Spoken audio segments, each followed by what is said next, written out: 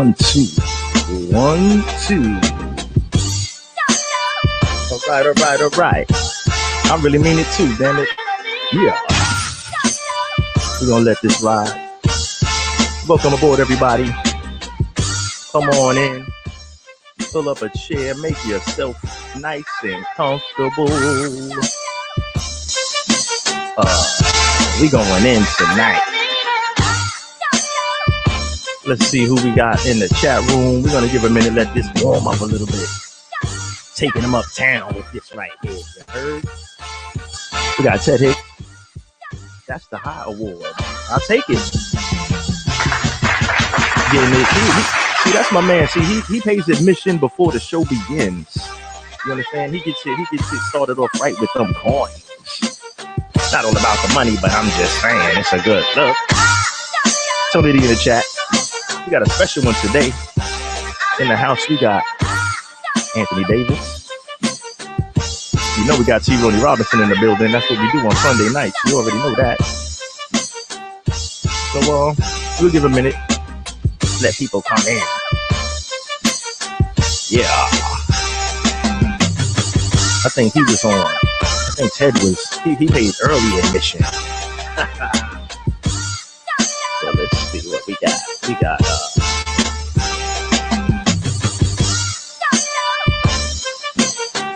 nice mild Sunday night. Coming in live. Continuation and shit.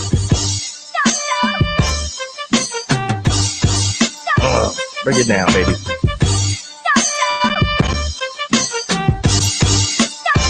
Yeah.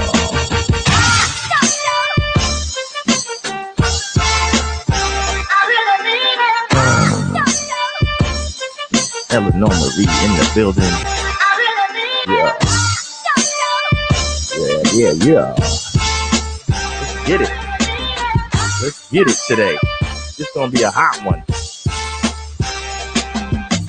It's gonna be on some continuation-ish today. Of course, with a little bit of new flavor. We're gonna sprinkle some new seasoning on top. Give it a like a different twist. If you know what I'm talking about. So we're gonna do what we do.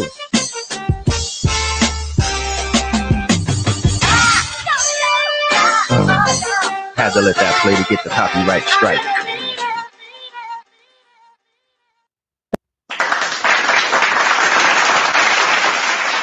Dipset, goddammit. Ladies and gentlemen, good evening. Happy Sunday. Thanks for joining us for another exciting episode of Sunday Night Smoke Podcast.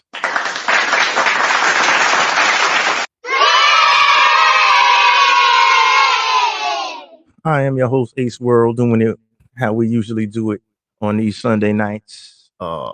In the building, let's see, we got T. Ronnie Robinson in the house. Give it up, y'all.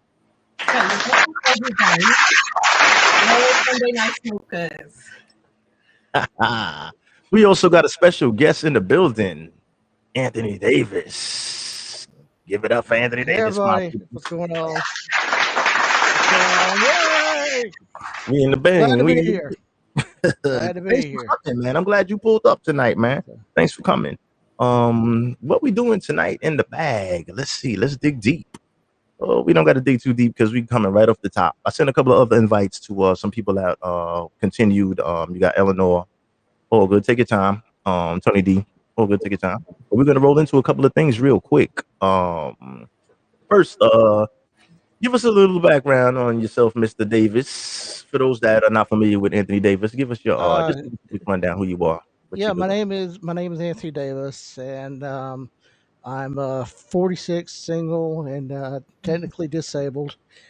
And but I do various things on the internet. One, I'm very active in the web series community, so I help a lot of web series creators and a lot of independent movie creators. Help them by promoting their stuff and getting to know what they do, and promoting them through my Facebook group called Web Series Friends. I also am an avid I'm guessing I'm getting to be an avid gym goer, the way that I am. I see you. So I see you in there. so Mhm. I do a lot of broadcasts from the gym, showing me working out, and kind of have to be with all the health problems I have. I kind of have to really keep on contact with my health more than a typical 46-year-old does. You can see me on here playing Uno a lot. When I when I get bored or when I get bored with my Ah, beard and my mustache, big up to the Uno team out there. yeah, yay! You know what I mean? Big up to the Uno team. When I get bored with my beard and mustache, I'll set my camera up and I'll do a live broadcast of me shaving my beard and mustache off just because And I actually did see I that, and I do. was like, "What the fuck am I watching here?" So, I was like, "Yo," but see, but you know what that is? That's fearless live streaming. My man was just like, "Yo, I'm cutting my beard," and this was yeah, about a month ago because I actually watched it. They was like, "Anthony Davis is on live." I said, "Oh shit, let me see what my man AD is up to." I pulled up. I'm like, "Nigga, shaving." yeah. So, look, Big up to those that shave once every couple of months. that's the way I am. You know, when the moment hits me, I do very random things on the net, and especially with live streaming, because that's where the most heartfelt things come from. Is when you do And it very impromptu and very random, Mhm. and you get to say the most heartfelt things and show the most uh, impromptu and heartfelt things at that time. And Right. It's genuine, basically. so, It's yeah, genuine. I like It's, the genuine I side. think it's genuine and it's So, spontaneous type of thing. so So yeah, AD, like, and no, go ahead. that should be my catchphrase now. Is Anthony Davis? What the f am I watching here? Yo, I was just like, damn, now, that's up close and personal. Like if you can watch me shave, you know what I'm saying? As long as we not manscaping up here, we good. But I So we also can do do both. I also do interviews with my friends. I did Mhm. an interview about a month ago with my friend Errol Cooksey, who does a podcast called Malice. You can see a 2-hour broadcast of me and her talking with Jim in Chicagoland. Um, Oh yeah, Helping big up us to the out, Chicago man. Mhm. and he was helping us out in the background, and we talked about true crime and the impact on crime and society, and if it's a nature and nurture versus thing.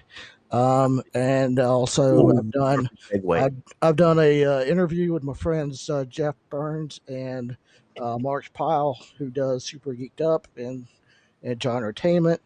I was telling people about the web series community and web series in general, and uh, so I've done a lot on Haps since I've been here.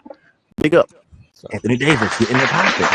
We got Tony D in the joint. Hang on, AD. Tony D, what's up, big brother? Let me Tony, pull you What's up in going the on? What's going on? What's up, come on and Anthony? introduce. Tony, Get What's up, people up T in here before I Roney? roll into Finally this. get to be on a broadcast with T Roney on the camera. I can't believe it. Drop a bomb, please. This is I'll put the the wig first on. lady, the first lady of the Sunday Night Smoke podcast. What's going on? Rochelle Smith in the building also. hey Hey, big up Rochelle. Rochelle for pulling up. I see you. Yeah, we're gonna get heavy. This is gonna end up heavy. This is gonna get heavy. I'm gonna pull some of y'all up, right? But what I want to do, right? I want to get in. I'm gonna roll into this information right here. So I'm gonna pull this right here. Boom. I'm gonna drop this right here, like that. I'm gonna set this up. So Tony D, how's everything going with you, bro? Everything good? Yo, I owe you an apology because No, it's no big deal. Talk to me. I didn't realize Kanan was coming on the same time you was broadcasting. I'm like, oh, I'm Look, stuck. if you're gonna make moves, look, if you're gonna make moves, listen. We're gonna be on. Listen, Tony D, I'm gonna roll out some No, stuff. he I'm gotta gonna record that. Don't tell him to leave. He needs to record it. He I'm can gonna roll record it. over. Don't Well, this is where the smoke is at. That's This where, you is know what smoke. I'm This is saying? smoke right I'm now. not throwing no shade on nobody, but this is where the smoke is at. I'm So still just paying on that cane injector. I'm on the fire right now, and T Roney's right. I'm going to have to watch the rerun, which I am going to do because I'm looking at Baisley Park and I'm like, oh, I'm having flashbacks. you put it, you know what it is? No, you put it. Look, my thing is this, like you did. Yo, what's up, Javine? I always hold on. You're gonna shine too. I'm gonna bring all y'all up. What's up, Big bro? How you G's doing? in the building. Yeah, you got Yeah. everybody in here Man, tonight. G's. It's part of my Saturday afternoon smoke with Chrissy and Eleanor. You know what I'm saying? Lady Eleanor's in the building. JS in the house. You know I'm not gonna abbreviate. So T-Bone, if you hopefully, have never met Eleanor, Eleanor is peeps straight yeah, up. she met Eleanor. Oh, for Oh, sure. okay, good. Yeah, they've been on. So we chilling. What up though? We doing what we do. What we doing right here. Good, just perfect segue. So we're gonna roll right now. Rochelle Smith, what up though? This is what up. Right now, what's up is this. What's up is Red Pill Revelations, because that's what we got in the bag today. Right? So for those that don't know, and for those that don't tune into Secondhand Smoke Show, which airs on Fridays, 5 p.m. Eastern time, right? Last Friday, we aired The Red Pill. Colin Porter in the house. What's Big up? up to Colin, my good man. All right. So we aired The Red Pill. This is hot. This is gonna be a hot one. So we aired The Red Pill, right? So The Red Pill, what that basically was a documentary which was produced in 2016, and it pretty much shed light on a men's rights movement that was slowly bubbling behind the scenes, right? Mhm. So we went into that. So what I'm gonna do right now, for those that didn't catch it, I'm gonna do a quick I'm gonna just drop a quick trailer on it, and this is what you missed, right? But we're gonna keep rolling because we don't got time to revisit that, right? So let's see. I'm gonna try to hold on. Let me try to set this up right. We ran through like the first 30 minutes. That mess was heavy. It's heavy, yeah. It's a lot of it's a lot of real talk. Mhm. Yes, it was. Stuff I didn't even realize. So big ups, man. Jeez. It was a lot of heavy. It was some heavy business. So let me see if I can bring this up right here. Let's go here. Let's let me see. I'll take myself down like this. I'm gonna pull y'all down one by one. I need y'all to hang tight in the queue. All right. You guys hang tight. Cook up a bag of popcorn. Or something. And let me try to jump this off.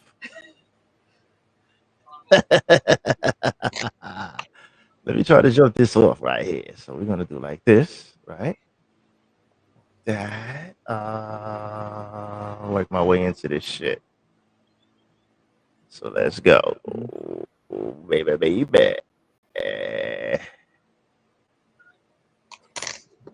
And big ups for that Dipset intro. I was liking that.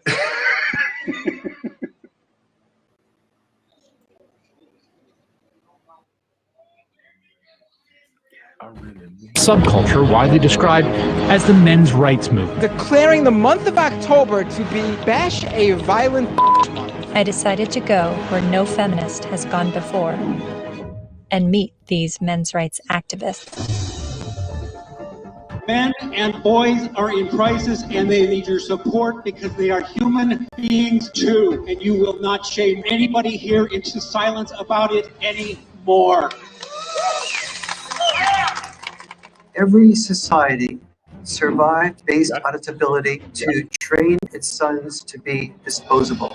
The U.S. government does not want to send you to die. They'd rather send me to die. 93% of workplace fatalities are men. 4 of 5 suicides. The family court system truly is biased against men. I mean, there's just no question about it. How can anybody not be angered by it? But if you start to talk about those issues, people get hostile.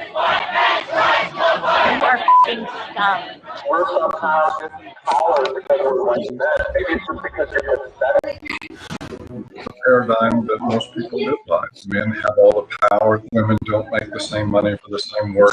That is feminist training. Flexibility of the role is where we should be all headed. So where do the men's movement and feminism disagree? This is the men's rights movement, the gender version of the the men's grandfather's generation. We had a well, grow up. She told her friend she was going to trick me into fathering the child. I called a bunch of domestic violence shelters. Every place said, we don't help men. When I reported my domestic assault, I did not bring up the fact that I was sexually assaulted. There was no way he was going to believe that I was going to be the victim of sexual assault. All the evils of worlds from Patrick. We're the ones dying. We die for you guys. I don't know where I'm headed, but I believe this is not flattering to men. Talk about mental health. We're not blaming men. We just named everything bad after them. I think I agree with everything you said, but there's still some kind of unsettling doubt.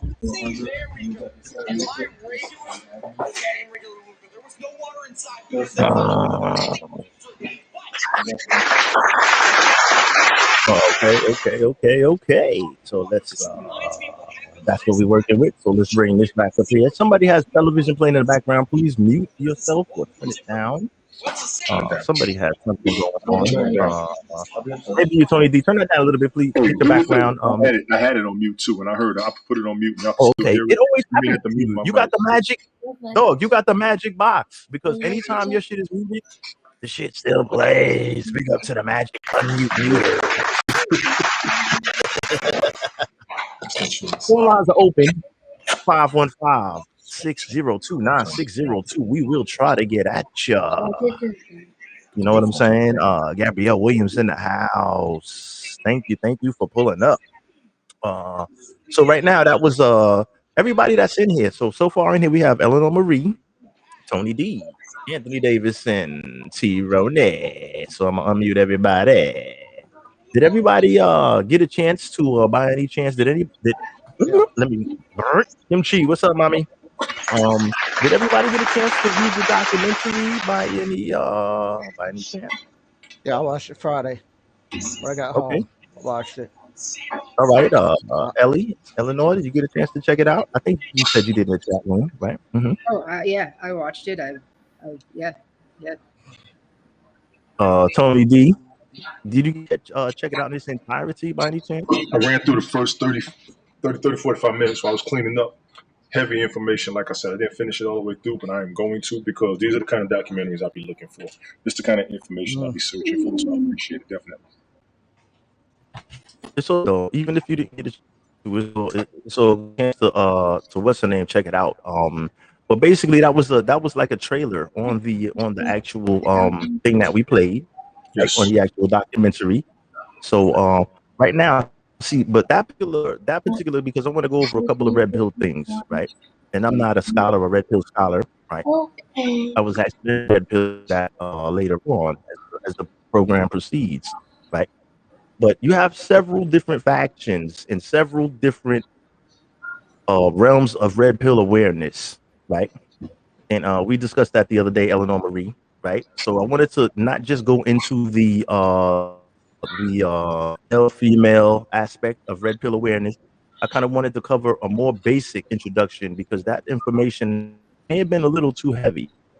So when I'm rolling a short clip, this is not a document. This is an interview, and I will be bringing this later on tonight. I will be posting this interview in its entirety tonight after this show. Okay. So after the interview, if anybody to come back up and have some dialogue, right? We're going to the next phase right here, right? I'm going to play this next clip, and this is going to give a more general, smooth over of different. This is going to give some different. Tony D, just turn your mic down, Tony D.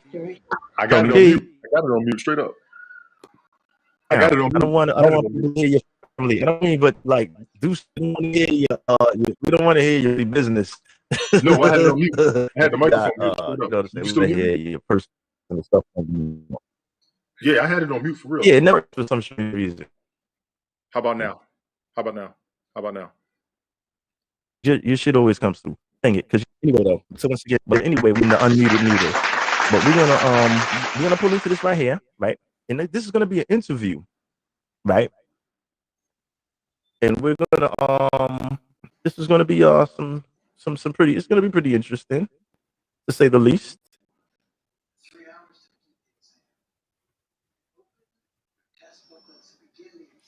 Oh shit! Did I fuck that up? No. Yes, I did. All right, hang tight, guys. Not too bad. I just wanted to get the audio game right. You know what I'm saying? Let's take this to the top. You know, everything was going smooth. But we're gonna take this to the top because I want everybody to get the full credit for their participation. And this is fair use as well. This is fair use content. Okay, so let's get into it.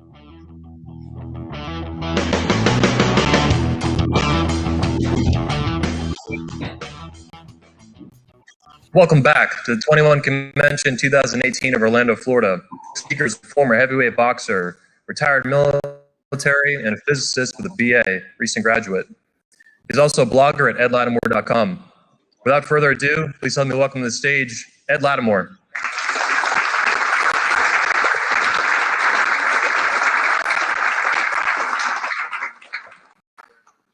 So good morning to everyone. I like coffee, very black. It's the only way I drink it. Everybody who follows me on Twitter knows I got this running series of coffee so black jokes.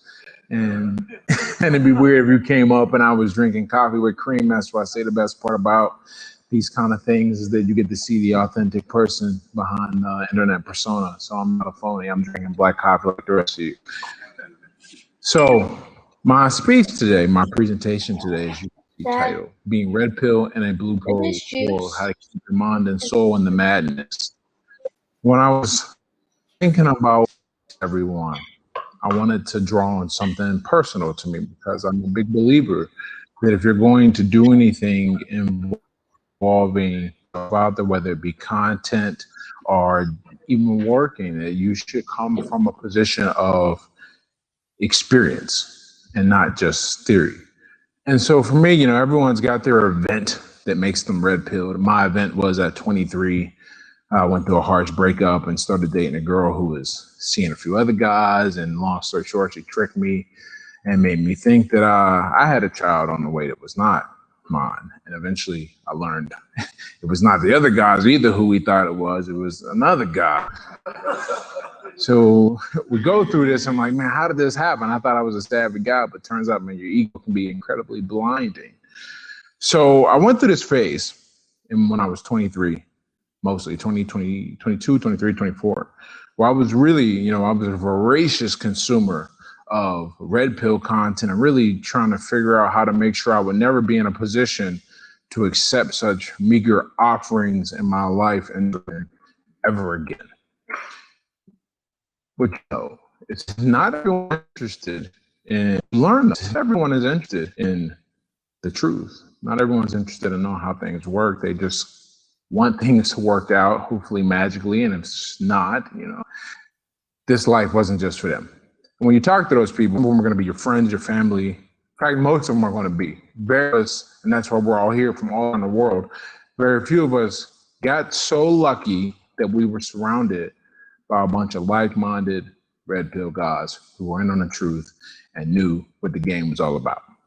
So I had to figure out how to exist amongst these people, and I failed miserably in many ways. And today I'm going to talk about not only how I failed, but how I want some of you who are in various stages of swallowing this pill, how you can go on and not be lonely because, like Socrates was saying in his speech before, loneliness is a big deal. And we may not be birds of the same feather, but we can definitely flock together. And if we don't, we're going to fall. So let's get on with it. Let's get it. Quick review for the older guys who know this, or the veterans and some of the new guys. The blue pill, what is the red pill? I'm one of those people, I know there's some debate about this, but my stance is that you can be red pilled about anything. It doesn't just apply to women. However, today we're going to be talking about it in the context of relationships. But you can be red pill about politics, about nutrition, all of these things. But what is red pill? Molding your life to the expectations of society, regardless of what your desires are. We're just going along to get along. We're not going along to make ourselves healthy. Get along, gang. Believe in everything you're told about how things are without questioning how they work. It's like Santa Claus, man. You tell a kid for so long that Santa exists, and the kid's gonna get mad at you one day when you go, you know what? Those presents didn't just fall down the chimney. And a lot of people, anyhow, not us, hopefully, a lot of people still believe in Santa. And that's believing every told opposed to figuring out, yo, man, we got to go put this work in by these presents, And operating from a state of fear, this is a big one, because in order to keep you believing these things, there has to be something that you're afraid of running towards. There has to be some risk you're afraid to take. The payoff has to seem not worth it. And the way, this is maintained, and you got to be on, you pick a side. That tribe where you're not even naturally part of that tribe, which is how you got, so tribe you got pulled into. Many of us are like that in terms of the religion that we were given, and religion is a very good thing. But many of us are not allowed to question the things that go on for fear of looking like a traitor. Many of us are not allowed to question, or we feel question the nutritional advice given to us by the masses, the food pyramid, and many of our nutritional options that have resulted in a 70% obesity rate in this country. We question that, and people look at us like we're crazy. But we're not questioning it. We're afraid to stand out. We're afraid to be pushed aside. We're afraid to have everyone look at us. It's like that saying, you can be the hammer or the nail. Well, many of us feel like with a nail, and we don't want to stick out. We just want to get hit back down as soon as we can, or we prefer it happens that way, so we don't have to deal with more conflict from outside. But what is the red pill? Let's get to the positives. Going after what you want in your life, regardless of what society says. This one thing. Some of us want a bunch of girls. Some of us want a relationship. Some of us want to live in the forest. Some of us want to live in the city. Doesn't matter, but it's going after what you want. Some of the biggest arguments I have with people is that I have a very clear, and I've always had a very clear idea that I want out of life. And some of it agrees with what everyone wants. Some of it does not. But what's important is it's mine. And I see the reaction when I send for, what I think I want out of life. So I know that based on some of the conversations I had last, I know that many people have the exact same experience. Forming opinions based on real world experience and not socialist indoctrination, also known as bro science. I'm a big fan of bro science personally, and this is from a guy, who has a degree in physics. I 100% believe that, it doesn't have to be right to be correct. Whatever works for you is what works for you. And if it brings you happiness and it does not destroy other people, then you're doing all right. And operating from a state of abundance, and this one should be clear. If you believe that it's possible to do a thing, then you can go out and do that thing. And that sounds, like some kind of motivational hoorah or whatever. But I was looking at some video of some guy going around picking up girls on the beach. And it was one of those YouTube videos, they say some are staged, some are not, who knows, right? Point is, my buddy and I were looking at these videos and we said, that looks so cool. And then another friend of ours was like, man, that's obviously fake. You can't. And I didn't argue with my friend, but I did, some of the things that I'm going to talk about in this presentation. I had enough experience with those things, so I was like, you know what? I'm just going to look at you and wonder why you don't think that's possible. But I'm not going to argue. So what happens when you swallow the red pill? Some of you are familiar with these steps, but if not, here's our our review. It's not this way. You don't think the world, you're in the denial stage. Everyone is in denial at the beginning. For how the world is. I hate that it's this way. Anger. And we all get so mad at how things really are. No one just jumps from, all right, isn't real, and they just accept it. Nah, man, kids throw tantrums, man. That's just what happens. And many of us are kids in this way. Some of it's this way, but not at all. You try to eat some of it, throw the rest of it back up, but you can't go back to fairy tale land. I guess this is not too hip on the particular lingo, or at least what constitutes this phrase, but I suppose this is what some people refer to as purple pill, you know, where you have swallowed this thing and you're like, oh God, it tastes horrible. And you're trying to throw it back up and it comes back up purple. And it's like, hey.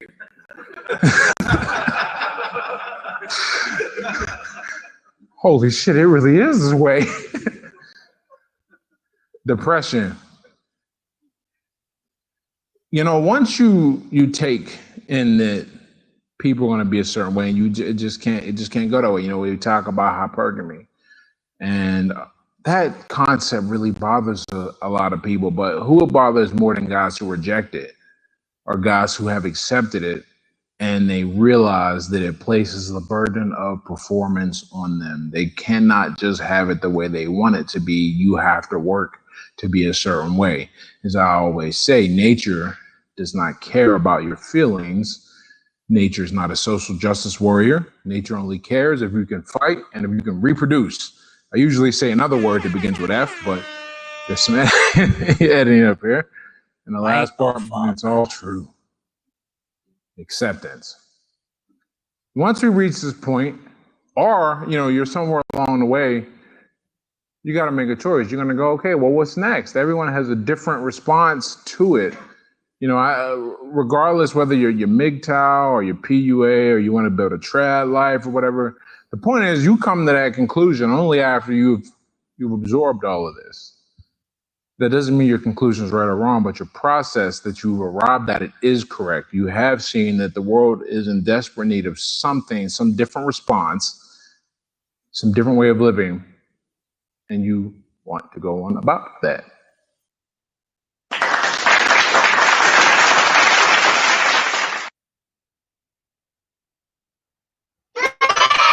All right. So, for those that are interested in tuning in later, I will be airing the rest of this 2-hour documentary, and it's very interesting for those that are trying to figure out this whole red pill thing and what it's all about. Because me myself, I can't articulate it myself, so I need to have people that you know, people that have a little more say so in it. So that's why I kind of wanted to bring up these skits and everything. Let's see. Let's bring back up the show right here. Let's get this back popping. Bang. Right. So what do you guys think? I'm gonna start with myself first. Okay. I'm gonna start with a quick monologue. All right. And then I'm gonna roll into Anthony Davis because I know you have limited time. And then I'm gonna roll down the line from there. Okay. I'm gonna say as myself, right? I'm gonna sit back, relax for this one. My first red pill experience, right? Believe it or not, was as a first grader at the age of 6 years old. Okay. Now, I never knew that I would have to take red pills at such an early age, right? But this is really, really, really what it is, right? You may have heard a reference earlier to this, but this is not me making up some bullshit. I'm gonna keep it a band with you. All right. I went to school one day. I was a first grader. I went to school one day during the holiday season. I'm not gonna say the school because I don't want to give too much personal information. But boom. Went to school. The regular teacher was not in school that day. So what happens when the regular teacher's not there? You get a substitute teacher. Right?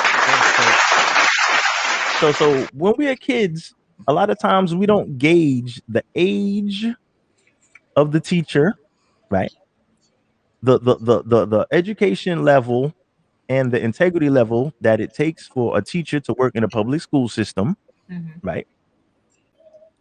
Any of the requirements. What's the difference between a teacher and a substitute teacher? What education level had you had to attain to be a pure teacher, or just to be a glorified babysitter, right? And I'm not, no disrespect to the substitute teachers, but there's levels to this shit, right?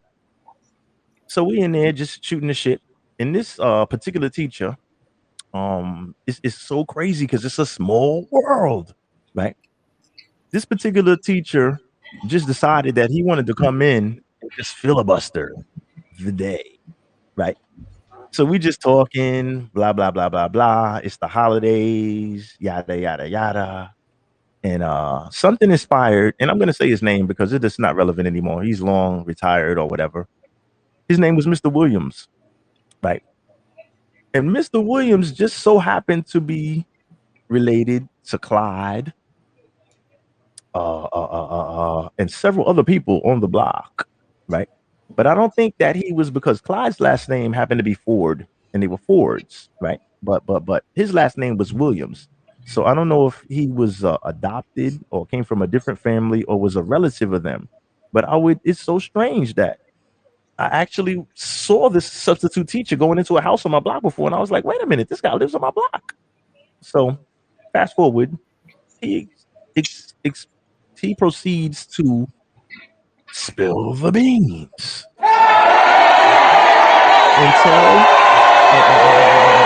and wait a minute, and yeah, y'all ain't seen shit yet. And tell a group of 6-year-old first graders that there's no thing as fucking Santa Claus. 6-year-olds. How did he tell y'all? How did he? Son of a bitch. Because he's a fucking retard. God damn it. He said, son of a bitch. But you know what? He changed my life from that point on, without me even knowing it. Right? So usually, and I'm going to allude to that later, I'm going to take you out with a little excerpt at the end of the show about explaining red pill rage, right? When you first take the red pill, you're going to have problems accepting it, right? But that's when it applies to an adult. But as a 6-year-old child, right? What are children known to be? Anybody? Curious, goddamn. Yeah. Curious kids. So I'm like, I'm gonna prove you wrong, man. He was like, man, ain't no Santa Claus. I'm like, this motherfucker, he on the bullshit. So all the kids, you know, they in the class. But me, since I'm curious, and that's what led me down the rabbit hole, I decided to go investigate. So the first thing I did when I get home was go search the entire house, right? And when I got upstairs to the attic, guess what I found? The goodie bag. Let me tell you something. This was the furthest fucking thing from red pill rage that you could ever imagine. I was like, oh shit, G.I. Joe! Fuck! I got a fucking racetrack, holy shit! Your boy was in fucking cloud 9. That was the furthest thing from rage that you could imagine. When mom and dad came home from work, I was like, fucking, oh, we sorry, you know, we're a little late from work. I'm wearing the dinner. No, I'm good. No. Okay, I'm good. Like, I just go right to sleep. So that was the first red pill. Didn't give a fuck if it was a Santa or not, because those Christmases were good. Big up to mom and dad. Yeah. So I'm gonna start with that, and I don't mean to take too much. So I'm gonna go to my second red pill, right? Because I got exposed to this shit too early. But as a kid, you can't really put things together. It takes time, right? Fast forward, junior high school. So this is first grade. Fast forward, 6th grade, junior high school. Book report. Back in my days, you used to have to actually go to the library, take out a book, and actually take the book, read the book, and prepare a paper on the book. Yeah, there actually used to be something called a library, where they actually had a lot of books, right? And that's when people used to read books. It's called book. It's words printed on paper, binded together with a hard cover or a soft cover on it. It's called the fucking book, goddammit, for those that don't. Yeah. Some of them have pictures, but not a lot of them. So for some reason, you know, I close my eyes like, fuck it, it's complicated. I pick a book out, let's go. That book just happened to be George Orwell, 1984. Right? We're talking 11 years old, right? And I read that book. And that information may have been a little too heavy for an 11-year going on 12-year-old. So say 12-year-old. That information may have been a little heavy. But what that did is it opened my imagination to the possibilities of what we could see in a lifetime. right? Yes. Okay. So I did a book report on that. Got a B plus. Maybe the teacher was like, "This nigga crazy." Like, I expected you to be doing something a little lighter than that, because I'm sure the teacher didn't actually. You're supposed The to do teacher cat in the hat still. had not even had a fucking red pill yet, right? So that was something else that was stored in my memory banks, and I'm like, wow. But this is another good read. And later on that same year, I decided to go and do the same thing. I picked out a book. That book was called Animal Farm. Okay. Yes. We're talking 12 years old. We're talking 12 years old. What that did, that was the third pill that actually opened the entire door for me of the possibilities of the fuckery that could exist, right? The manipulation and all the other bad things that exist within humanity, right? So that was my introduction to it. But I just kind of wanted to lead into it because I know we're gonna have a lot of testimonies and a lot of feedback on the movie in XYZ. But I kind of wanted to just give my my introductions, but I didn't really realize what they were at the time. But what they did was they opened my mind to curiosity, and from there on, I actually just stumbled across one piece at a time, at a time, at a time, at a time. And when this actual red pill state of mind, or this whole revelation came about, as far as like you may have heard the gentleman mention PUA. That's pickup artist. Okay. You may have heard him say MGTOW. That's men going their own way. Okay. These are you also have several different other versions. SYSBM. Save yourself, black man. Right? Those are the initials for that. Right? You also have several things you can just actually go on YouTube, right? Big up to YouTube. And there's a lot of red pill content, and it's available whether you're black, white, Chinese, Asian, whatever you choose to be. But this is all geared upon men's rights movement, because you do have a women's right movement. So I don't but there seemed to be a huge backlash on the men's rights movement. So enough of me, because I usually don't talk this much on the joint. But I'm gonna step down, right? Thank you. Yeah, because I don't really talk this much shit. That was like 2 minutes, Lord. Like, fuck, that's major shit right there for me. Anthony Davis, what you think about this, man? What is your are you still like, is this new information to you? Like, give me your No, gist on this. Give me a quick 2 minutes on it. it's really not new to me, because I didn't realize it until probably into my 25, 26 years of age, that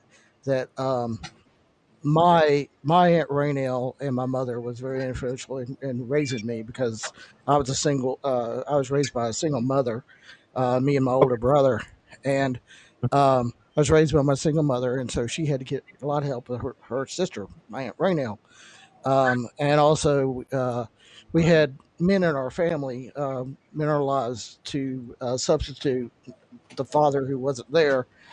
We had men in our lives, like youth leaders, and a friend in our family who rented a room in the back of our house. He was a father figure and all that kind of stuff. But because I was a very active reader at a kid, my Aunt Raynell was very influential in me reading anything and everything. And she didn't care if I read comic books. She's like, okay, sure, he's reading. We're happy with that. But she always encouraged me to read the pro side and the negative side of everything, and to question everything, Yeah. and even question the questions sometimes. And and so that's always been the mindset of me, is I don't trust until I have to, and and sometimes it's easier to earn the trust than it is to accept it right away. Some people I can, like, okay, yeah, I can trust them. They're pretty nice and good.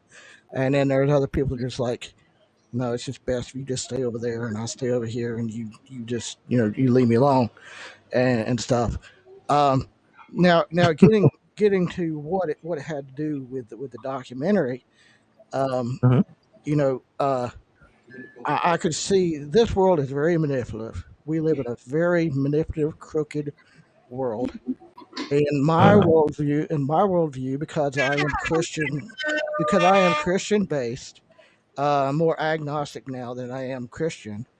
But I still have the Christian base that, um, original sin, happened, and so it made the world corrupt.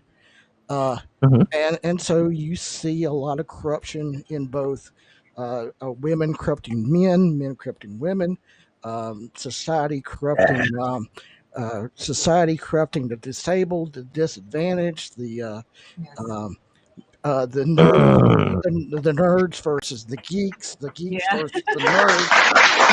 Slow down, Anthony. AD, slow down while you running this through because we want everybody to catch this shit. So, Okay, go ahead. but you can see corruption everywhere. Now, as far as Mhm. where it goes with the all male movement, or the male rights movement, you can see that very well in going back to days of William Shakespeare. He had a saying that said, "Hell hath no fury than a woman scorned," and this is very true in case of the men's right movement. That was what he was talking about. The women can Mhm. be corrupting at times, especially towards Mhm. men, and can make a male's life living hell at times. But a guy can do that to a woman just as much. Um, Facts. now, Facts. Two-way street. now, in my situation, and if I start crying here, I'm promise I'm not going to try to cry here. But in my I'll mute your mic. situation, what happened, and You and don't I gotta get too realized, personal. It's up to you. and You don't gotta. well, I If don't it's mind too because personal, you don't gotta I go like there. I like telling the I story know because you're it's very transparent. empowering to me. And I You're realized transparent. Go that for it. I am kind of involved in the males right movement more than I thought it would be, mainly because of what happened to my brother, and his situation with dealing with an ex-wife who was trying to gain custody of my nephews, and the probably 12-year living hell trying to deal so that he could be the father, and we fought tooth and nail for him to be the father, and he was they were in a much better place than being with their mother in this situation. Don't want to go into detail with that. But what happened to me when I was 14? Before that, I was a very socially outgoing kid. Never Mhm. met a stranger. I wasn't scared to death of anything, as far as being social to anybody. And I was the first one to say, "Hey, my name is Anthony. My name is Tony. How are you doing? What's going on?" And also at 14, I developed type 1 diabetes, so that didn't help situations either. But what happened to me at the age of 14 is I was very social. I was very outgoing, and the first time I met some females, didn't much think about it, and I said, "Hey, my name is Tony," and the first words out of their mouth was, "So," and I'm like, "Whoa, wait a That's the minute, norm. Don't worry. what happened here?" And so I didn't much think about it the first time. Second time it happened, I said, "Hey, my name's Tony," and the girls went, "So," I'm like, and third time it happened, it really started to hit me. It really started to kill my self esteem, and I heard that Mhm. word all through my life, all through women, girls just saying so. Uh, Job rejections, the first words out of mouth is so. Like who are you? What's you know? Mhm. And I went from a very socially outgoing child to a child that went like, "No, don't even look at me. I'm scared to death to even be talked to." And Wow. that's how much it affected me at a teenager. Now, my Mhm. aunt Rainell was involved in the whole situation, and she saw that I was going down a very slippery slope with my social skills, and she gave me 3 books. First book was the Bible, which of course I read it a lot anyway. Second book she gave me was How to Win Friends and Influence People. And the third book she gave me, of all things in the world she could have given me, she gave me Chariots of the Gods by Zachariah Sitchin. And Repeat that last one more time. it's called Chariots of the Gods by Zachariah Sitchin. Chariots of the Gods by Zachariah Sitchin. Zachariah Sitchin. And pretty much what Chariots of God talks about, it talks about everything from the fall of Adam and Eve to the extra people in the Bible that's really not talked about. Kind of talks about the canonization of the Bible, how they took out different texts, and the Catholics did, what they did, and how different cultures perceived aliens and demons, and that kind of stuff. And it kind of, I'm kind of like, okay, yeah, the Catholics kind of screwed some stuff up there too. That's a red pill, damn it. But as far as how to win friends and influence people, it taught me the best things in the world was learn to love myself, learn to find the best in others, and then learn to find how you can improve another person's life and how another person can improve your life, and how together you can make a difference in the world. It also taught me that not everybody's going to like me, and I'm not going to like everybody. And so it took me years, with the help of How to Win Friends and Influence People, to really become social again and to realize, things are kind of messed up with the way society groups interact with each other and how things go with each other. And it's really hard for me to deal with that situation, because I still hear "so." I hear that word all the time. So I hear it like a condescending, you're a worthless pizza. You know what? That must be the white people's version of whatever. Like the black girls say whatever. That's the same thing. That's the equivalent of "so" for the white chicks, I guess. Go ahead.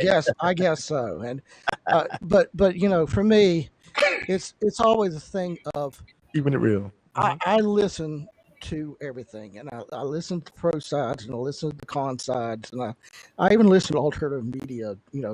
Everything from like Alex Jones to the first with what's his name? I just had a brain slip there. Take your time, bro. O'Reilly. Bill O'Reilly. Bill O'Reilly. I listen to everything, and I realize, that we are being lied to, we are being manipulated, not on just a social level, but we're lied to on a spiritual level. We're lied to on a societal level. The disabled are lied to all the time. Things have not changed for the disabled people since 1987 about how much money they can earn and if they can get married or not get married or whatever. And this is an American culture. Now, I don't know about Canadian culture and English culture and all that. We U.S. based. Let's go, America. Keep it. But and I imagine that Canadians have their own problems, and the English have their own problems, and Australians have their own problems with this. But it is messed up, and sometimes it takes some people to say, probably one of the best lines I've ever heard from the best movie I ever saw, called Network. I'm mad as hell. I'm not going to take it anymore. And you have to kind of really stand up to people and say, I'm mad as hell. I'm not going to take it. I'm not going to take it anymore. Because you have to stand up for yourself and stand up for others and stand up for the betterment of life in general. Facts. Listen, AZ in the building. Let's get it. T-Roni, you up next, mommy? Let's go. I mean, now listen, it's opinion radio, so give your opinion, like, because that's why I wanted to have male and female here because it's men's rights, but there's usually a pushback against men's rights. So, I'm not saying you're going to push back. Wait, no, time out, damn it. He meant that, didn't he? He meant that. No, I didn't say that. No. But the general consensus, no, because listen, I'm going according to the documentary, correct? We all saw the documentary. Not this particular clip, but the documentary aired on Secondhand Smoke. There was a huge pushback in America against male rights. Okay? Male rights activists. That crowd didn't look that big doing the pushback. I'm sorry to say. Okay. I hope not, because we need rights too, damn it. I'm up for some rights. And Tony D, AD, you up for some rights? You feel like having some rights today with your coffee? Go for it, T-Roni. So I do, as far as red pill, everyone has advocacies. I believe and agree that there should be advocacies for everything. There's a lot of advocacies out there, not just this MRA, but male-dominated advocacies. There's advocacies for men going to the doctor. There's advocacies for men getting actual exams like they're supposed to. Like there's, stay in school for teenage young male advocacy. There's advocacies out there. The advocacies become dangerous and activists, both sides, male, female, transgender, whoever. Tell us why. When it becomes about oppression, suppression, and repression. That's a big one. And when you tap on any one of those three, anyone, or two or more, that's when you become a defiance. That's when I have a problem. So you could be a male activist. I'm okay with that. God bless you. Go ahead, do it. Everyone should have somebody supporting their belief, their culture, and you should be, loud and active about it. But if you suppress, repress, or oppress another person in order to get your goal across, then yes, you definitely need to step back and, I think, in my opinion, re-examine what you actually supporting. And that's my Okay, so just one quick follow-up. I don't want to put you in a spot because this is only opinion radio, so we just do opinions, right? This is not debate. We don't debate shit here. We just let it out and keep it moving. So actually, I'm gonna not ask you shit on a follow-up. We just gonna let it rock. Eleanor Marie, let's go. What you got for us, Eleanor? Talk to me now. Okay, so I am actually very for men's rights and everything, but I had some issue actually with this film after I watched it. Give us all the smoke. Because smoke that motherfucker then. Smoke that shit. I don't want to call it lies because they weren't lies, but the lack of complete truth. And that was Friday's. Wait, let's distinguish. That was the documentary from Friday, right? The Red Pill documentary from Friday. Yeah. Okay, copy. Okay. 100%. I just want everybody to be clear. Yeah. So they go in as to, it mentions the fact that women are, I have to, the exact statistic is 1/3 of all, and 1/4, but they fail to mention that those are just things where there can be raising of the voice, a shove. They don't go into the statistics of the difference between men and women that are extremely hurt, like end up in the hospital hurt, broken bones hurt. They didn't talk about that much at all. They didn't go into that statistic at all. They didn't go into the statistic of women stalked to men stalked. They mentioned one little thing and it was supposed to be like, oh, it's happening equally. They mentioned that there aren't any male shelters. There was one male only shelter, which there's actually now two. But there were shelters that did men and women. But that doesn't mean there weren't shelters for men. That would be like saying the ones that were housing men also weren't housing women. Well, they were housing both. Okay. You know, and these things, they matter. It was kind of like, I found it interesting that it was called the red pill when it comes from the Matrix. And in the Matrix, there's actually a choice between the red pill and the blue pill. And in this film, it was very one-sided and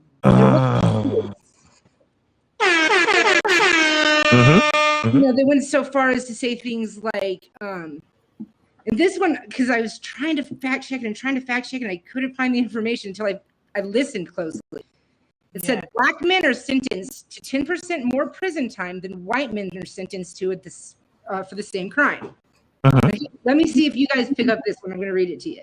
Go for it. I love stats. Illinois. Go for it. To more than 60% prison time than a woman arrested for the same crime. Okay. Say it one more time. One more time. Roll it through slow. Illinois. Roll it through slow. Yeah. I missed it. I missed the whole shit. Man is sentenced to more than 60% prison time than a woman arrested for the same crime. Damn, that's heavy. I don't hear too many women getting arrested for some of the same crimes that men do. Dog, women shoot shit up. They assault. They steal. They rob. They do the same shit. Let crime be gender. Like fucking. Watch you, goddamn it. When someone's arrested, they take a plea bargain down to a lesser charge. Sentence. Yes. Well, you gotta remember. For a woman than a man, though. Well, you got to remember it's lighter. There's no way around the fucking facts. Let's give it a bang. I'm just asking. That's the thing. It's facts. Well, you got to remember. You're right. You got to remember there. Exact offenses. Go for it, guys. I'm sorry. You got to remember there that there are women-only prisons, and there are men-only prisons. There's also co-ops, but you do hear about women-only prisons, and you also hear about the male prison. But for some reason, the society we live in, we're a male-dominated society. We only hear about the males, versus the women. You know, the women. They're bad stuff. Now, the women, they're. I've heard some horror stories from women's prison from some friends of mine. Shit is real, and they're just like, man, that's just as bad as the men's prisons. I know some girls with bigger balls than me. God damn it. Okay. Let me tell you, I see. And then also another thing they didn't deal with in this documentary was the fact what I was talking about with the disabled people and the mentally challenged people and the people with the chemical imbalances and stuff like that.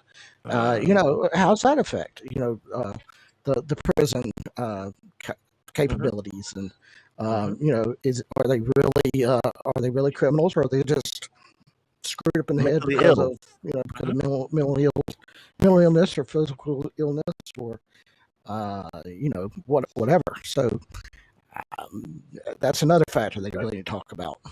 But as a man, you know what happens a lot of time, and I want to interject real quick. As a man, when it comes to the trial, and they try to sometimes, I mean, I don't know because I'm not a lawyer, and I'm not up in court like that. God damn it!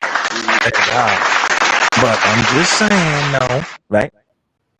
There's the you know, some people are not mentally balanced, right? And you have a lot of untreated mental illness on the streets in America. Facts. A lot of untreated mental illness from men and women. There are a lot, and I'm gonna say it one more time. There is a lot of untreated mental illness. Whether people don't realize they're mentally ill, whether they think everybody else is crazy and they not, right? A lot of times people are scared to go seek help because if you find yourself seeking help, like counseling or something of that nature, that somehow registers in the mind of people that are not thinking clearly that something's wrong with me. I'm inferior because I'm seeking help. Yes. But it's called help for a fucking reason. All right. So let's just keep that in mind. All right. As far as like sometimes you need to speak to somebody that's not your friend or that's not your homie. Sometimes you need to speak with a paid professional that knows how to ask you the right questions to get to the root of the problems that you're having. So let's not underestimate psychiatry or therapy. All right, so we'll leave that out there, and especially if you swallow that red pill, because there's gonna be a lot of shit that you have to wrap your head around and you don't understand. So go ahead, bro. The red pill for mental health would be, just walk it out, suck it up. Easier said than done. When remember, fine. you have to You're just deprogram. having a bad day, right? I mean, I don't know. I feel like in this society, the red pill for mental health would just be like actually realizing that there is mental health. Exactly. Realization. Fucking keeping it real with yourself, right? I need help. Sometimes you gotta say, I need help. Everything. It feels like so often that it's just like blown off that there's mental health, or that like mental health would be the same thing as physical health. I mean, is your brain not in your body? It is. Right. It's under the same umbrella, god damn it. Yeah. It's always got to Great point, Eleanor. Yep, Kim, you're right. You're right. Tony D, what you got? What you got for us on this red pill thing? I'm gonna go ahead and be honest with you. That's all we want. This is your opinion radio. I'm trying to fully understand the red pill side and the blue pill side by its proper definition over a lot of people's interpretation. So I may be guilty of missing the point on a few things, but Give us what you take from it, because this is a new experience for you. So you kind of what I'm taking from it, the red pill sounds like you accept being lied to, and the blue pill means you found the truth over the lie. So let me know if I got it backwards or not. I would think more so the option is, you know what? Actually, let me revisit this shit. That's a good question. I think that's right. Coming from the Matrix, from what I know of it, right? And I still haven't even seen the movie. I'm a sci-fi buff, and I still haven't seen the movie. Just open your eyes. The other one, you were just going to stay in the same fantasy that we always have been. Yeah, you want to come out of the fantasy. You want to see the truth. Now, if you want to look for the truth in things, and based on the story you was telling, Smoke, but the teacher dropping that truth on you, even though you didn't know or not. For a lot of aspects of finding out the real truth, I am still under skepticism about what I've learned and what people have exposed to me. Mainly because we're all being lied to. I can't believe your truth out of it because you've been lied to. So realistically, I have to think. Who's got more truths under their belts? Yeah, who's got the actual truth? My thing is trying to find the absolute truth over these lies. We can talk about this, we discuss that. When you emphasize 1984, this may throw everything off, but I'm gonna go ahead and say this. When you emphasize 1984 and you read Animal Farm, I've been telling people that a lot of things predicted in those, a lot of things that are predicted in those books are what they're putting into play.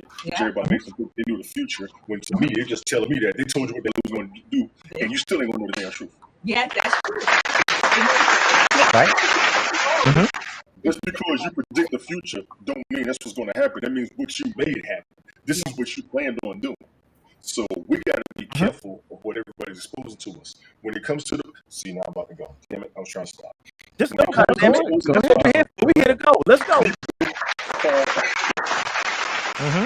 People call the Bible out. People call religion out. I actually watched a video a couple months ago, actually a couple years ago. People went to Africa. The dude was in Africa telling everybody, this is the real story of the Bible. This is what they saw. This is what they was trying to interpret, and it got misinterpreted. Basically, religion is a misinterpretation of the truth, which means there's some truth in it, but we still got to prove it in the first place. They have actual writings and documentation of hieroglyphics of stuff that actually did happen, stuff that was already there. Now, whether we worship it or not is true. I give everybody that. But if we've got the truth somewhere, we just have to properly understand it. They always say the best way to confuse people is to throw stuff in their face. Everything is thrown in our face. We just can't read it right. One, by how we taught. Two, by how we raised. Three, by what we go through. So my whole thing right now was any and everything that we got going on, as much as we try to interpret it, how much are we still damn wrong? Well, you know what? A lot. I'm going to take it over from here. Yes. We're a lot wrong. Well, Sonny, listen. We're a lot wrong. So wait, hold on, AD. Right? We're a lot wrong. So, let's see what we got here. Let's take this from the top. Hang on 1 second. We gonna. Like I said, I ain't want to throw everybody off. I'm just no. We good. We good money. It's good money. You bring me on. I got like a full focus on how I'm gonna respond to this. But this one, I'm kind of sitting back like I need to wait. I need to pause. No. Pop. We gonna take this to the top. it is. The Matrix is everywhere. It is all around us. Even now in this very room. You can see it when you look out your window or when you turn on your television. You can feel it when you go to work, when you go to church, when you pay your taxes. It is the world that has been pulled over your eyes to blind you from the truth. What truth?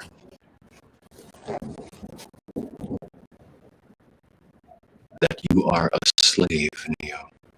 Like everyone else, you were born into bondage, born into a prison that you cannot smell or taste or touch. A prison for your mind.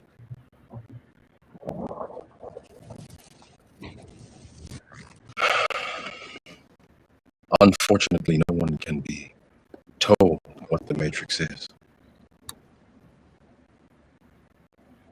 You have to see it for yourself.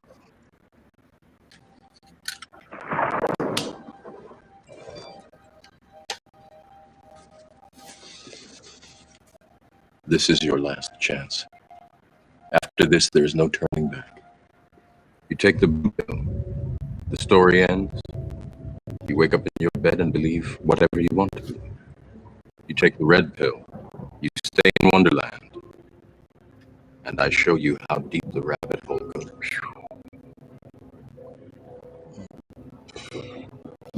Can you pause that? Right. He just said exactly what I was saying, so I wasn't too wrong. Even in that description, it was like, okay, do I take the red pill and rabbit hole, but you take me further down? And does that mean it's the veil? But I get to see where the veil begins and ends? Well, let's see what somebody else has to say about this. Well, actually, We got JS in the building. We in the house. Let's go. We coming in here. Come on, I'm pulling you up in here. I'm doing because I'm the master of fucking up names. Like I'm trying to pull you up right now.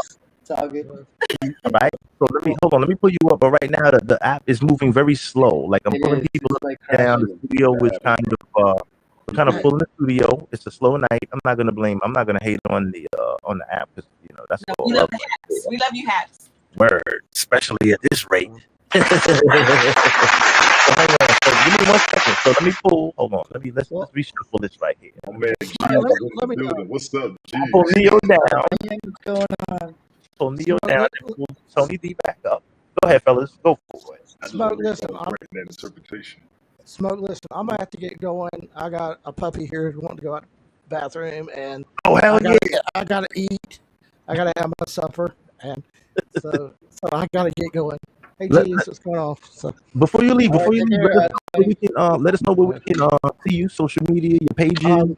But before I leave, I will be having a broadcast next Sunday at 10 o'clock. I'll be talking to my friend Errol Cooksey, who does Malice podcast, and we'll be talking about the rising impact of internet trolls and hackers on the world today, and how it's affecting true crime. And then also, you can find me on TikTok at Anthony Davis 63. You can find me on Instagram at Lister's Mate. You can find me on Twitter at Lister's Mate 1105. On YouTube at Lister's Mate 2.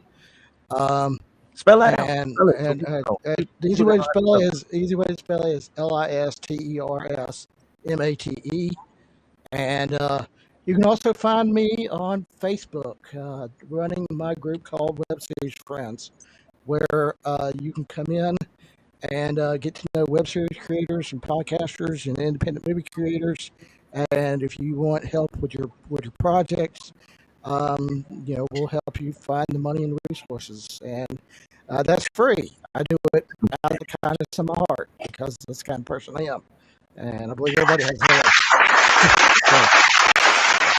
I love it. Anthony Davis in the building, y'all. Thanks for joining us, big brother. Oh yeah, I appreciate it. I'll be on that podcast next weekend to be just for the record. I'll be there. So send me an invite. Anthony Davis, y'all. All right, let's roll. G, what's on you? So what shit going to do? Talk to me. How you feel about this red pill thing? Yeah, I see you in the chat earlier. I'm glad you hung around because I was like, just hang tight. I'm gonna pull you up. So what's your opinion on I this? just watched it today, just earlier before I came on this chat, right? Yeah, some things they were talking about like the custodies and stuff like that. Yeah, I had a couple of friends that actually went through that, and some of the things they were saying about how guys were like, not doing what they do, and at the very beginning when they're together before they divorce or whatever. You mean And custody? I think that's a lie. Like custody? You talking about child custody? Yeah, child custody. That's what they were Okay. talking about Just want in to be the clear. red pill, like how men don't get the the percentage of custody. And this actually happened to a friend of mine, where this woman, he did everything for the whole family. He took care of everything, did everything. He bought the house, the car, everything. And also did all the chores in the house, cooked. He took all part of everything, right? Because what they were talking, some of them were saying, "Oh, guys don't do what they do in the first beginning, but then when they get divorced and stuff, and then they want their rights for all kinds of things." But he actually was part of everything, and the woman took everything from him: the car, the house, everything.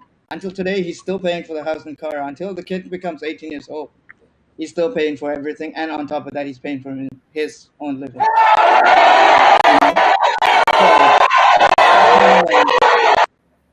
Men don't get that right. No. He couldn't even. He fought so much for it, and he lost. He lost the whole case. He lost his house that he put money down for. The lady's living in like the luxurious life when he's paying for her luxury, and they're divorced. But it's only because of the kid, right? Because the mother has the custody to the kid, right? And the kid needs all that necessities, but actually he doesn't that much, right? The mother's using most of the the necessities. Yeah, So Gucci bags and shit. So I think that needs to be changed, and that needs to be. And lots of my other friends are also been through that, and where they had to pay arm and a leg, win the case and stuff like that. So I do think about the activism for men and stuff too, right? I know there's two parts to it. I also side with the ladies too, but I see sometimes it's unfair for the men too. I understand ladies also are in this situation too, but I see a lot of this kind of case. So that's my verdict. So when I was watching that, that's what came up in my mind on that portion of the movie. Oh, good. This is opinion radio, so we just here doing opinions. It doesn't. We're not. You know what I mean? Everybody's entitled to their own opinion, right? Individual. 100%. That's what the fuck we do here. If everybody agrees with you or not, goddamn it, say your piece. Their children, like, Go for it, Ellie. they screwed over. Mm-hmm. I don't really know if this film was like really kind of centered. I felt like they're just wanting to bash. There's some parts of the movie that I I'm out. It seems like she just wanted to, because a woman directed this film. Let's not get it right. up. But you know who paid for it? Interviewing somebody that had a web page as a man. Wait, paid hold on. Let me shine. I don't want to. We don't want to talk. Go ahead. Yeah. I mean, before you go, Ellie. No disrespect. Wait. Time out. I want to be clear with this. A woman made this documentary, right? And her pursuit was to interview a man that had a website as a male activist. So I want to be totally clear on this. This wasn't a man-produced movie bashing women. Take it from there. Go for it. Do you know who paid for it though? I don't know. That was exact men. It doesn't matter. I don't know the agenda. I'm not here to debate that. I'm just letting you you know that. you need to have facts before you just say a woman did it. But a woman, yes, she did it. You have to watch the movie. It was paid to be done by those men. Maybe not. So, I mean, I'm not here to say that because I can't factually state that, and I'm not here to debate shit. Well, can we talk about the fact of the film? Go for it. Yeah, I'm talking about the information. Initially, who made it? She started with investigating rape culture when she started with the Steubenville, Ohio case, right? Which was in itself the epitome of rape culture. Okay. Yeah.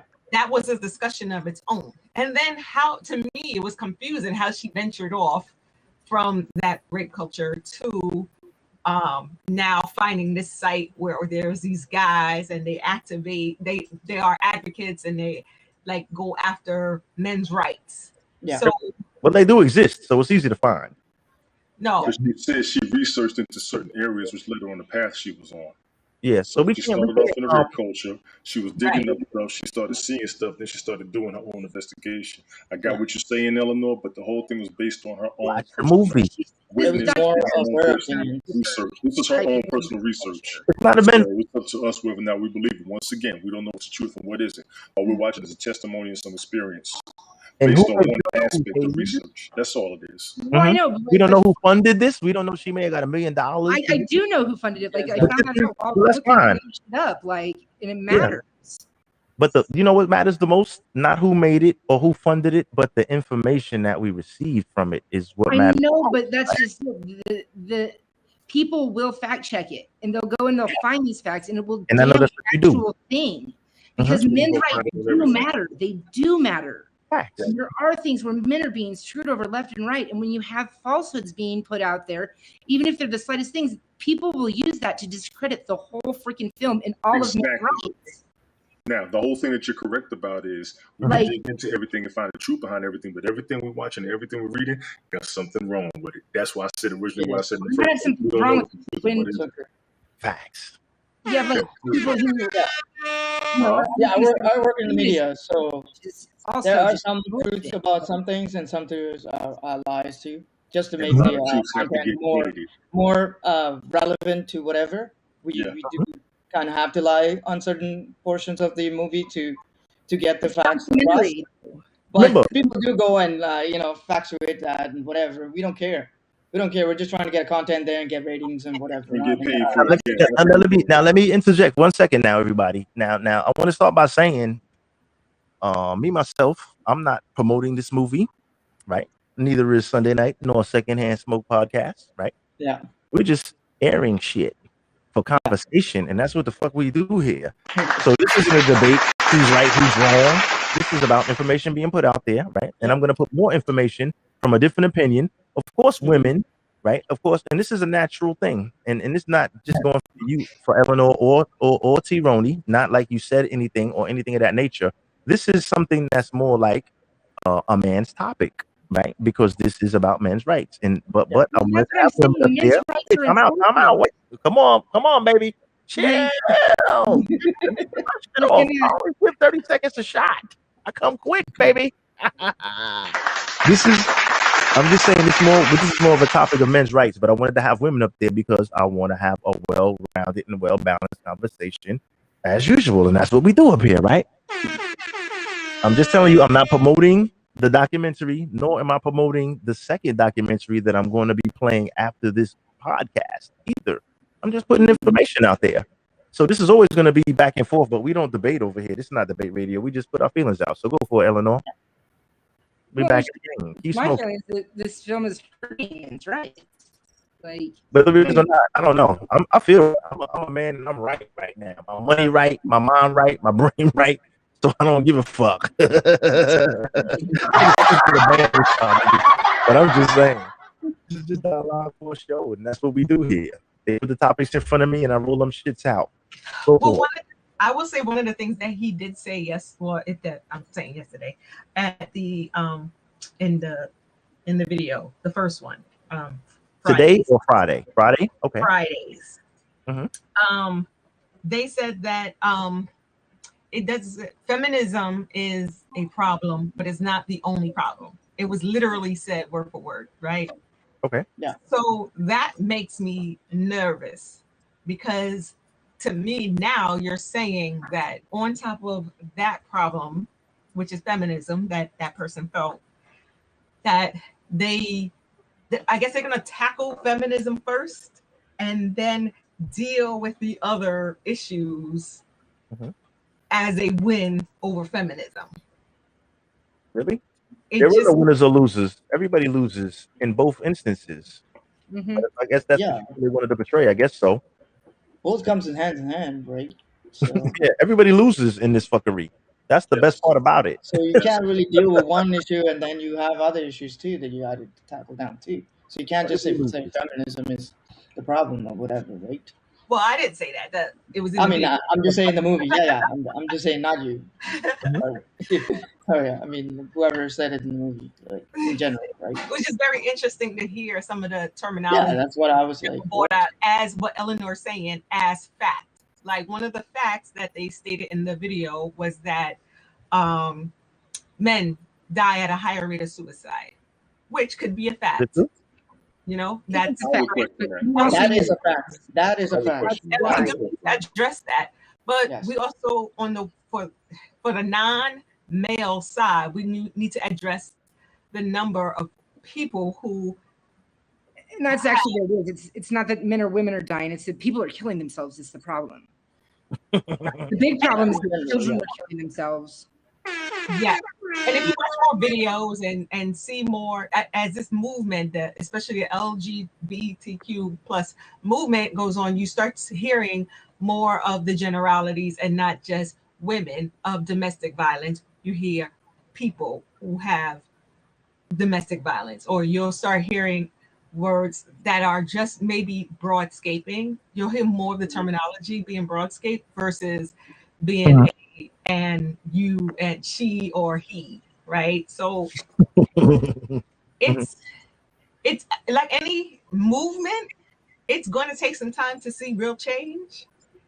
I agree with men being more proactive in their lives, but again, I'm not about repression, oppression, suppression.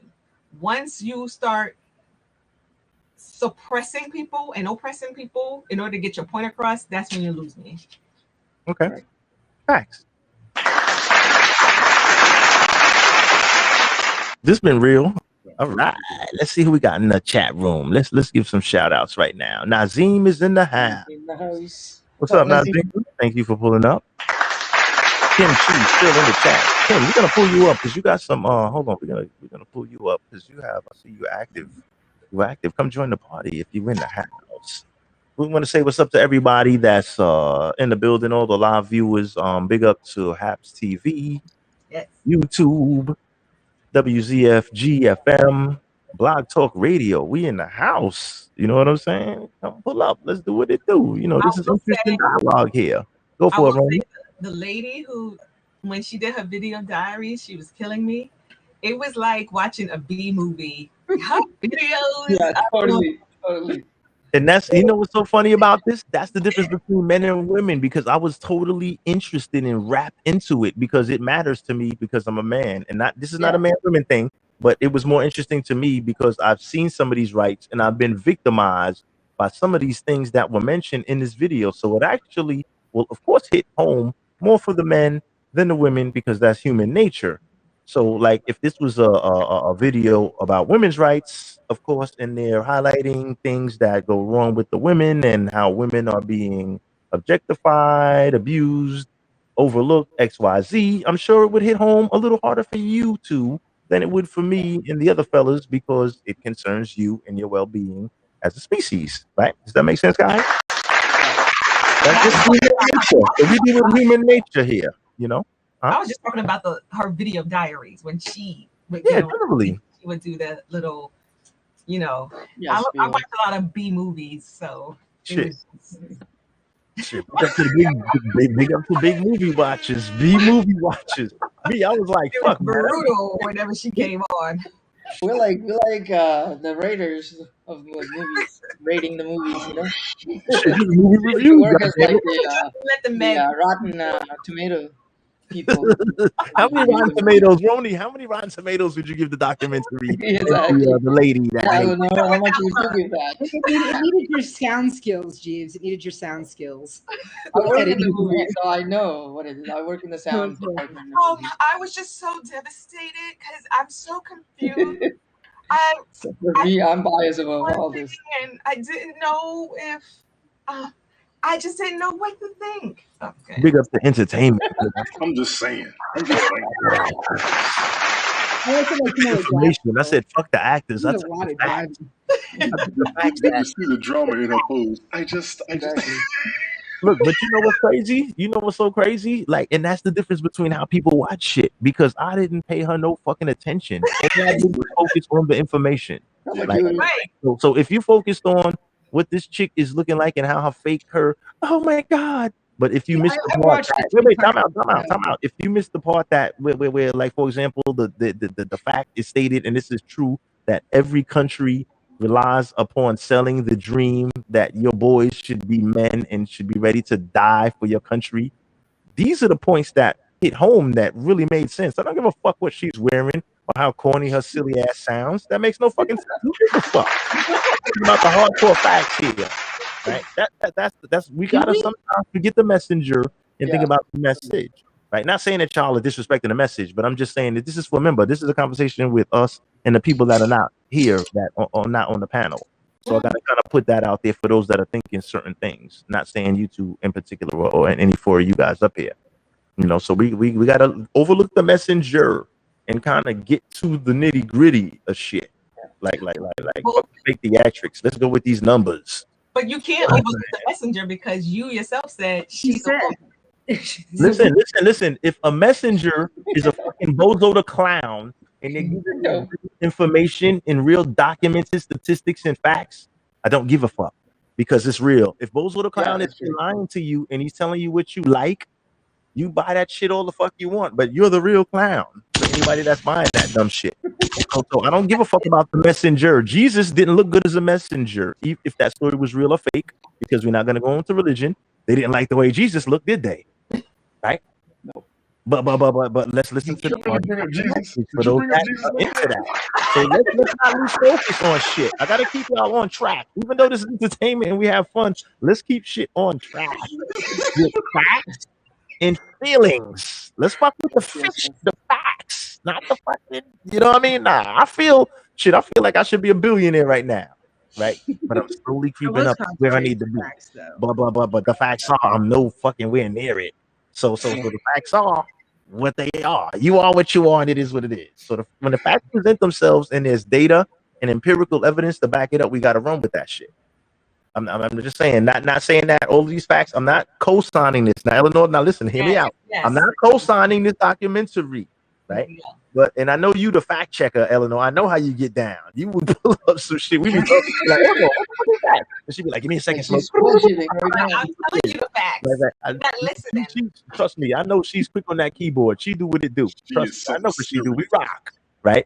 So I'm just saying. So some of that shit, Eleanor, you should have been like jotting it down and pulling that shit up, so you could pull up and be like, "Yo, Smoke, she lied. That bitch is lying." Like, you know what I'm saying? I thought you I was telling you it all, and I got cut off when I was speaking. Like, I'm sorry. I got emotional. Go for it. Now it's your turn. Take this shit over. Well, no, I mean at this point, I didn't mean to steal your steam. I didn't want to steal your thunder. I'm sorry. Go ahead. Well, I'm so sorry if this went left, but Eleanor, you were talking about the facts, and you were saying part of like some of the facts that they gave out. Give us the lies. Yeah, give us the fake shit that you found out. It's that they didn't give it all. They don't give all the information, and they claim that is to be the fact as to why it's, it's kind of like the guy that leads the thing, the guy that's last name is male spelled. What is his first name? Elam or Elam. Elam was his last name. That was his last name. Yeah, he's. My concern is, this is my opinion on my concern. We do opinions. Go for When it. people look into the things, they can, you fact check things, and then out of nowhere you're getting turned off and you discredit the movement. Like he has lived off of his girlfriend forever. His very own kids gave up custody because he wanted to do drugs. Throw him under the bus, guys. I mean, and the He was a problem bad is dad. there are Go for it. legit freaking men out there that are fighting for custody of their kids that get screwed over by a system, and that is concerning. Like, I don't want people to watch this and then be like, well, this is obviously all just lies because they didn't give all the facts, so I'm going to ignore all of it when there are really important issues being brought up that are very important issues. Yeah, those were important. So That weren't covered, like something like this is done with not all the facts there. It's unfortunate for the real men out there that are being hurt. Yes. Okay. Is is what it comes down to. Uh, Does it shine a light on See, the so situation at all, though? the Does one that thing make that even shocked if me, you're presenting a little bit of facts? Does it at least shed a light on the situation and make people want to inquire about more and spark the curiosity of digging deeper into it? I Even if don't you're know because witnessing I half think the it shit, might also or is it fuel. misdirecting shit? I think it might also fuel because I don't know how, when did the film come out in 2017? You said 17. yeah. I mean, like I don't. 2016. It's 2016. It's 5 years old, actually. Yeah. Oh, 16? 2016. Mhm. It said 17 on my end, but I could be Okay. wrong. So Well, I, either I way, mean, 16, 17. I would have to go and see if there's anything that's changed in. No, I think what would happen is it might spread light. But people will see the discrepancies in a few things, and they'll stop looking things up. They'll stop seeing that there is a need for these things. It'll be written off as men, just white men, complaining about shit. Don't worry, the feminists are tackling them very handily right now. They're up 3-1 right now, so it's all good. White man, you in trouble. Step your fucking game up. There's white dudes on the film. Well, can I ask the men a question? Go for it, mommy. Let's go. What would make you support this endeavor versus supporting an endeavor that directly deals with male suicides, or an endeavor that directly deals with men who have high dropout rates in high school, men who will not go to the doctor, where these men are. Those I can touch upon too. Yeah. Okay. Let's touch it. I'll take it first. Let me take the floor first, and then I'm gonna roll with you, Tony D, and then you, G. All right. Well, me myself, it doesn't deal with that fact at all. But what this deals with, right? Because everybody is an individual, man, woman, or child. Well, I'll just say man or woman. I won't say child. You have to take accountability, personal accountability for yourself, for starters, right? So that has nothing to do with the individual that decides not to finish school or the individual that makes poor decisions in life. This has nothing to do with that, right? This has all to do with, from what I'm seeing, right? And we're not talking about this particular documentary. We're not going word for word, play for play by this shit. This is just an eye opener based on one individual that possibly could have funded this thing and had the lady do this, right? We're keeping it a man here, right? From what you guys would understand, maybe he financed this and put her up to putting this documentary out, right? But we understand it's possible. It's almost impossible, but it's entertainment, right? They didn't bring in all the facts. You could never bring in all the facts, all the laws, all the situations in a 2-hour bullshit documentary that somebody's putting together, right? But what we want to do is we want to discover any falsehoods or anything that was fake. We don't want to just say, well, this is your opinion, this, that. We want to look at blatant shit that was like, nope, that's a fake stat, that's a lie. And the lie detector said that's a lie. That's what we really want to be focused on. Because if we can't really point out any things that are specifically saying, well, that's a lie, we got to let it ride, even though you may have not told the whole story, right? So the half a story that you told, if it contained 0 lies, I'm going to just rock with it. And I don't know if this documentary contains 0 lies or if these numbers are accurate at all. All right. So don't get it fucked up and think that I'm saying I'm co-signing this shit. I'm just saying, but unless we can research this and say, well, that's a lie, that's a lie, that's a lie. If we can't, we can just say, well, you told half the story, but you didn't lie with your half. Tony D, you can take over from there. That's all. I just wanted to get that in. I don't need to talk more than usual tonight, but I'm on a roll and shit. Okay. Go for it, Tony D. How you feeling on Roni's As far as question? getting men to make a change, and I think your question was mainly about what can we do to progress ourselves instead of just throwing ourselves out there. Am I correct here, Ronnie? Yes. Most of us, at a certain age of our adolescence, I'll go around the age of puberty, we start seeing BS, we stop caring. Most of us need a lot of truth to keep our motivation and our progress. When we start seeing BS, we start hustling. We start looking for another way. We start not giving a damn about ourselves. So from what I've seen myself, what I've even felt myself, I'll go to school, I'll go work, I'll try and make somebody happy, I'll do this. The original thing for a man to do is understand his surroundings, provide a foundation, take care of the family. After that becomes money. After that becomes how much money, how much success. Then it comes notoriety. Then it comes popularity. Then it comes all of those steps. Once you see BS at any level, you're going to stop. I've seen that with a lot of us within ourselves. I've tried to change my aspect so I don't get stuck or put in the poverty level, but I myself am becoming exhausted from what I'm seeing and from how much is wrong and how much I can't make due to what I'm entitled to and what I have a right to, but they are stopping. So the BS is what's killing us as men more than anything. That'd be my best answer, as generally specific as possible, because I can't go too deep. Just being straight up. Thank you. Geez, this on you, brother.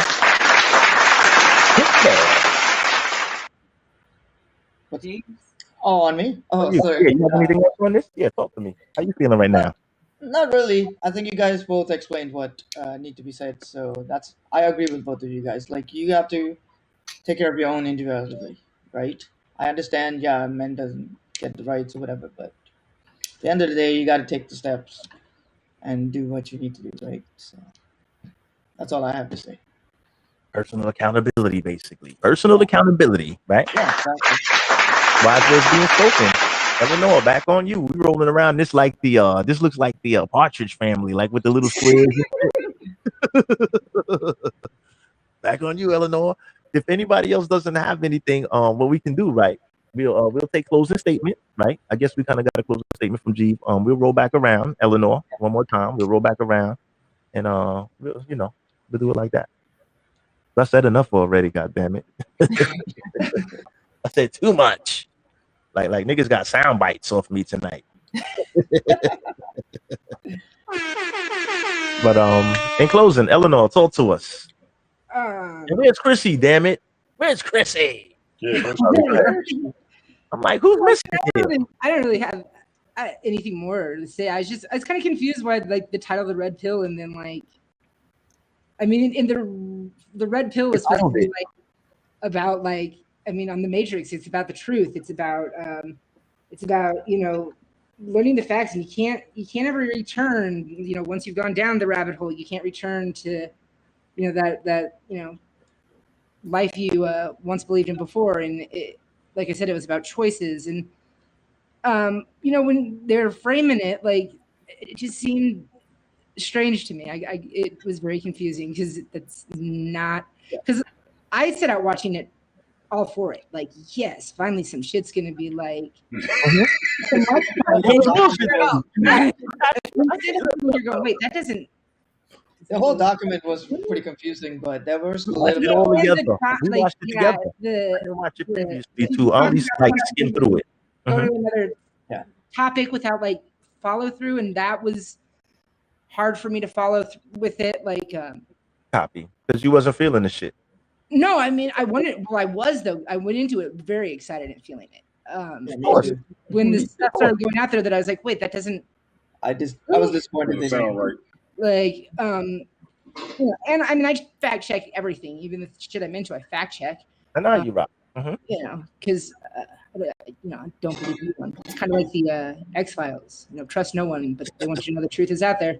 That was my show. That was my show. We don't trust you, motherfucker. So we're fact checking. If I don't trust you, I'm going for decades. I don't care. I'm still like this.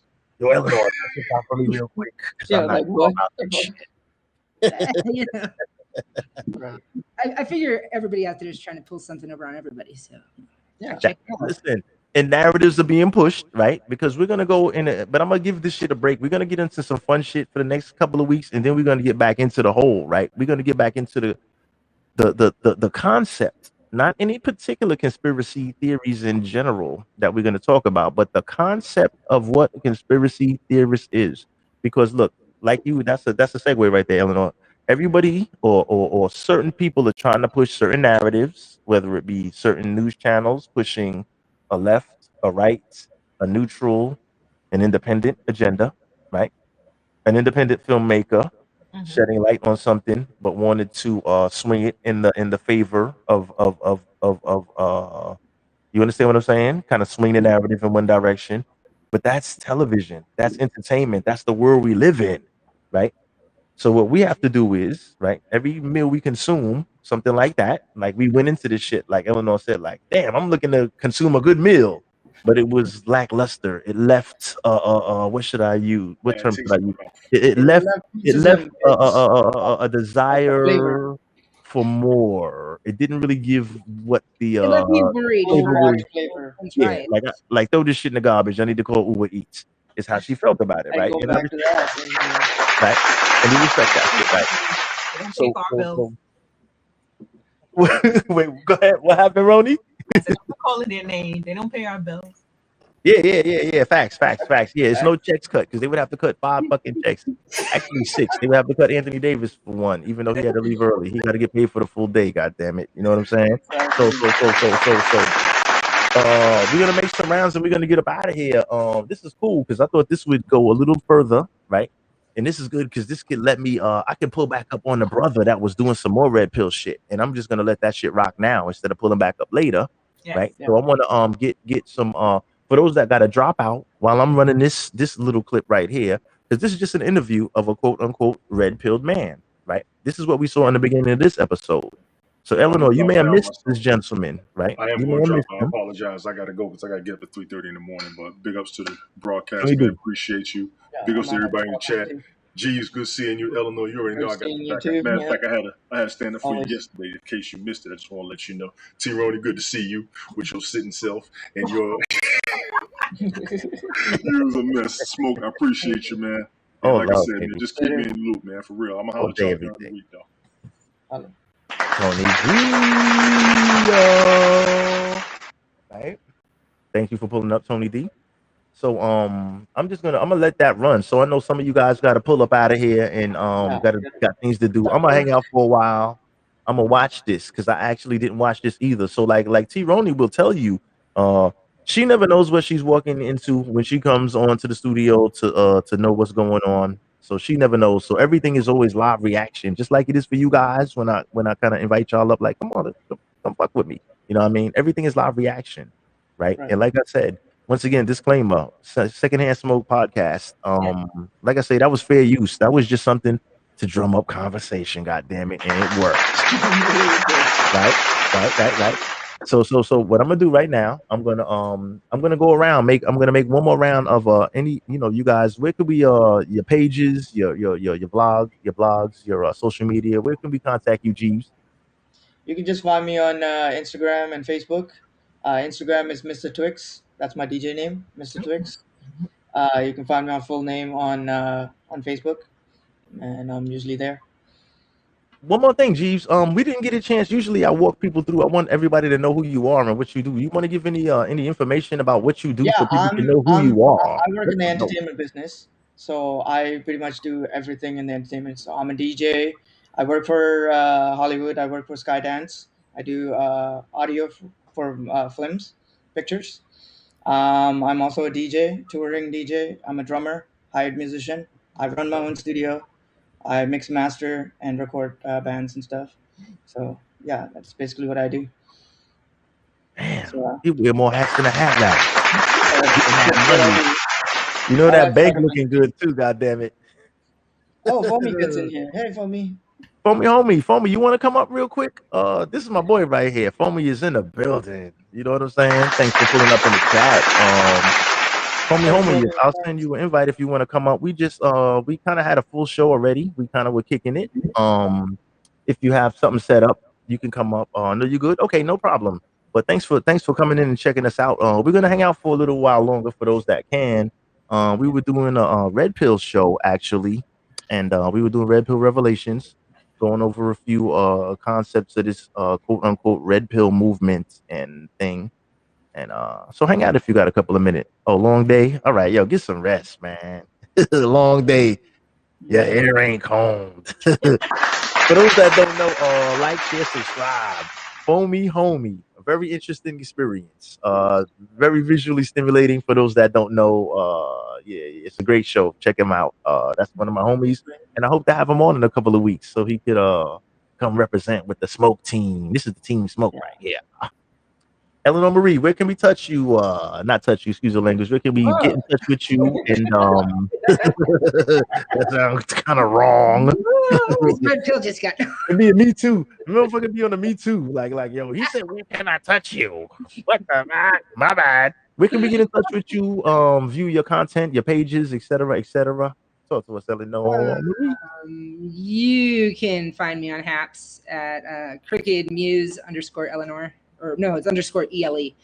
And then from there in my bio is all the links to everything else. Make it easy. There you go, Eleanor Marie, y'all. Ronnie Robinson, talk to us. Let us know what it do. Okay. I'm here on Haps every Sunday night smoke, and some Fridays after secondhand smoke. I'm at Haps Ronnie, at Haps TV, and Twitter and Facebook and YouTube. That's what's up. Ronnie in the building. So I'm gonna bring you guys down. Oh, hello from Texas, Brian TX in the house. What up?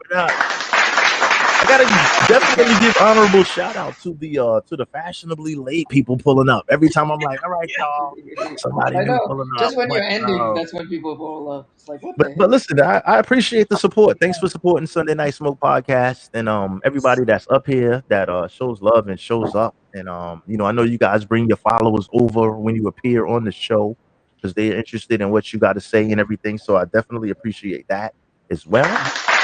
I'm gonna pull back up into this end thing though, because like this will probably be the how can I call it? The let's see, could it be the last of the installments, last of the Red Pill installments, shall I say? I mean, it was a two-piece. It was a two-piece 2-part series. Like a lot of times we get to do a little 2-part series thingy. And that's kind of what it is. So this was a part, this is a part 2. So instead of me making it a part 3, I can just say fuck it and just roll into this right here and roll us out on this. So for those that want to hang around, and you can hang around in the chat, but this is gonna be a while. So I can sign you guys can sign off, right? I'll bring you guys down one by one. Thanks for coming up once again. I'll bring you guys down one by one. I'll try to pull this bad boy right back up here again. And I'm just gonna roll with this. And I'm gonna just let this rock. And this will probably leave Eleanor, like, hang out if you can for a little while before you jump on a different broadcast or something, or set I'm gonna something stay on. and watch. I was just muting myself. Yeah, that's what I was gonna say. Yeah, I kind of want to hang out. Yeah, I kind of want to hang out with people for a little while because I'm gonna keep the Red Pill going. Brian TX. We're gonna hang out for a little while. Like, I'm gonna let this shit rock, and hopefully this will do a little better justice to the situation, right? So I'm gonna bring this back up. Right, hang on. Let me set this off right here. Let me bring this back up. Should I run this from the top again, Ronnie, or should I just let it? I think she's going. Is she going? Yeah. I think you could run it from the top. So Take it from the top, right? Yeah, So everybody can feel it. because a lot of people just came in right now. Right. All right, facts. So I'm gonna run this from the top. This is being red pilled in a blue pilled world, featuring Ed Lattimore. Okay, so we're gonna bring this to the top. This is the interview on, I guess, maybe on a 21 network. Okay, this is fair use as usual, and let's go back in on this. Let's check this shit out.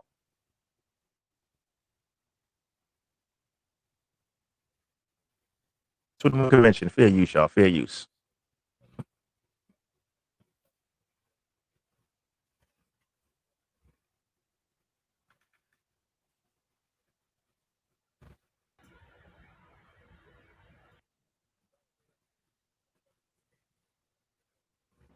We got no volume.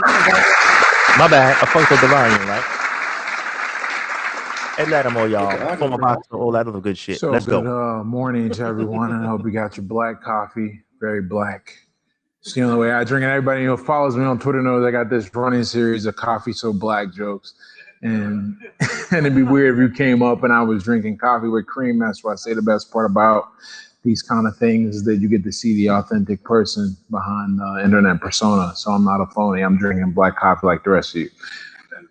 So My speech today, my presentation today, as you can see, titled Being Red Pill in a Blue Pill World, How to Keep Your Mind and Soul in the Madness. When I was thinking about what I was going to say to everyone, I wanted to draw on something personal to me because I'm a big believer that if you're going to do anything involving putting yourself out there, whether it be content or even working, that you should come from a position of experience and not just theory. And so for me, everyone's got their event that makes them red pilled. My event was at 23. I went through a harsh breakup and started dating a girl who was seeing a few other guys. And long story short, she tricked me and made me think that I had a child on the way that was not mine. And eventually I learned it was not the other guys either who we thought it was another guy. So we go through this. I'm like, man, how did this happen? I thought I was a savvy guy, but turns out, man, your ego can be incredibly blinding. So I went through this phase and when I was 23, mostly 22, 23, 24, where I was really, I was a voracious consumer of red pill content and really trying to figure out how to make sure I would never be in a position to accept such meager offerings in my life in terms of women ever again.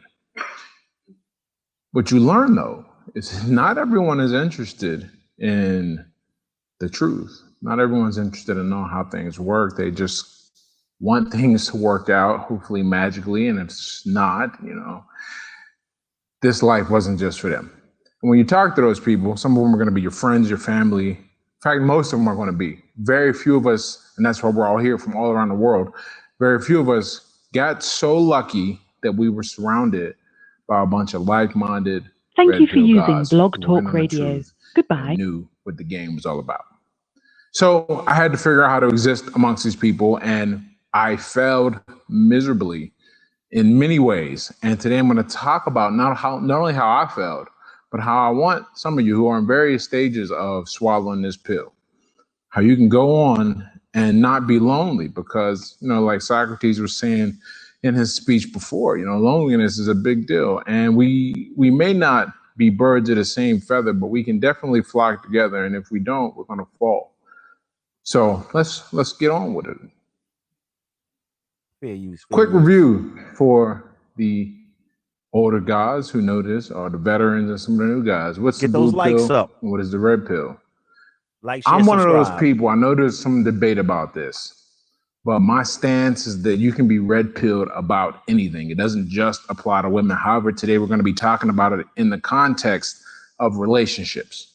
But you can be red pill about politics, about nutrition, all of these things. But what is blue pill?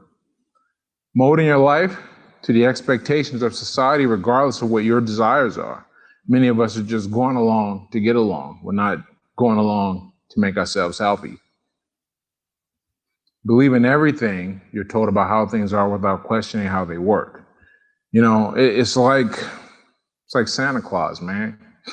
You tell a kid for so long that Santa exists, and then the kid's gonna get mad at you one day when you go, you know what? Those presents didn't just fall down the chimney. And a lot of people, anyhow, not us in this room, hopefully, a lot of people still believe in Santa. And that is believing how everything they're told, as opposed to figuring out, yo, man, we got to go put this work in and buy these presents, And operating from a state of fear, conservation, and scarcity. This is a big one because in order to keep you believing these things, there has to be something that you're afraid of running towards. There has to be some risk you're afraid to take. The payoff has to seem not worth it.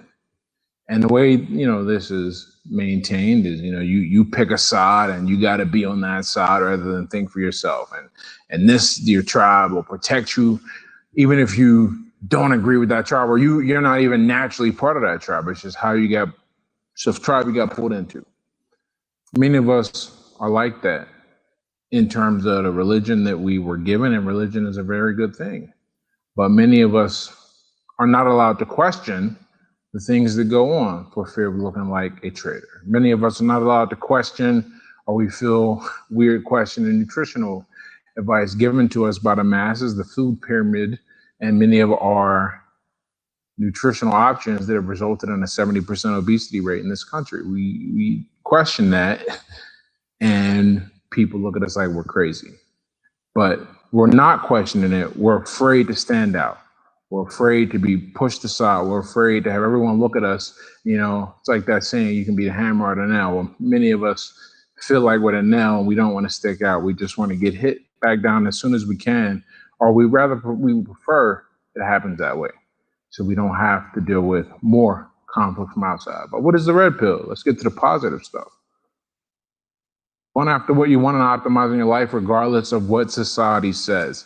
This to me is the number one thing. Some of us want a bunch of girls. Some of us want a relationship. Some of us want to live in the forest. Some of us want to live in the city. Doesn't matter, but it's going after what you want. Some of the biggest arguments I have with people is that I have a very clear, and I've always had a very clear idea what I want out of life. And sometimes, and some of it agrees with what everyone wants. Some of it does not. But what's important is it's mine. And I see the reaction when I stand up for, you know, what I think I want out of life. So I know that many people, just based on some of the conversations I had last night, I know that many people have the exact same experience. Forming opinions based on real world experience and not socially induced indoctrination, also known as bro science. If you I'm a big fan of bro science personally, and this is from a guy, you know, who has a degree in physics. I 100% believe that, you know, it doesn't have to be right to be correct. You know, whatever works for you is what works for you, and if it brings you happiness and it does not destroy other people, then you're doing all right. And operating from a state of courage, fulfillment, and abundance, and this one should be clear. You know, if you believe that it's possible to do a thing, then you can go out and do that thing.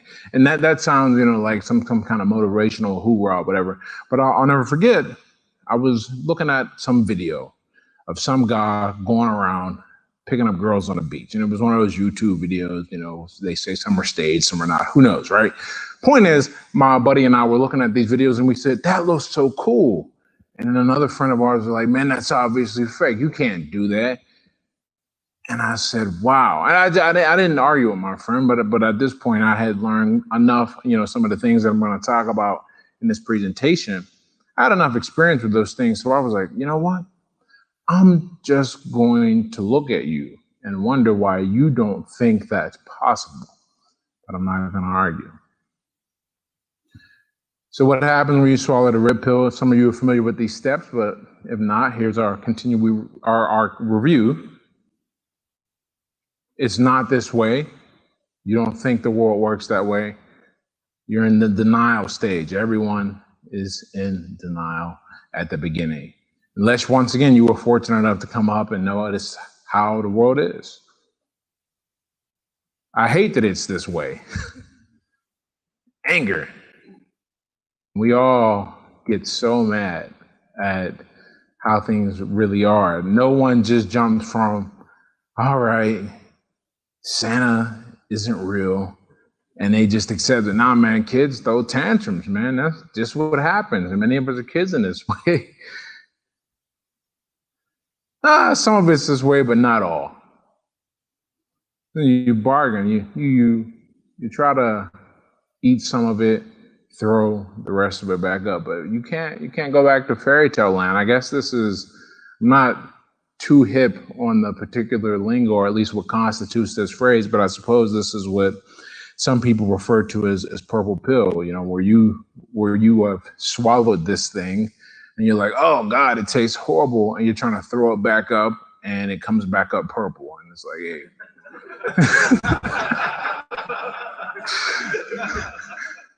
Holy shit, it really is this way. Depression. You know, once you take in that people are going to be a certain way, and it just can't go that way. You know, we talk about hypergamy, and that concept really bothers a lot of people. But who it bothers more than guys who reject it, or guys who have accepted it and they realize that it places the burden of performance on them. They cannot just have it the way they want it to be. You have to work to be a certain way. As I always say, nature does not care about your feelings. Nature is not a social justice warrior. Nature only cares if you can fight and if you can reproduce. I usually say another word that begins with F, but there's some editing up here. And the last part, it's all true. Acceptance. Once we reach this point, or you're somewhere along the way, you got to make a choice. You're going to go, okay, well, what's next? Everyone has a different response to it. Regardless whether you're MGTOW or your PUA or you want to build a trad life or whatever, the point is you come to that conclusion only after you've absorbed all of this. It doesn't mean your conclusion is right or wrong, but your process that you've arrived at it is correct. You have seen that the world is in desperate need of something, some different response, some different way of living, and you want to go on about that. So how do you continue? I went and found this quote. I thought it was really cool. If you belong to the world, it would love you as its own. As it is, you do not belong to the world, but I have chosen you out of the world. This is why the world hates you. Amen. John 15:19. That quote speaks to us all in here. I know that from my experience. I know that from talking to many of you last night. One of the most difficult things to be is to be aware of the truth, especially when everyone else is operating from a position of falsehood, a position of, I want this to feel good, not I want to do what is best. And very often those two things do not coexist. They are mutually exclusive. So how do you continue once you have decided to no longer be part of the world? Step one. These are just some things I learned that you're going to see now. You got to let the sleeping dogs lie. That quote from The Matrix, we never free a mind once it's reached a certain age. It's dangerous. The mind has trouble letting go. I was talking to someone last night, 53 years old. 53 years old, and he was saying he was getting red. And I was like, wow, man, that's really impressive because most people, that long, they're not going to touch it. Is you being someone who is touching it? You have to remember, you don't get any points for making other people see that you've done this. And many people are going to resist your influence, your ability to try and wake them up, because to you, how they're living is incorrect, or at least it's not optimal. When you try to point that out to them, they're going to be like, well, what do you know? To them, they think they're happy. They have everything they want. Security is unbelievably seductive, and it's way more inviting than freedom. And freedom is really what the red pill gives us. This red pill lens lets us see reality for what it really is.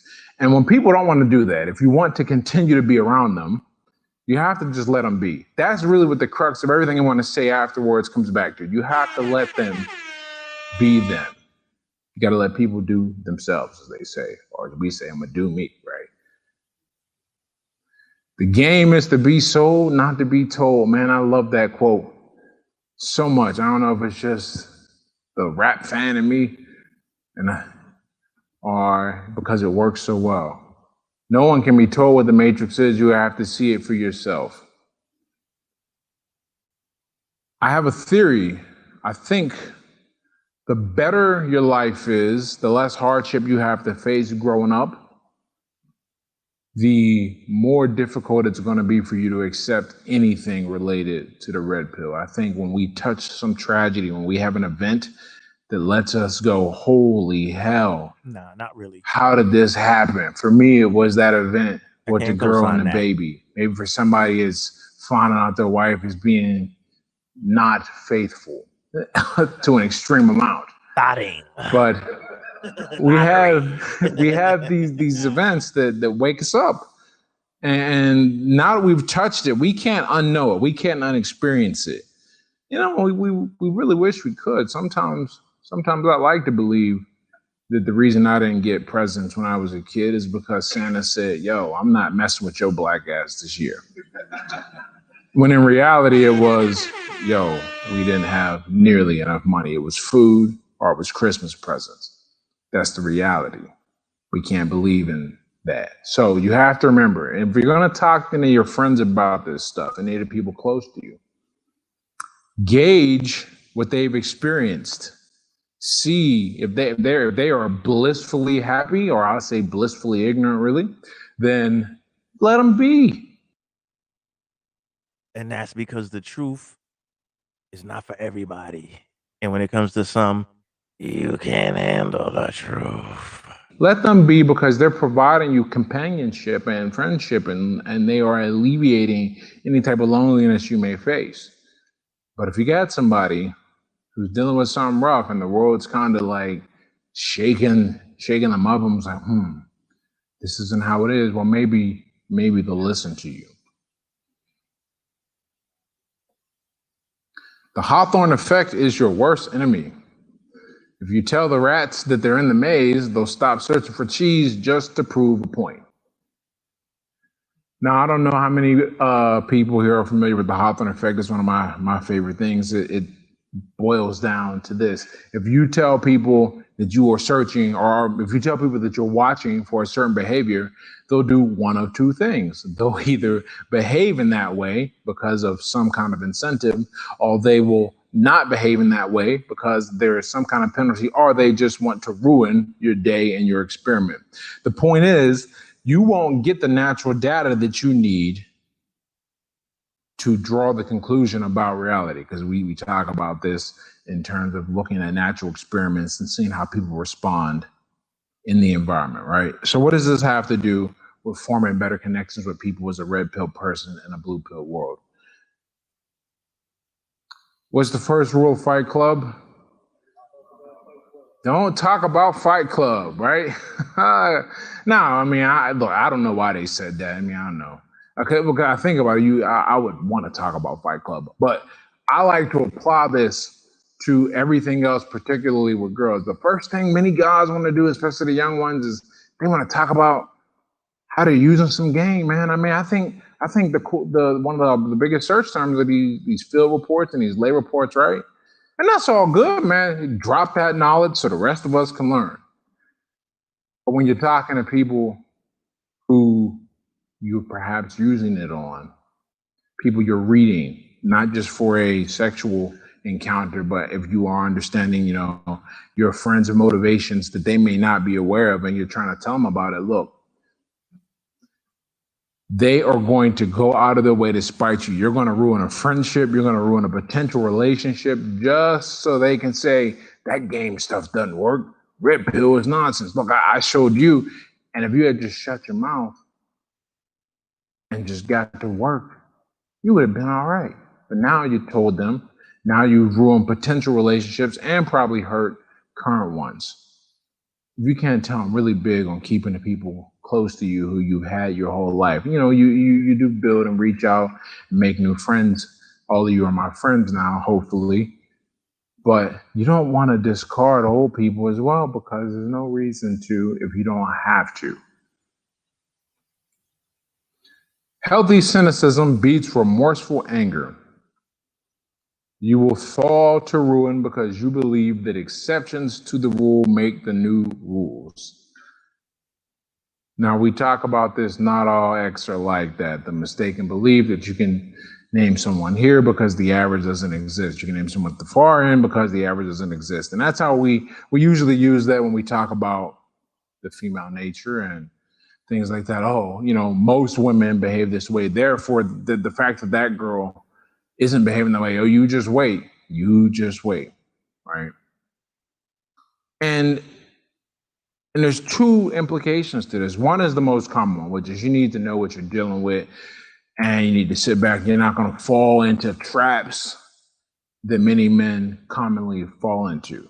And you won't fall into those traps because you are awake and you're hip to the game, you know, swallow the red pill and everything, right? But then there's the other implication that many people don't like to talk about.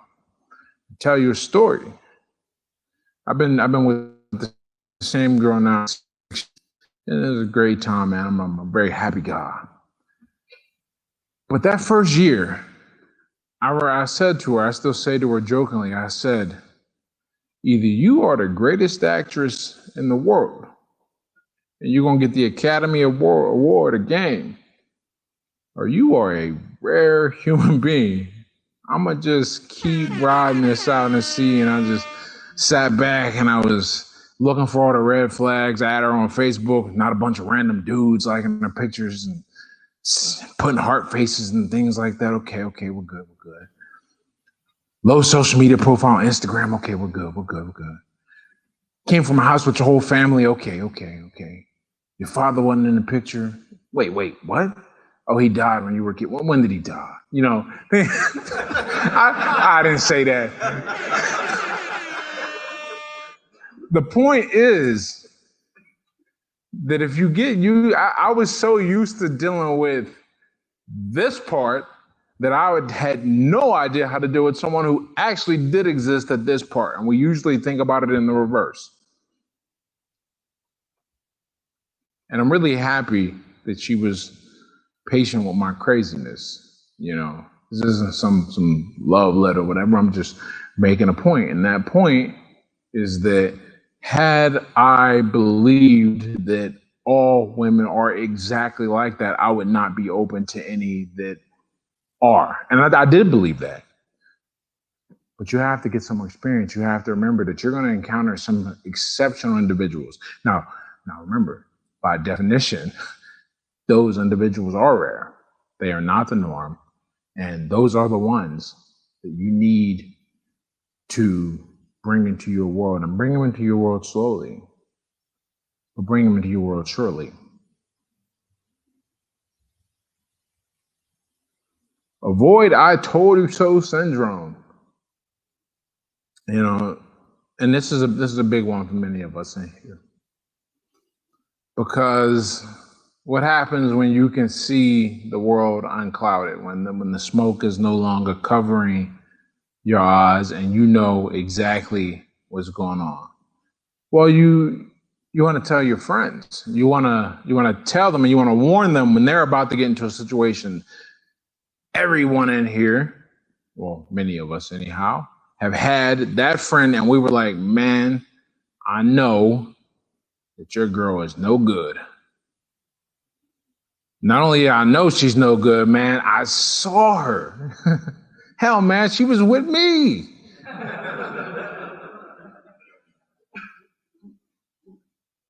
And he's like, man, you gotta get out of here with that, man. And you can keep warning them. And really, you are doing it from the goodness of your heart. That's what's mind-boggling, is that for you, you are driven by a very pure motivation. You want to look out for your friend, but how does he see it? Well, he sees it as you trying to wake him up, and he ain't ready to wake up. He ain't ready to believe that Santa didn't get a flat tire. He wants to keep believing that Santa said, nah, I'm not delivering to that house this year. And then when things go south, as they often do when you can foresee and predict them correctly, he's going to be in a really bad position. He's going to be hurt. And you have to resist the urge to tell him I told you so. And not even exactly like that, because that is obnoxious and childish to say I told you so. Right? No one does that. But we like to point out, you know, well, I gave you these warning signs, and there was this, and remember that time I said that, you know? No, it doesn't do anything but push people away. It doesn't make your life better. It doesn't make their life better. I believe that one of the responsibilities of being red-pilled is that you kind of become a shepherd to those who are not. You know, the people are going to make unbelievably stupid mistakes. And they're going to be mistakes that you foresaw happening, that you warned them about, or you could have warned them about. And maybe you don't because you know they won't listen, or maybe you do and they don't listen anyway. Well, when the mistakes aren't catastrophic, when people don't lose their lives, and when random children don't show up who wouldn't be here otherwise,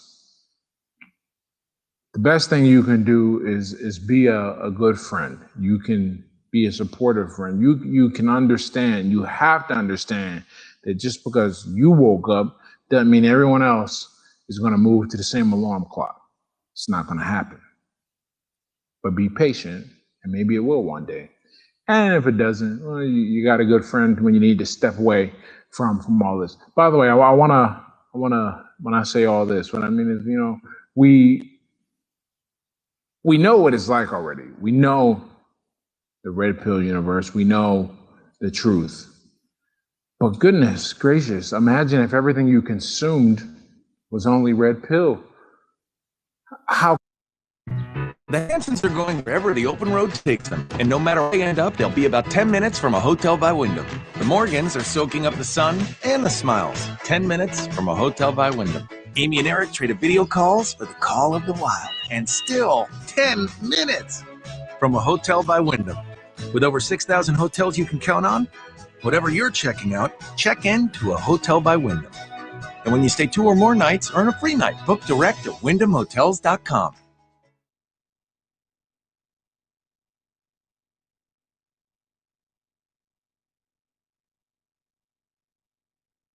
I am Loki. You will regret this. When you picked up the Tesseract, you broke the timeline. Now you're gonna help me fix it. It is adorable that you think you could manipulate me. I'm 10 steps ahead of you. Why?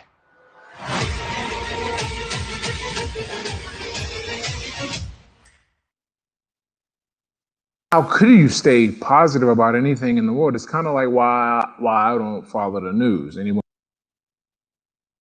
Got to big up to Marvel Productions, Loki. Sometimes you got to eat those commercials. Take that.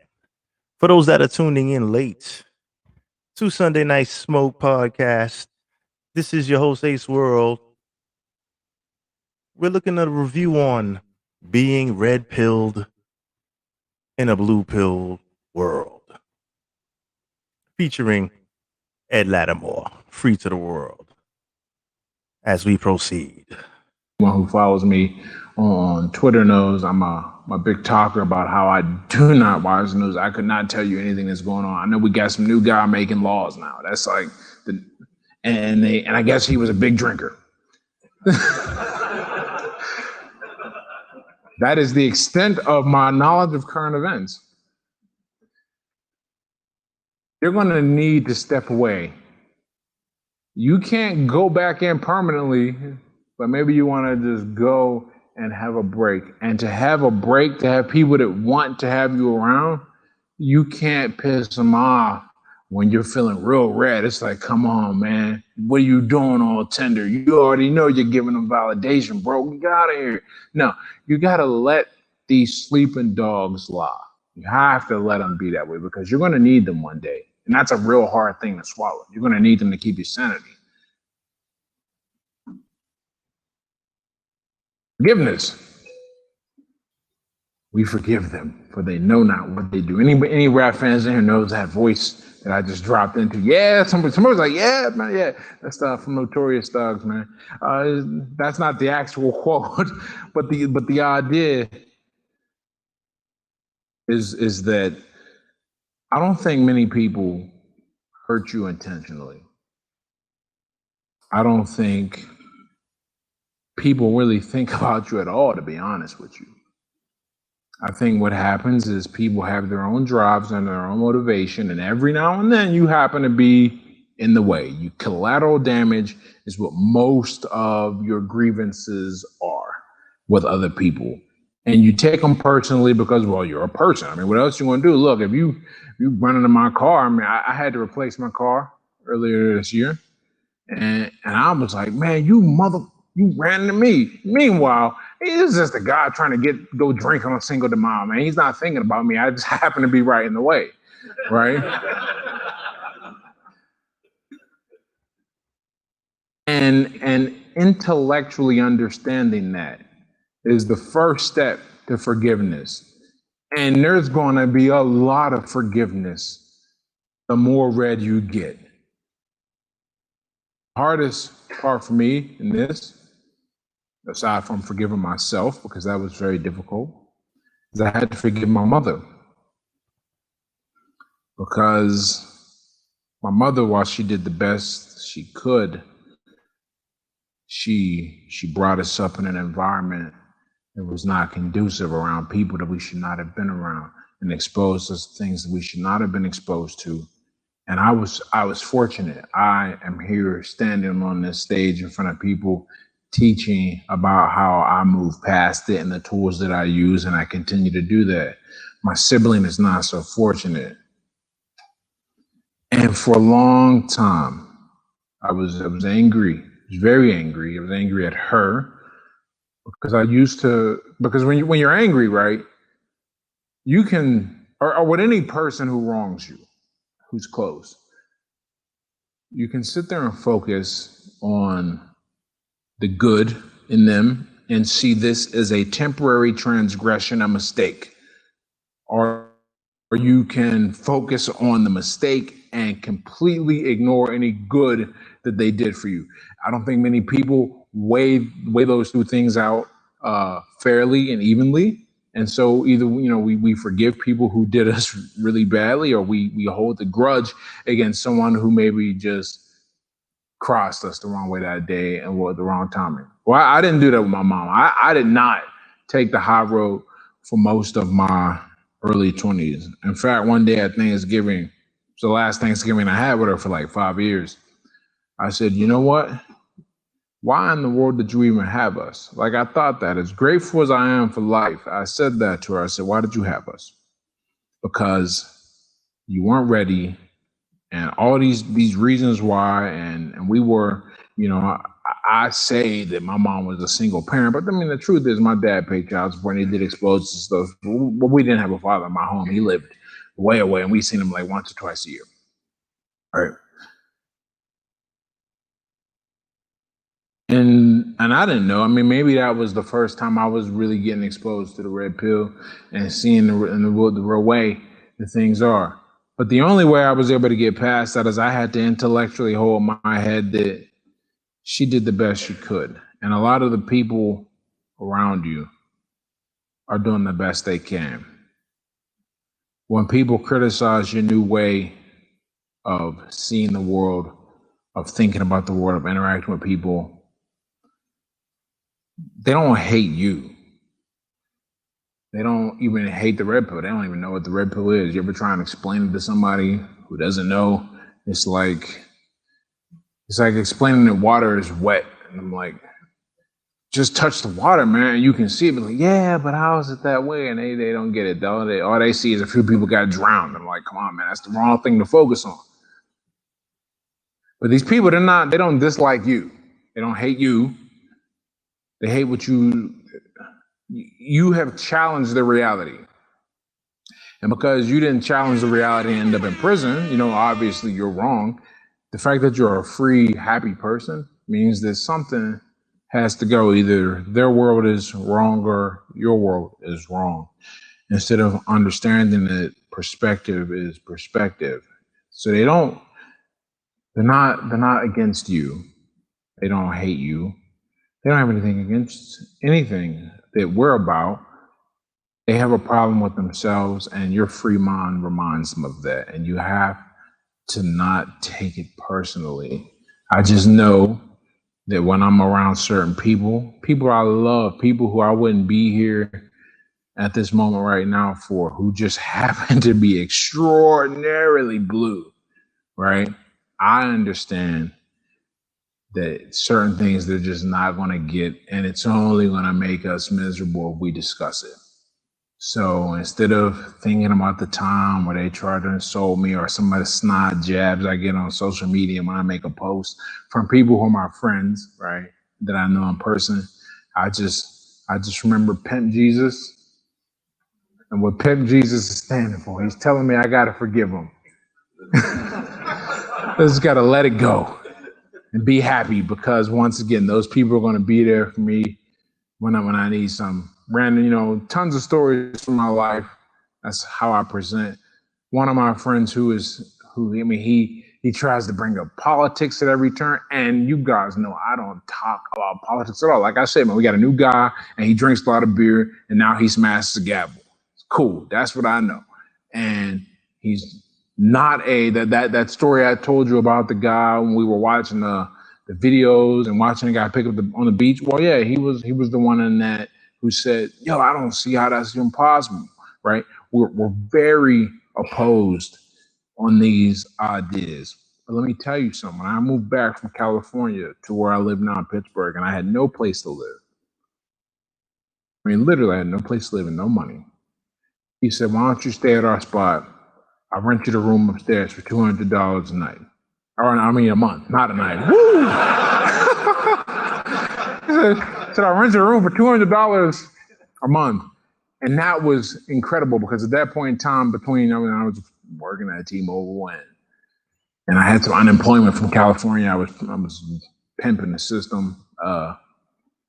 That was still that was a blessing, man. And if I had instead focused on how he started to view my new views and we made a clash, I wouldn't have that friend. I wouldn't have that support system. So these people, you love them, but you don't have to, just because you have an ideological difference. This is what it boils down to. You don't have to become enemies, and you certainly don't want to become enemies because you never know when you'll need their help. A simple test. Hey, look more rap lyrics from a black guy. Surprise, surprise. Meek Mill, there's levels to this shit, right? So when I'm gauging whether I can introduce a concept to a person, I want to see how they deal with something lesser. I want to see how they can swallow a different view of reality on a smaller topic. If I want to talk to a guy about how crazy and ridiculous and pointless I think voting is, I'll tell him sugar is crack. And I'll see how he responds. It's an easy one. Everyone thinks you need a little bit of sugar. Let me see how he goes with this. And we can have a healthy argument on nutrition. No one decides to unfriend their family members because one's a vegetarian and the other's carnivore. I mean, I'm not saying it doesn't happen, but I haven't seen it. The arguments around nutrition don't tend to get as heated. Around politics, people ready to disown the family name because somebody's in office who don't give a damn about you. So I choose smaller things to see how they think. Are they open to freeing their mind at all? Is this even a person I can have a more in-depth conversation with about women or religion or politics? Because those things put you in a position to where you're going to have to alienate someone or shut up and take abuse. And that's either you feeling some kind of revenge, because that's what it comes down to. We want to, and the contempt we feel when we're shut down, we look for ways to strike back. Or the other person feels like, I got you, and now they're going to lord it over your head and bring it up, because people are by and large terrible at suffering a victory. And I say suffering a victory because when you can't handle victory, in many ways it's worse than losing. But these simple tests let you know if you can have a conversation, if you can go deeper, and if you can't, if they're not, and you're not looking for agreement, you're looking for open-mindedness. Because a person can completely oppose you on every point, but if they have good reasoning and they listen to you, then perhaps this is someone you can talk with, make a new friend, maybe not pull out the system, but when you go back into the system, you got your preferred buddy to chill with, How to make friends and influence sheep. I really wanted to put the quotation marks around that, but I'm not that level of narcissist Yet, this is a quote from me, from my Twitter. Everyone doesn't emerge from hardship the same way. Some are tougher, some are traumatized, while others are completely broken. Some want to forget, some can forgive, while others burn with hatred, ready for revenge. Similar experiences are no guarantee of similar reactions. That last line is key, because I know earlier in the presentation I said you want to gauge a person's receptiveness based on what they've experienced. And that's still correct, but you have to remember, for every guy that goes, you know what, all that stuff you were saying was right, I'm going to start learning and we're going to chill, man. You got to break this game down to me. There's another guy that's going to go, you know what, I just messed up this time. I did it wrong. I got to go back and double down on what was going on before. And you're still, and it's almost as if the failure reinforces the behavior that caused the failure in the first place. People aren't learning from what happened. And not only are they not learning, they look at you as still the agent of poor and bitter truth, when in reality you could possibly be their savior. But like experiences are no guarantee of like reactions. But it is a really good place, and I bring this up because negotiation and coercion, that's the soft way, that's the skilled way to change someone's mind, as opposed to brute force and conscription and things of that nature, and bullying. Well, I know several times I've looked at what a person had gone through, and I said, how can you still think this way? How can you still do this? How can you be so stupid? I've actually said to people I care about. And that does not do anything for a relationship. That does not do anything to make sure that this is a person, if I'm ever in a bad spot, I can depend on, and vice versa. If they're ever in a bad spot, they can call me up. There's nothing worse than when you have a buddy who you could have helped, who you could have gotten out of a really bad position, and he did not reach out to you because you're always beating down his thoughts, ideas, and actions. Look, it's one thing to offer good advice and to give someone a way to be better. You can't push them through the door, though. You can't make them do it. And when you do push, you're going to get an equal and opposite reaction if they're not ready to go. And maybe your relationship, very often your relationship cannot sustain that. And if you're interested in sustaining the relationship, you just got to let a person have their own method, their own reaction, their own way of doing things if they are not receptive. Embrace your difference. The worst loneliness is to not be comfortable with yourself. I know sometimes, it's funny, the girl I was talking about, the girlfriend I live with, she's always, she worries. She says, don't hermit. Don't hermit, you can't hermit. I'm like, I know it, man, I survived 27 years before I met you, leave me alone, right?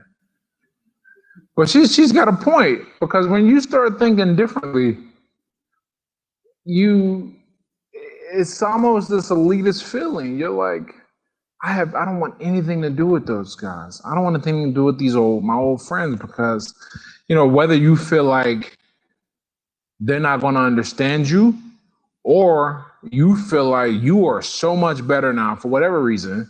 Because superpowers are kind of like that. And in my opinion, from a sociological standpoint, understanding the red pill and taking it and then enacting it, that is as close to a superpower as it's like pen, I guess. I don't know. You get in people's minds and you know what's going to happen and you can anticipate and move around it. It's very cool, right? And it's very easy to feel like you're better than other people. It's very easy to feel like they should be begging for your attention.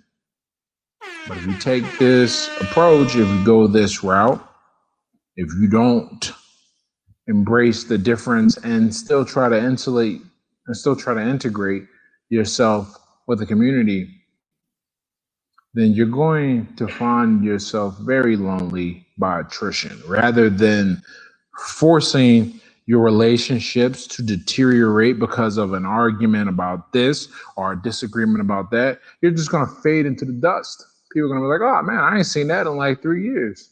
What happened to him? I think he's in prison. Really? No, he's alive. We just don't talk to him anymore. We haven't seen him. He doesn't reach out to us. We all know this happens when we get guys. Everyone's got that buddy that got a girl and then poof. I mean, that's it. Poof. Nothing follows after that. He's just gone. You don't want to be that guy. It is now. Everyone needs a period of readjustment. When I was making this slide and I was thinking about how this applied in my life, I remember, for those of you who don't know, I'm coming up on my 5th year of sobriety. And hey, thanks. When I stopped drinking for the first year, more like the first 2 years for real. So the first 2 years, I don't think, and I used to spend my friends, I was the guy you called and I was the guy you wanted to spend time with. Whenever I would still get the messages and then gradually I would not respond. And then I was in a group chat and then I put that on mute and I walled myself off to the point where I almost committed the ultimate offense. I almost left the fantasy football league, man. Ooh, yeah, some of you were laughing. Serious. But funnily enough, the thing that saved me from doing it was another friend of mine had to step out, and I said, I can't leave these guys short. 2 people, I'll stick around. And then my mindset changed, and I really got back to trying to socialize and go out of my way because I've reached the point, and I think we all have to reach this point. That's really the point of my presentation is we have to reach this point. We have to reach this point where we're very comfortable with who we are without other people being comfortable with who we are. As anyone who has decided to take the red pill or is affiliated or with someone who has decided to take the red pill, you know very much how hard it is to find like-minded people. But you have to accept it's just the rule of standard deviation and a normal probability distribution. Sorry for the math talk. It just happens that when you get to the 3rd standard deviation, when you become so outstanding and so different, by definition, it's going to be very difficult to find people to fit in. You have to become comfortable with that, but you cannot become a complete loner. We don't want to be lonely. That is the number one thing. That is, and really that's what's been weaponized in the fight to kind of quell the red pill is these guys are a bunch of lonely losers who hate women or whatever and things like that. And they always focus on I always hear the lonely and the angry part together. And while I understand that they are just painting a battle, painting a picture and a narrative to wage war against, well, it's our job to not make that so easy. And one of the ways to do that is to still blend in, to still be part of the crowd. There's a last part. You have to accept the world as it is. Yes, acceptance is a choice, a hard one most definitely, but a choice nonetheless. I wish I had put who said that, because I know it wasn't me, but it's a cool quote. And I found this picture. This guy's just watching it burn, man.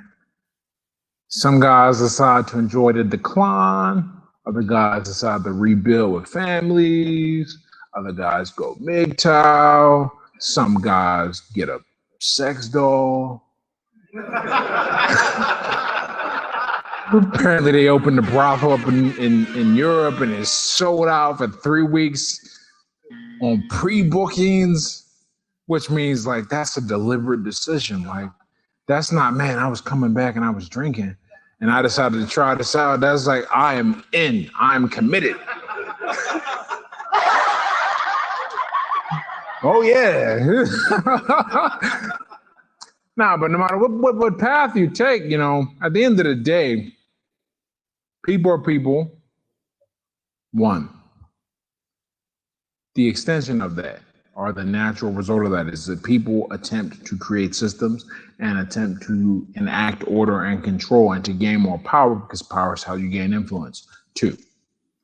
3, the more influence you have, the easier it is for anyone on your team. So everyone on your team fights to gain more influence. 3 and 4, no one fights for a draw. Everyone tries to advance and win at some point. So whenever you hear this whole idea of equal this, equal that, just know that's some blue pill nonsense coming over radio waves to you. I put that bullet point checklist out there for this slide, though, to let you know that that's just how it's going to be. And the best thing you can do as somebody who is taking this wonderfully tasting pill is you can not piss off the other side. You cannot make yourself a target.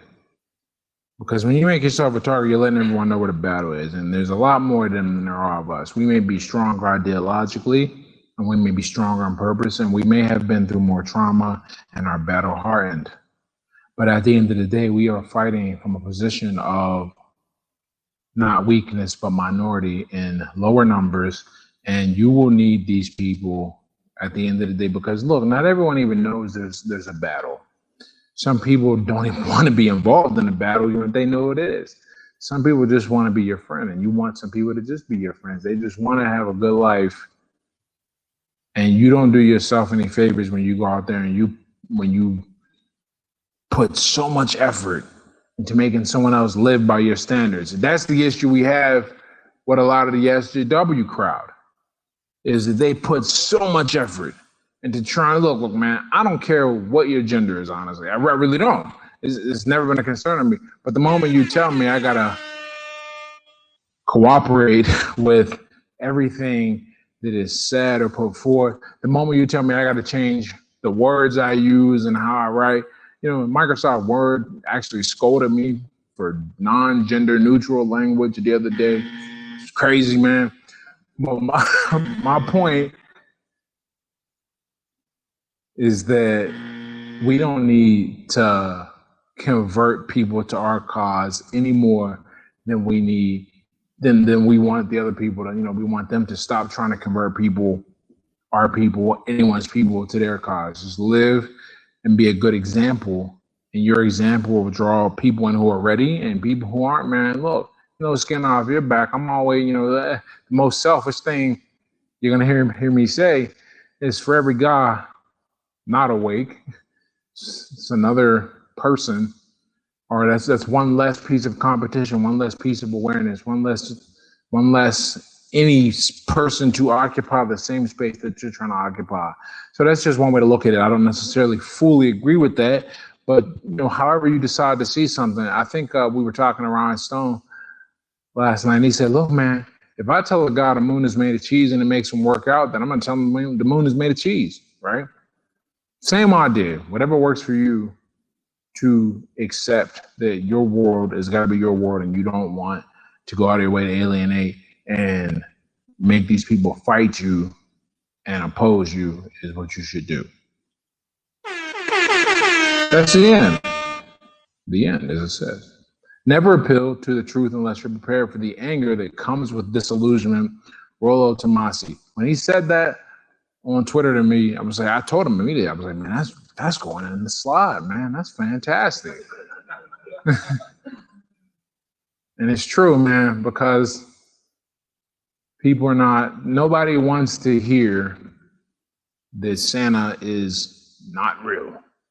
Everyone wants to believe the presents just appear. No one wants to believe that you have to put forth quite a bit of effort and work to make yourself attractive to the mate you believe you desire. Everyone wants to believe that it just so happens, man. just fell in love magically. Boom, just fell in love with that guy with all that money. Is how it happened. So at the end of the day, your friends who don't think like you can remain your friends.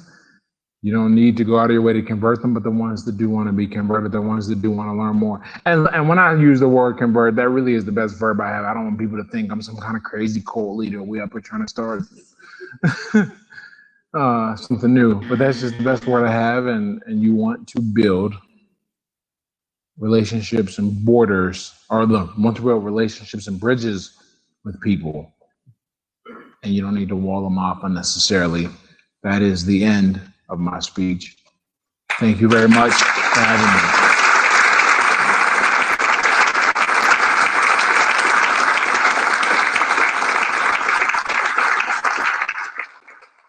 I know this isn't the herping glass. I said, y'all need to give me a new glass. And I said it to 3 people when they got it. Any questions? Oh man, people standing up. Oh, here we come. Oh man, they're leaving. Okay, cool.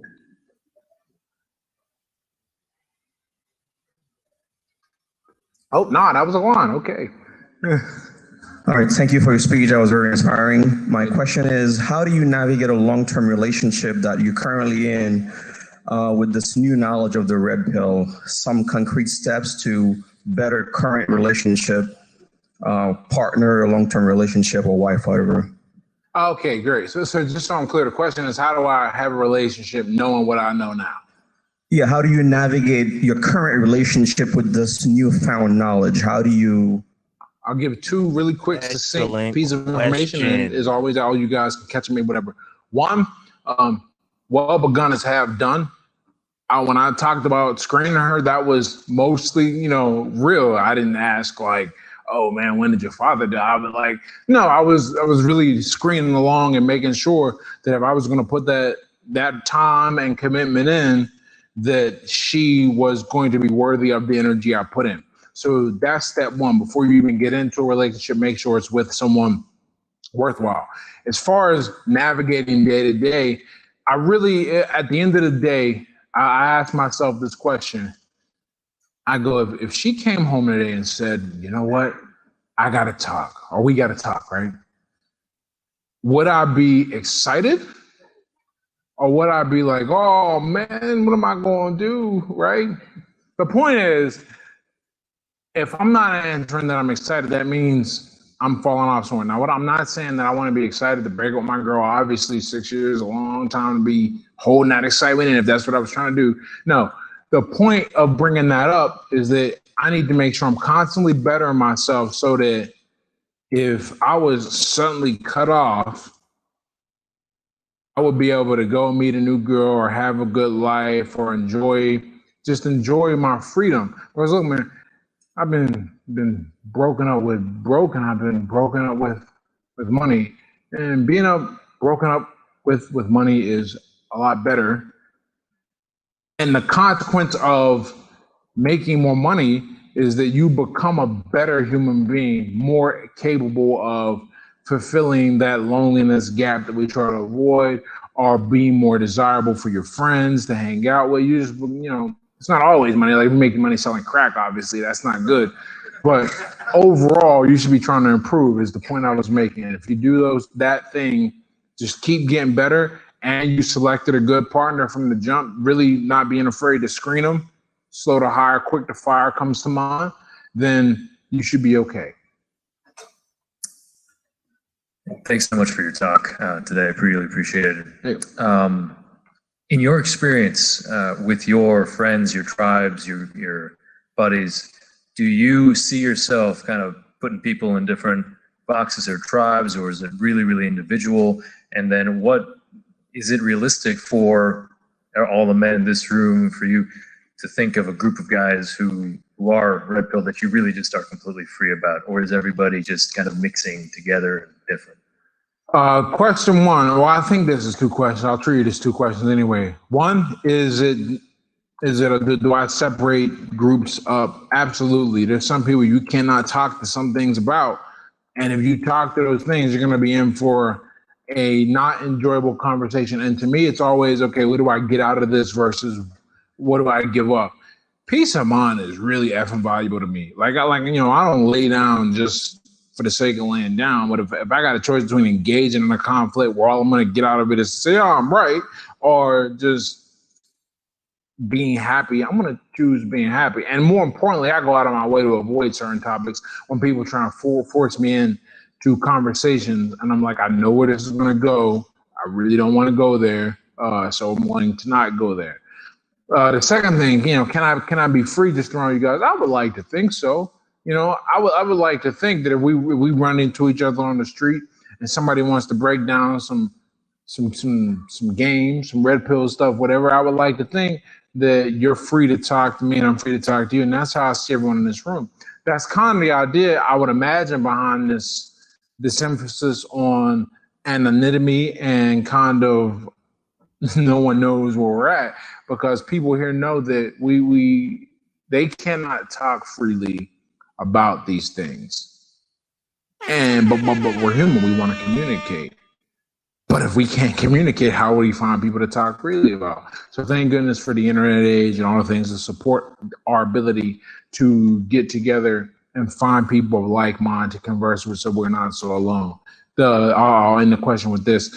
To find people who are in the third standard deviation of exceptionality, it was very difficult, but now you can just hop on the internet, and I can find other people who think like me and who I can discuss things, and I can find other tribes to build with. That doesn't mean I give up the old tribe, that just means I can find a new one to belong to.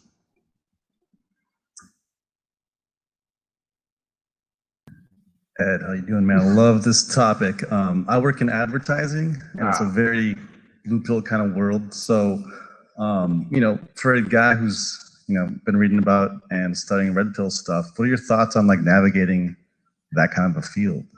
Execute, don't explain. In other words, look, man, if you know something is going to sell or something is going to do well, but you don't want to trigger the wire that's going to make the bomb go off, you got to improve your skill at being a detonator. In other words, for example, no one wants to talk about how every single alcohol commercial has chicks dancing around or dudes looking cool and powerful, right? But there's some red pill shit. It's like, yo, and here's what blow your mind. I don't even know how many people knew this, but it's gonna blow your mind, and now you're gonna be looking for it. You're not allowed to show people consuming alcohol on television.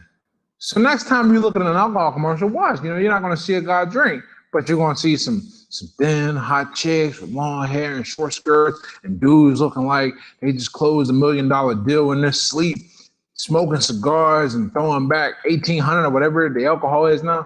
You'll see that. If you know that works, you don't need to look. Just drop the other. They know it works too. They just can't say, it's going to sell a lot of liquor, titties.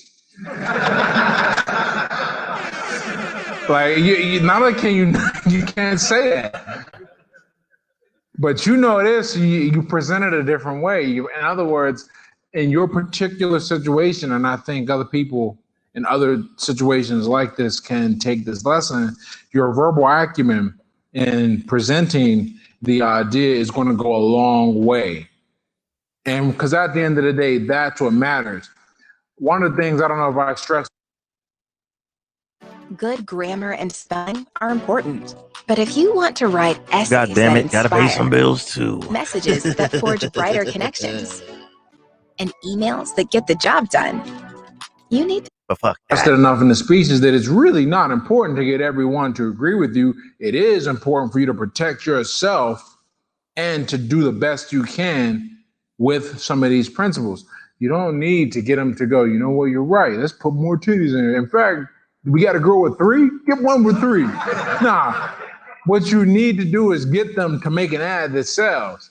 And if they tell you, what we need? We need some rainbows and we need some girls sitting around talking about how they're so hungover. Nah, that's not gonna work. And how they're eating pizza. I guess that's the thing, man, when they go to the pizza after the club, which is wow. But You don't need to show that, right? You need to show what works. And look, man, you know what works. So just execute and don't explain. But if you do have to explain it very well.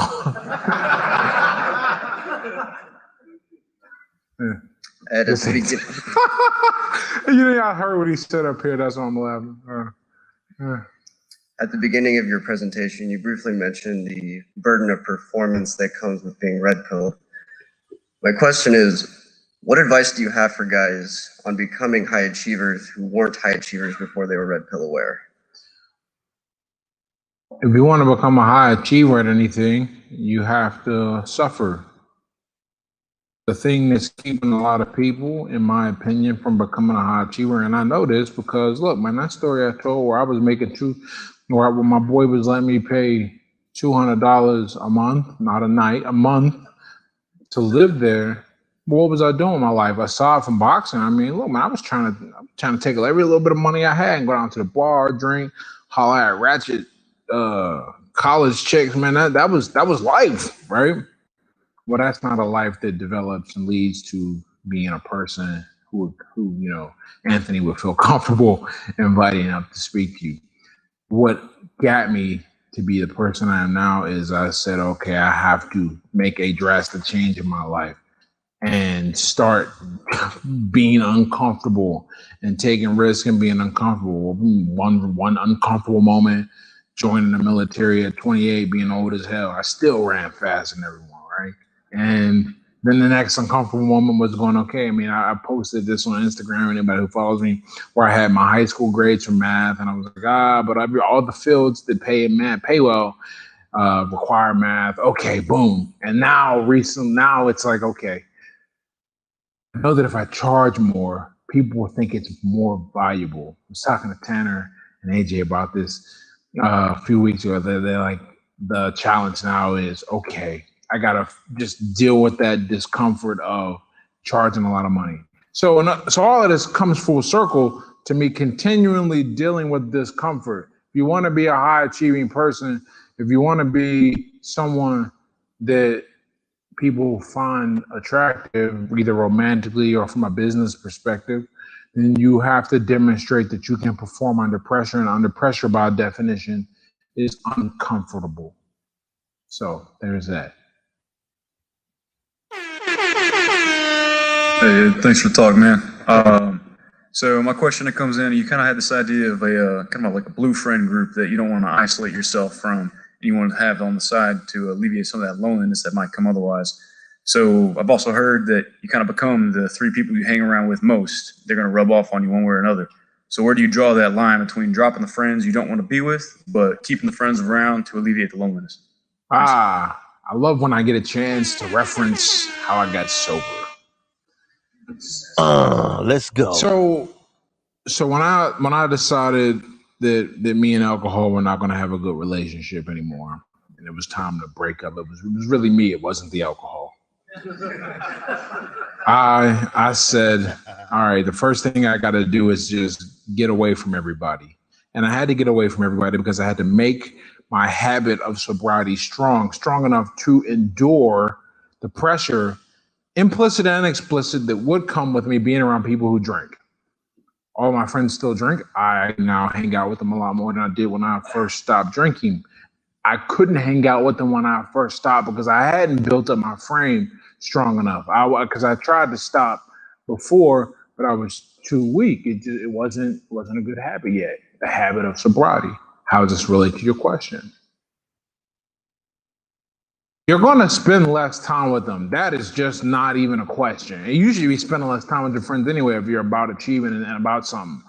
As you do that, as you're exposing yourself to new information and new people, new ways of thought, your new thoughts will become stronger and more reinforced. This is why I don't think echo chambers are a bad thing. I think bad echo chambers are a bad thing. But if you get yourself around the people who think the way you want to think, the only way to think like them is through reinforcement and repetition, which, kind of comes from an echo chamber, things being bounced off of you. So when you step out of that echo chamber and you decide to go back to some of your blue friends who think a certain way,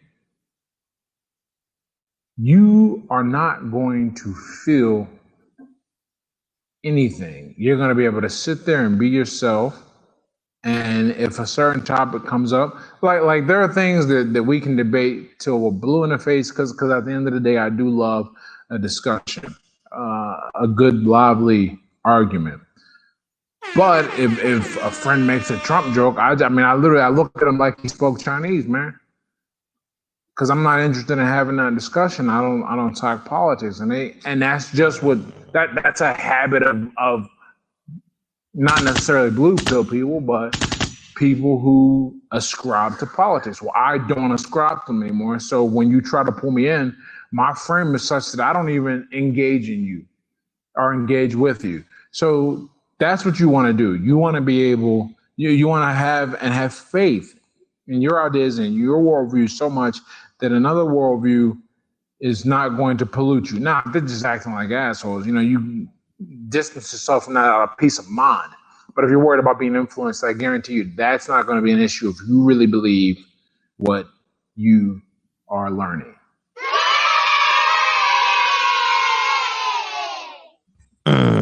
Yes, very interesting discussion. Lots of insights. I have a quick question. It's on the topic of forgiveness, about ideological differences. The decision on whether to alienate or have limited association with somebody or people who have hurt you, because you may still meet them in the future in your life. My question is, where do you draw the line?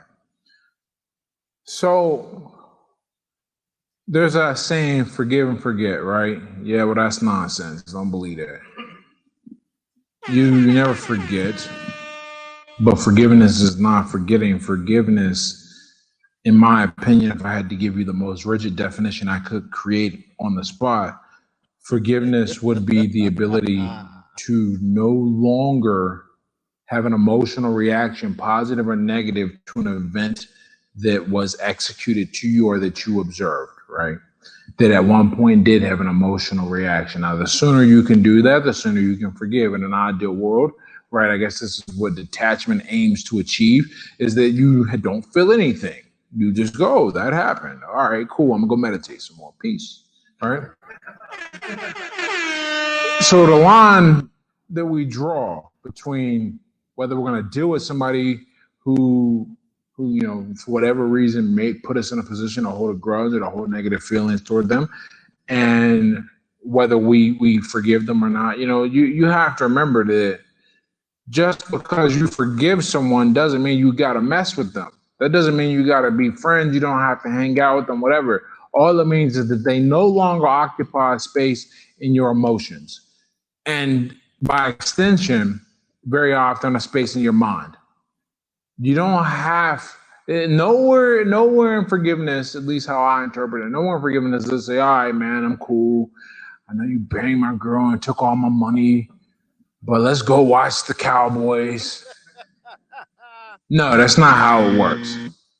You don't have to be friends with somebody who demonstrates themselves to be of dubious character, because that character that you're exposed to, that's going to degrade your quality of life. It's going to put you at risk. You don't have to take that stupid risk. You don't have to put your physical body in danger, but you do want to relieve your mind and your heart of the burden of thinking about this person. Because really, when you don't forgive somebody, they win.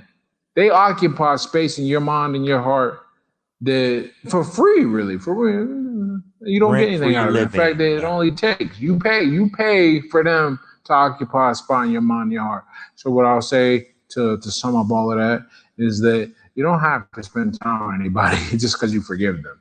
All that means is that you no longer have an emotional reaction to them, and you can let it go. And then that makes it easier for you to fill your life with love too. No hippie. That's all the time we have, gentlemen. Give it up for Ed Lattimore.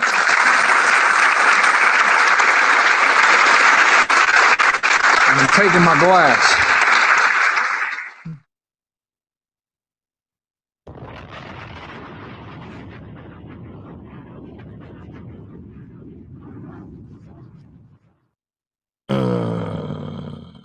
One more time. Give it up for Ed Lattimore. Coming through. with some nice red pill information on a more universal side of it. You know what I mean? On a more universal side, hold on a second. Where am I at here? 1, 2. Yes. Let's get these levels right, god damn it. All right, all right. So let's do this right here, right? Do that. Eleanor, you still in the building? Thank you for hanging out for a nice solid hour with us. You know what I'm saying? Anybody else that's still in the building that didn't you know, because I understand this was like a marathon. Like I'm not used to a 3-hour. This is a 3-hour joint. I mean, you're like, that's cake. I do that shit for my breakfast show. You know what I'm saying? We're gonna bring you back up, Jeeve, if you were to rock and roll right about now. That was a solid hour, but I re-invited you if you want to pull back up. Let's see. Let me go over some honorable mentions in the chat room, okay? That need to be recognized for coming through this 1-hour journey with us. That's like a working overtime. That's like working overtime. I gotta, you know, me and Ellie, you know, we shooting the shiznit all the time. You know how we get down. So let me bring it up to the top, right? This is gonna take a second, and we're gonna roll back down slow. Honorable mentions, right? In the chat from the beginning of the film. Kim Chi in the building. Okay, thanks for joining us. Nazim in the building also. Thank you for joining us, man. Thank you for your support, for coming through. Let's see who else we got going down the line. You know, me and Kim, we was going at, you know, exchanging some nice dialogue for a minute. Nazim, you know, the time difference doesn't really work with him. But he pulled up. So I definitely respect the check-in. Let's go down the line here. Let's see. Foamy Homie, honorable mention in the building. Foamy Homie. Pulled up. We're gonna catch him in the future. Like, share, subscribe. Brian TX. Thank you for pulling up, Brian. All right, my man. He says, keep the red pill going. You know what I mean? Let's keep that red pill going. He was like, run it. And when I screwed up the audio, as usual, right? Oh, my bad. You know, when I screwed up the audio, he was like, yo, audio. Like, what you doing, dog? I was like, my bad. You know, Roni also was like, yo, what's going on with that? I'm guaranteed a blender. If I do like a few, I'm guaranteed a little here and there. So that's what it do. One more of those. All right, damn it. T Roni back on. All right. Let's see who else we're gonna roll back down. I know I'm missing somebody, but I'm just scrolling down the chat before we just shoot it a little more. Say D in the house. Thanks for pulling up. You know, everybody, we're gonna keep it rolling down because it gets heavy. It gets bottom heavy. You know what I mean? It gets bottom heavy. And my man, the man of the night, Big James in the building, holding it down. Heavy donations. He was heavy-handed. Like he did a lot of blessing tonight. He says, thanks for sharing this, my guy, as I brought up some of the comments in the conversation that we were having as we were going along. So he definitely loaded up the collection plate tonight. So I'm glad this was good information for you. I invited him up. Unfortunately he couldn't make it. But next time catch him on the rebound, of course. And that's what it do. So Eleanor, what do you think about this this red-pilled individuals rendition or explanation of how he goes about this shit? Like you know, we'll chop it up for a few, since you know it makes sense to me. I mean, yeah. Because a lot of us are not and I say us because I'm red-pilled, right? And right. I'm gonna let you jump back in. I'm sorry to cut you, but like what we saw on Friday, right, on Secondhand Smoke Show, that was just like pretty much an introduction, right? And it was just a random, like I say, like, you know, I get sent shit, so I pull up. You know what I'm saying? That's the name of the game over here. So I pulled it up and I just let it rock. Like But you got to realize those all of those people that are quote unquote red pilled, and it doesn't only go for. But see, what you guys got to understand is, Eleanor, you may not realize it, but you're fucking red pilled, Oh, right? I know I am. I was just I just want you confused. to know. I want you to know, goddammit. Like, so when I was discovering non-truths, or like, I mean, they're not even non-truths. It was just Yeah, like typing facts for like to be twisted for those people's things. Like, it took away from the real truths. You know what I mean? Like, Mm-hmm. because like a lot of the men's rights stuff, I am very passionate about it. It's just I kind of felt like, damn, dude, you're gonna like make this something that people aren't gonna learn about when they need to. Like, Exactly. Because if you that's what fucking I was sending worried shitty about. information, I get you, and you're right. So check this out. I get what you're saying, because if you're sending information, right, that is because remember everything we got to look at all spectrums of shit, right? We got to look at say liberal and conservative, right? You got a whole spectrum. You got it goes from slightly conservative to extremely, right? Or from slightly liberal to radically you understand what I'm saying? Like so you have Yeah. different spectrums. So that particular documentary, right? That may have represented more of a radical side of you understand what I'm saying? So whoever financed that may have been looking to put more of a radical message to an extent, or more so just a message. They control the message because remember, if I produce something, I'm putting out what I want to fucking produce. Like it or not, because I'm putting up the cash. God damn it. So that was just one that I just was like, it was randomly, selected. So I was like, fuck it, we're gonna run with it and we're gonna talk shit about it. So that's what it do. Right. That's what today's show was about. Mm-hmm. Yeah. Facts. But this dude right here, so this was like more because me, like when I looked at this compared to the two of them, because we all watched this together. You got to understand, we all watched this shit together. This one and the previous and Friday night show. All right, we watched this. You came in a little bit late, so you got a chance to watch it. But this was my first time seeing it in its entirety, also, because I just got a chance to be like, oh shit, what we got here? So I got a chance to skip through it real quick. Like, remember I was on and I was like, oh shit, I was just trying to prepare for a show. Remember we was on and I was like, I didn't watch it on Friday. Yeah, exactly. I got in there late and watched it afterwards. Okay, copy. But when we were talking the other day, I was like, yeah, I was just trying to set up some shit. Like so like sometimes when I get stuff in, I'm kind of reviewing it real quick and just set right. formats. You know what I'm saying? So I don't got time to sit through the whole shit. I'm like, fuck it, we're gonna watch the shit live. That's why I was like, secondhand smoke at the movies. Like, let's all sit down and let's watch this shit. So that's what that was. You know what I mean? So that's that didn't necessarily represent my stance or anybody else's. That was just free use public information. You know what I mean? Just like what we just now saw also, but then actually I had a chance to peep this a little more in the beginning, right? And I figured this would be like contrast because I usually go with both sides, right?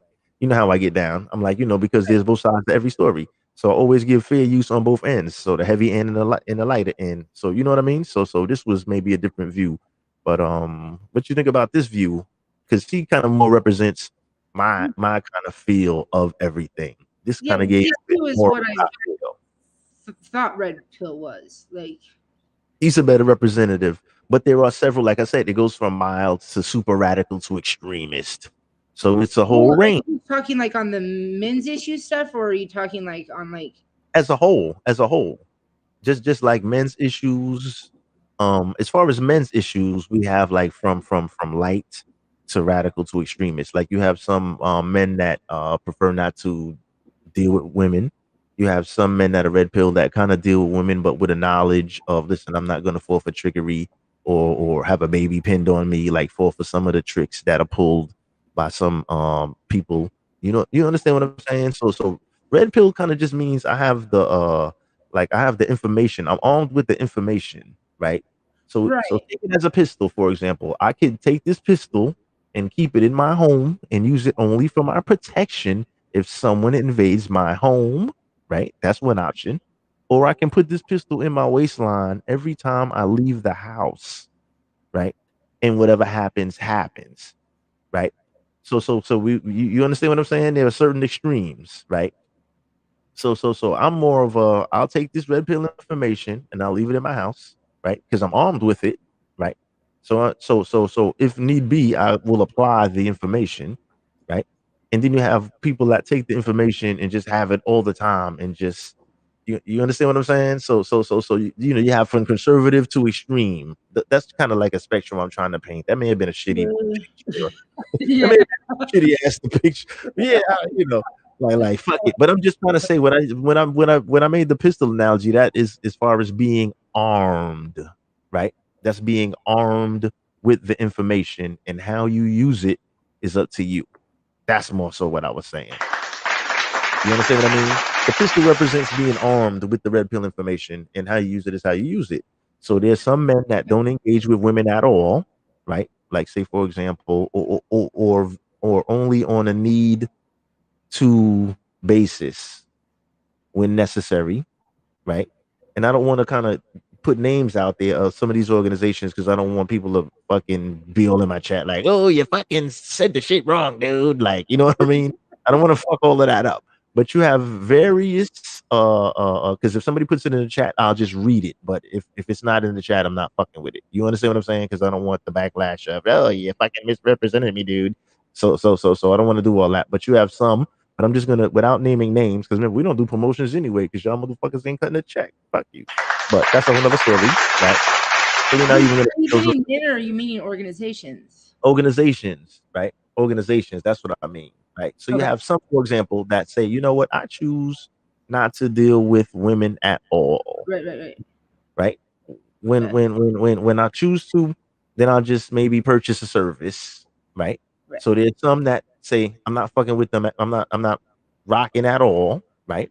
There's some that's like I'm not rocking at all, but when I choose to, when I need to have some physical needs met, I'll go accordingly and I'll just make a purchase or something like that, so I don't have to deal with the in and outs of the relationship, the unfaithfulness, the hypergamy, the XYZ, because those are a lot of issues, right?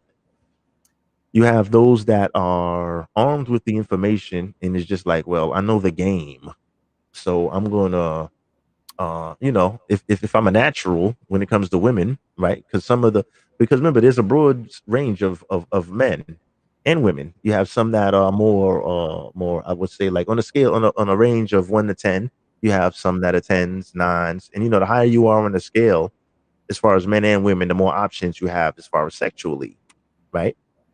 You know, so if you fucking look like a supermodel, you're gonna get more chicks, or more men are gonna give you attention.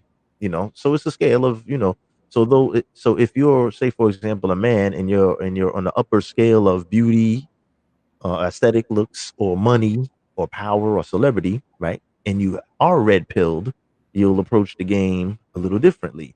Like you won't be you'd get a prenup instead of just getting married because you've taken the red pill, right?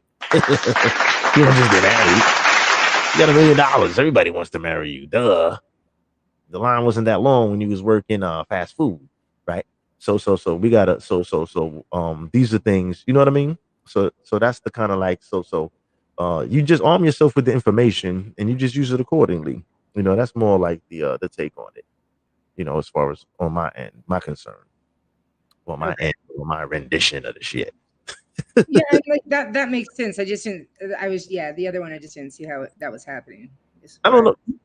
Yeah, like crazy shit. Yeah, I mean it happens, man. Listen. You know why? You know why it's happening? Because red pills. But the problem is this: red pills not promoted, right? That's another thing. Red pill is not promoted amongst any whether it's female, because as for now, listen, let's not discriminate. Let's go from the female side. Red pill, female, right? You have to recognize what we call that. You have to recognize the no good guy, right? You have to recognize, say for example, the player, right? You have to recognize you have to I get it. a woman if you're dating men. Like it's good to be red pilled. Go ahead. No. I recognize the shittiness on all the sides. Like, big up to shitty people. everywhere. Big up to a shitty dating market as well. Yeah, but I see it as not necessarily a male or female problem. I see it as a human problem. We have a lot of shitty freaking humans out there. Yeah, straight up and down. You know, like That's who's participating in the game. It's us. It's fucking humans. We in the game. Yeah. yeah, yeah. I mean, and times are getting a little bit worse. So that's why I think this movement started picking up a lot more. What's the word I'm looking for? Traction, right? So I've seen recently on YouTube and a few other social media platforms that there are women that are out now because due to the health crisis, this was a fucking tragedy altogether. This like a lot of people lost loved ones. My condolences once again to you. I don't mean to bring that up, but I've lost family members as well, and a lot of people lost people, right? And on top of that, a lot of us was secluded for quite some time, right? Dealing with a lot of things mentally, you know what I mean, emotionally and shit. Like the shit was real crazy because we've never really seen anything like this before, right? So a lot of people decided to besides regular ass television, when we ran out of shit to watch on Netflix and everything, a lot of people took to YouTube, right? And just actually started just surfing shit. And when things popped up in the algorithms, right? I think the movement, what can I say? The movement may have picked up steam. You know what I'm saying? So a lot of people, so after the things started opening back up, after the health crisis started to clear up a little bit, right? It like a lot of women were going out and they were on social media complaining that like the men are not approaching us anymore. So I don't know if it was a culmination of maybe the Me Too movement, a little of the red pilling, this and that, but like the marital rates are declining, and it's like some battle of the sexes kind of shit going on the internet. I'm seeing like the men and the women, like the ground between men and women are floating, the islands are floating further apart, like because a lot of men don't feel it's a good investment. If you are a red pill man, you don't feel, I'm not speaking from a red pill point of view, if a lot of men don't feel that marriage is a worthwhile investment anymore because the laws are not in their favor. That's a whole nother story and a whole nother we've covered some of that stuff before on some other thing, maybe not particularly the marriage thing, but as far as like some of the laws not being in favor, so a lot of men are just choosing to just say, nah, I'm good, like I'm not fucking with that, let me just get my money and just mind my business. That's kind of how it's going on with the red pilling. So as there's more red pilling, there are more men just walking away from the table. Like let me see, Brian says, yeah, people don't feel valued nor serving a purpose. Exactly. It's like we living in a generation. I'm gonna invite you up, Brian, if you wanna shoot the shit. We got a few more minutes. We're gonna hang out for a little while longer. Basically, people don't feel valued, right, nor serving a purpose. Like it kind of the game, we just times are different now. If you're over, say if you're 40 or over, you've seen the total turnaround possibly in your lifetime. Not a total turnaround, but you've seen some changes. You know what I mean? As far as morality, people with integrity, and you know what I mean? You know what I'm talking about. Well, yeah. No. Brian, let me pull you up, Brian. I see you. You're here. All right. Let me pull him up. Let's see. How do I do this? Let me do this like that. Like that. Brian TX in the building. 1 2 1 2. Come on, Elno. I always gotta break. No, I was laughing just because like Kitten's comment says I couldn't watch more than 10 minutes. I invited her to come up. Come on, Kim. Come miss up. me with blaming women for choosing not to work dangerous jobs. Here's the thing. I went and looked at the statistics of jobs that kill, and they've mentioned like mining. I mean, there are so many like jobs that kill way more people than mining was way low on the list of jobs that are killing people. I think it's just something that you perceive as dangerous. I don't know shit about it, and I didn't research it. That's why I got you on the team. Well, I didn't know shit about it either. I'm just guessing construction. Yeah, but you research shit. That's what I'm talking about. God damn it. Yeah. Whether we like them or not. That's what I said earlier. Whether we like them shits or not, it don't matter who's saying the shit. It just fucking is what it is, right? what does it say? Construct. Give me some of the high end. What was it Sure, like? I have, Construction or fucking like firefighters and shit. well, firefighters I didn't look up because firefighters wasn't actually mentioned until. Okay.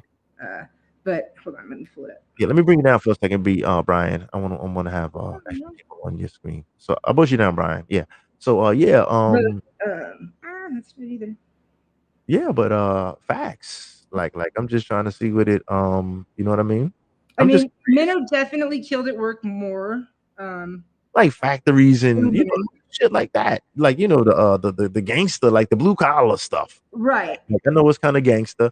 And I'm like, yo, man, I'm not saying that that women should be out there toting machine guns and AK-47s and shit either. I'm not saying all of that stuff, right?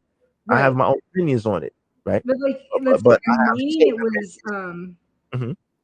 in mining. This is except for oil and gas.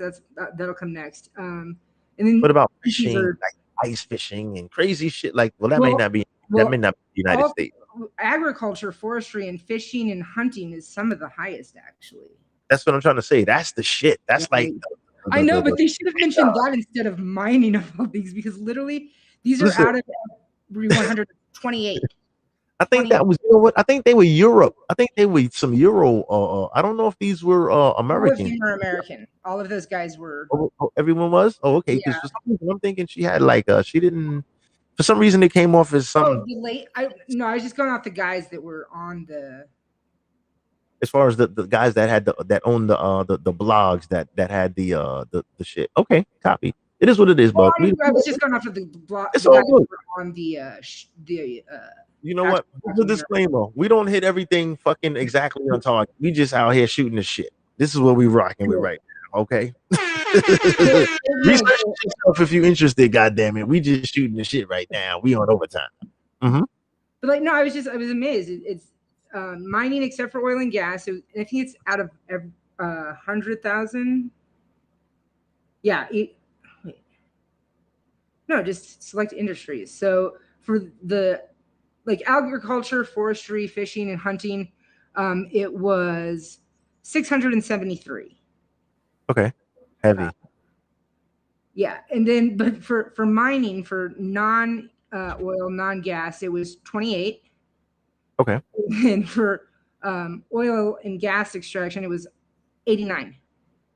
Oh, okay. Yeah. So and that. When you have things like educational services, it was 109.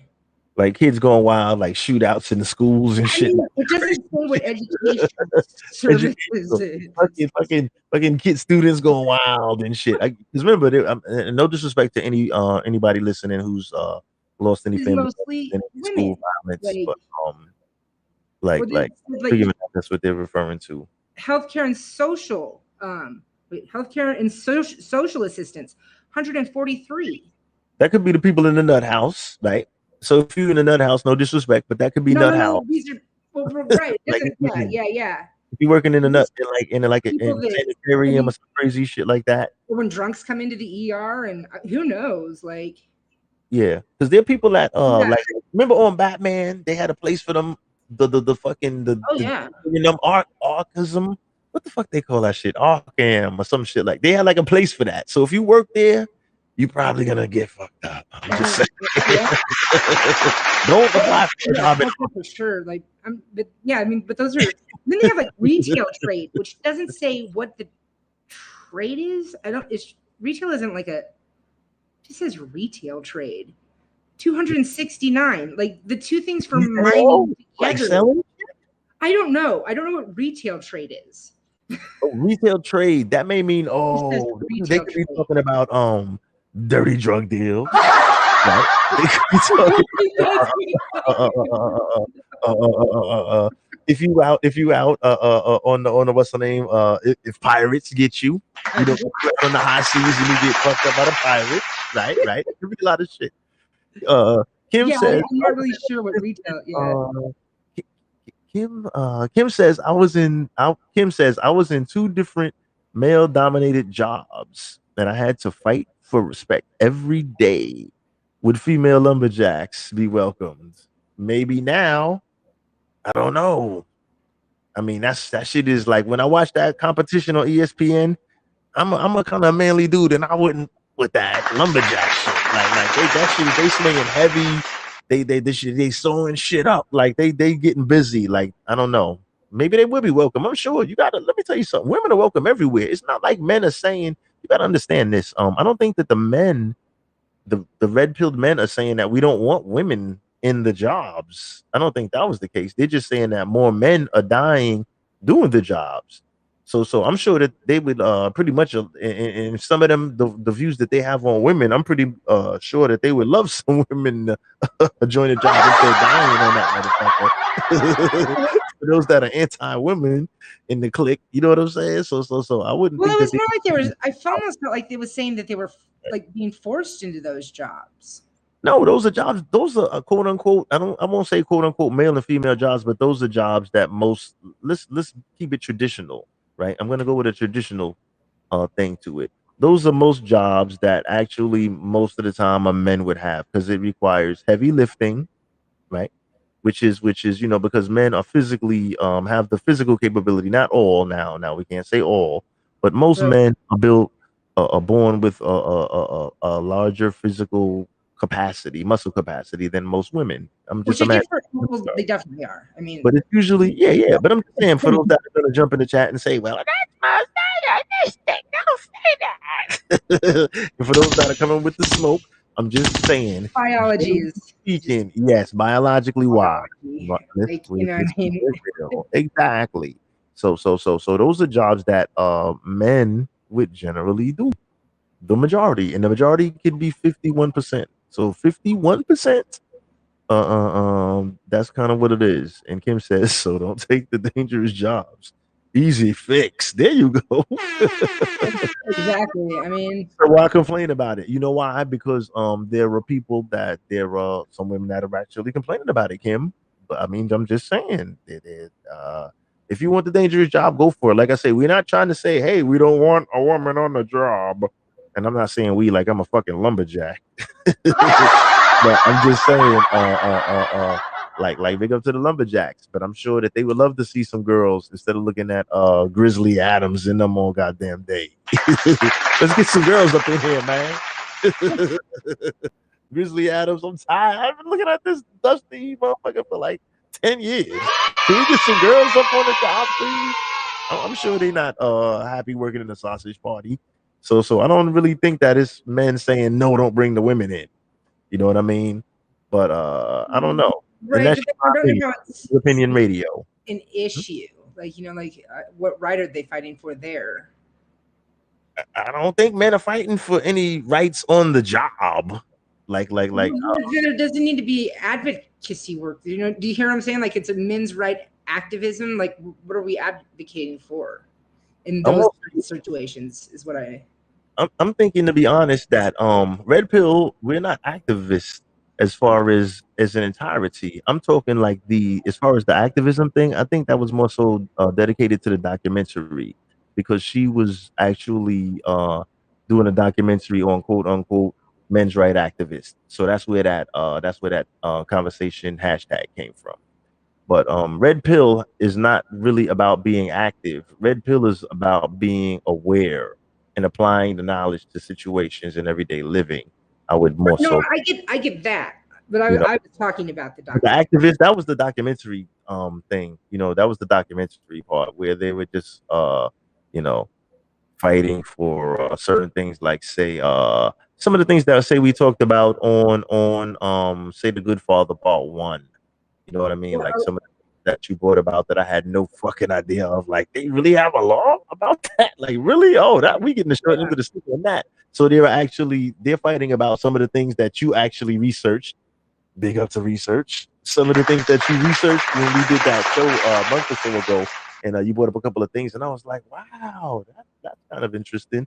So there are actually men that are researching the laws and stuff. I guess there are groups that are researching the laws that don't seem to sway in the favor of the men, and they're being active about getting the laws turned or equaled or getting the balances of quote unquote justice, the scales tipped or whatever. So that's what I'm assuming, that the quote unquote activists, the men rights No, those men were the men's rights activists. That's what. Yeah, you know what I'm saying. I'm just right, but the real ones. I mean, like the real ones. Me and Okay. you, we're talking, but I'm just, I'm just laying it out for the people that are watching. We just, I'm just broadening it out because people are coming in and out. You know what I mean? Right, right. We've been here rocking for a while. So, Kim says no, but you men still want to fight a woman telling you about your car.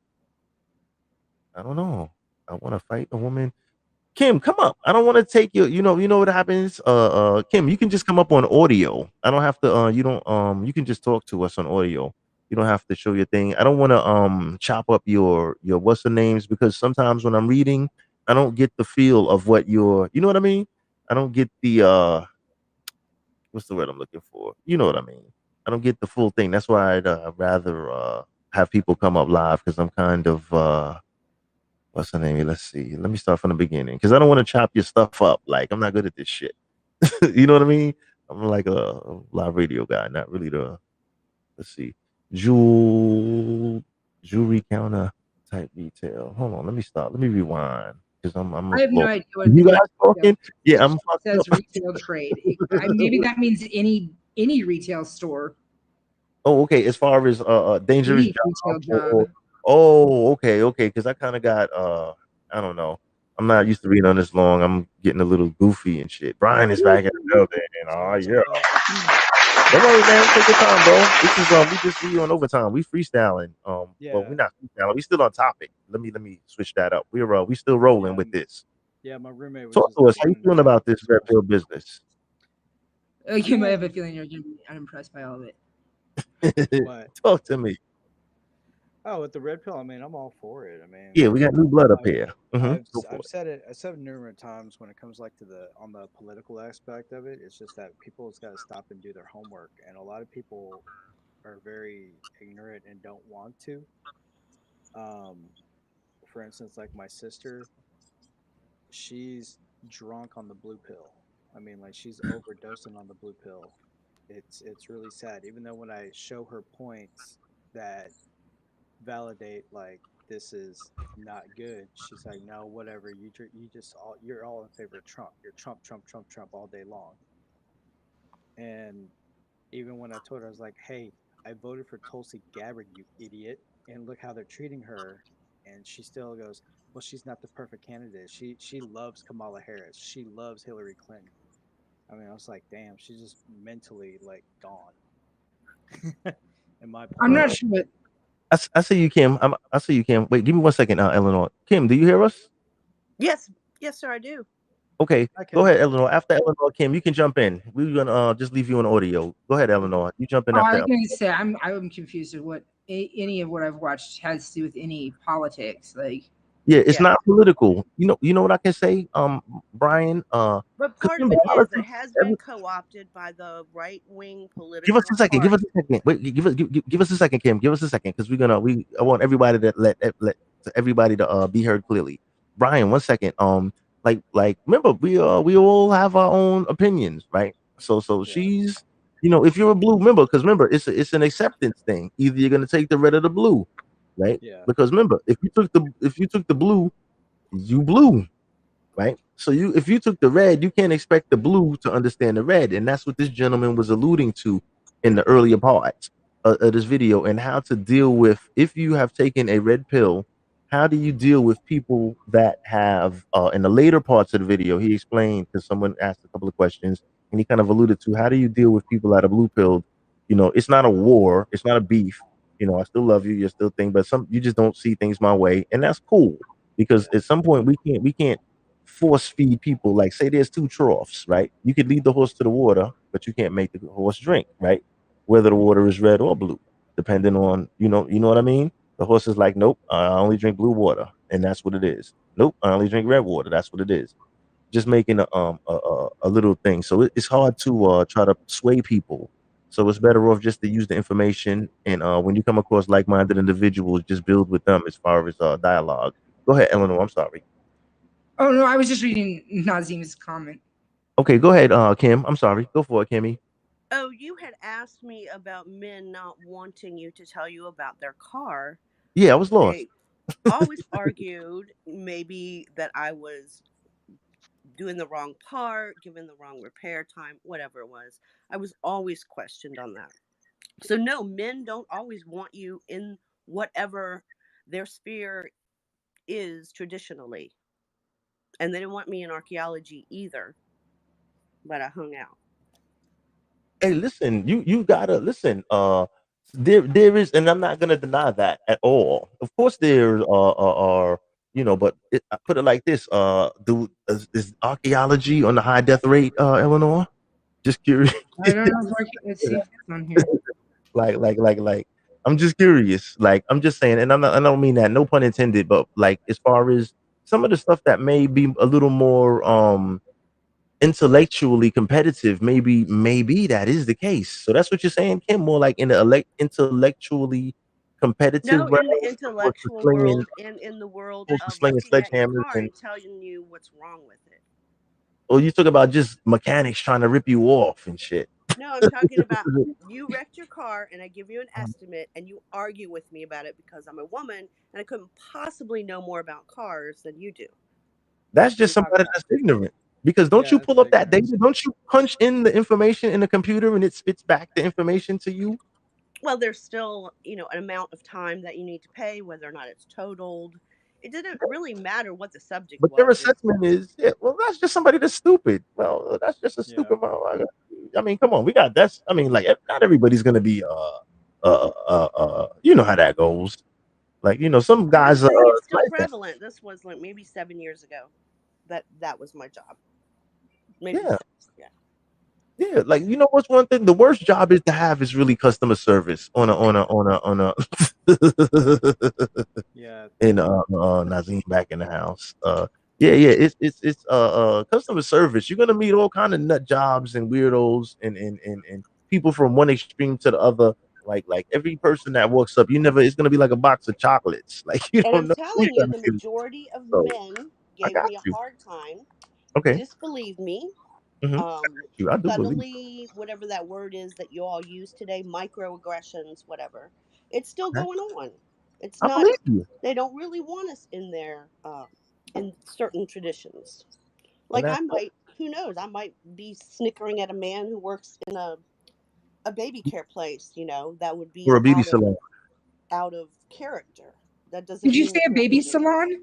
I said, or a beauty salon. Oh, beauty salon. Okay. It's like a baby salon. Yeah. It's like there's baby Babies have no hair. Wow. We take care of babies, but not like that. We're evolving as a species. No, but I see what you're saying. Go ahead, Kim. Continue. I'm sorry. No, that's. I was just saying. I can see where it might be unusual, but I can't see. I don't need that. No one Second does. guessing.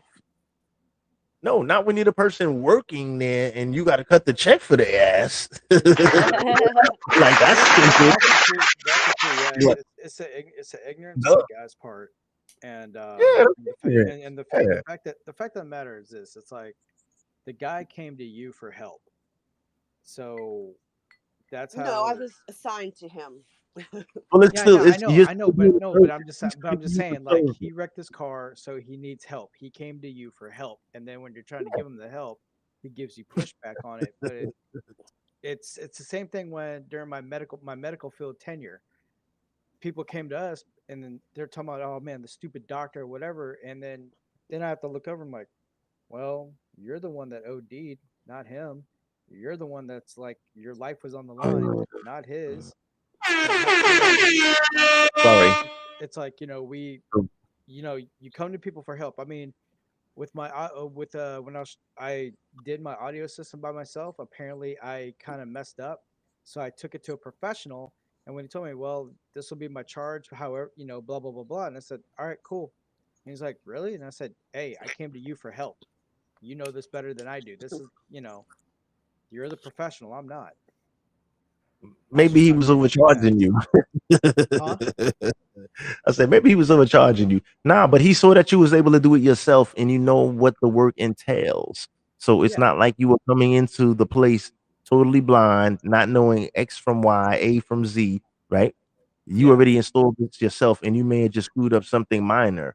So you know what I mean? That, it's different when an educated consumer and an uneducated consumer are two different people. Like the uneducated people are coming to Kim asking for something that they have no freaking clue about, just saying, "Oh, she's a woman. She has no fucking idea." Like that's stupid. You know what I'm saying? That's I mean, stupid. yeah, I go into an auto parts store. Like I walk in and the Telling them they don't know shit. the female attendant's like, hey, what can I help you today? And I'm like, hey, I need a gasket for a 2011 F-150. And she goes, oh yeah, gaskets are right over here. I'll third shelf. I'm like, cool, thank you. You know, I'm like, but it's just I don't know, with people nowadays, it's just a sense of entitlement. That too. That's the way I see it. That they're entitled. Like the attitude and everything, like how we got like yeah, I got you. Yeah, it's true that education and experience, they think that someone else's education and experience is equal to their ignorance, and it's just not so in reality. No, and that's facts. One outweighs the other in logical thinking, because remember we thinking logical. Because remember we remember also we talked, me and spoke about this earlier and what's the who else was on it with us, one of the other people. We were talking about mental health, right? We got to realize there's a mental health crisis in the country that we don't mention. Nazim in the house. What's up, Nazim? How you doing? You all right? Hold on a second. Coming in a second. Hold on. Racquetball? He's playing racquetball. It's all good. Take your time, bro. Take your time. We here. We just hanging out. We over time. We doing the thing. We on audio, so don't worry. Let me bring you up. You looking nice. You got the you want? I go audio. Video now. I go audio. That's you on video. Oh, here you go. I got you. Yep. Let me bring Najim up. Najim in the house. Hey, friends. Yeah. So what? Whoa. When are we opening the baby salon? When babies grow hair. We gotta take care of them. Well, you know what? You know what? They can change diapers in the baby salon and do feeding and stuff, like the light stuff. What's good, Nazim? What you got on this red pill stuff, man? We just hanging out, watching documentaries and interviews and stuff. You know, just shooting. I gotta catch that documentary. G sent me the link, so I'm gonna check it out later today. Okay. But yeah, man, these are trying times, man. And what you guys are discussing is very important, in my personal opinion, because you know, a lot of things changing, a lot of people being dropped, a lot of crazy discussions over stuff that's not that important. Well, at the end, I think what's more important. Can anybody tell me what is important? Because I've listened to most of the conversation. Wait, hang on a watched second. about 20 minutes. Kim, let him think. Hang on, Kim, let him think. He just got here. Let him think real quick. I'm sorry. You got the floor right after him. Go ahead. Go ahead. I'm sorry. Okay. No. Basically, you know, I think we're, you know, one of the great things about HAPS and of all the people that I've met is that we have constructions, you know, conversations and trying to keep the bar up on positivity, man. Because if not, you know, I don't know how we're going to end up as we keep going along. You know, and that's my 2 cents. We'll take it. We'll take the 2 cents. That's what I brought you up for. You're always welcome over here. Go ahead, Kim. What were you saying, Kim? Well, I give that 10 cents. But go for it. I mean, yeah, you know, you know, this is opinion radio. Everybody's entitled to their opinion. Go for it. What you got? I'm just really confused because you were talking earlier, like the first part. You had played the first part of the video where the guy was speaking about Santa Claus. Yes. And I don't understand really what that has to do with men's rights. And then your friend in the bandana. No. Go ahead. Let her go ahead. Go ahead. About politics, and I'm confused as to which red pill we're talking about. Okay. And is it a general term, or are you trying to use it in a specific way to talk about men's rights? I mean, I really don't understand. You missed a couple of things, Kim. Let me clear this. All right, you want to go first, Eleanor? But let me just try to brush you real two quick. different films for one. Like It was yes. You may have missed some of the stuff, Kim. I think you came in between maybe 2 different segments of what we were doing. Like there was one documentary that was aired on on Friday, right? That was an independent documentary about a filmographer that discovered a quote unquote men's activist group that went under the title Red Pill, right, or something of that nature. So that was like so I aired that. So today was something totally different. Today was somebody, right, that has quote unquote taken the red pill, right? And so you may have missed a lot of the dialogue. So that's why it may be confusing. You may be like, what the hell? Because like you have different segments. It's a huge umbrella, right? Okay. So say they That's what I say wanted to colored. know.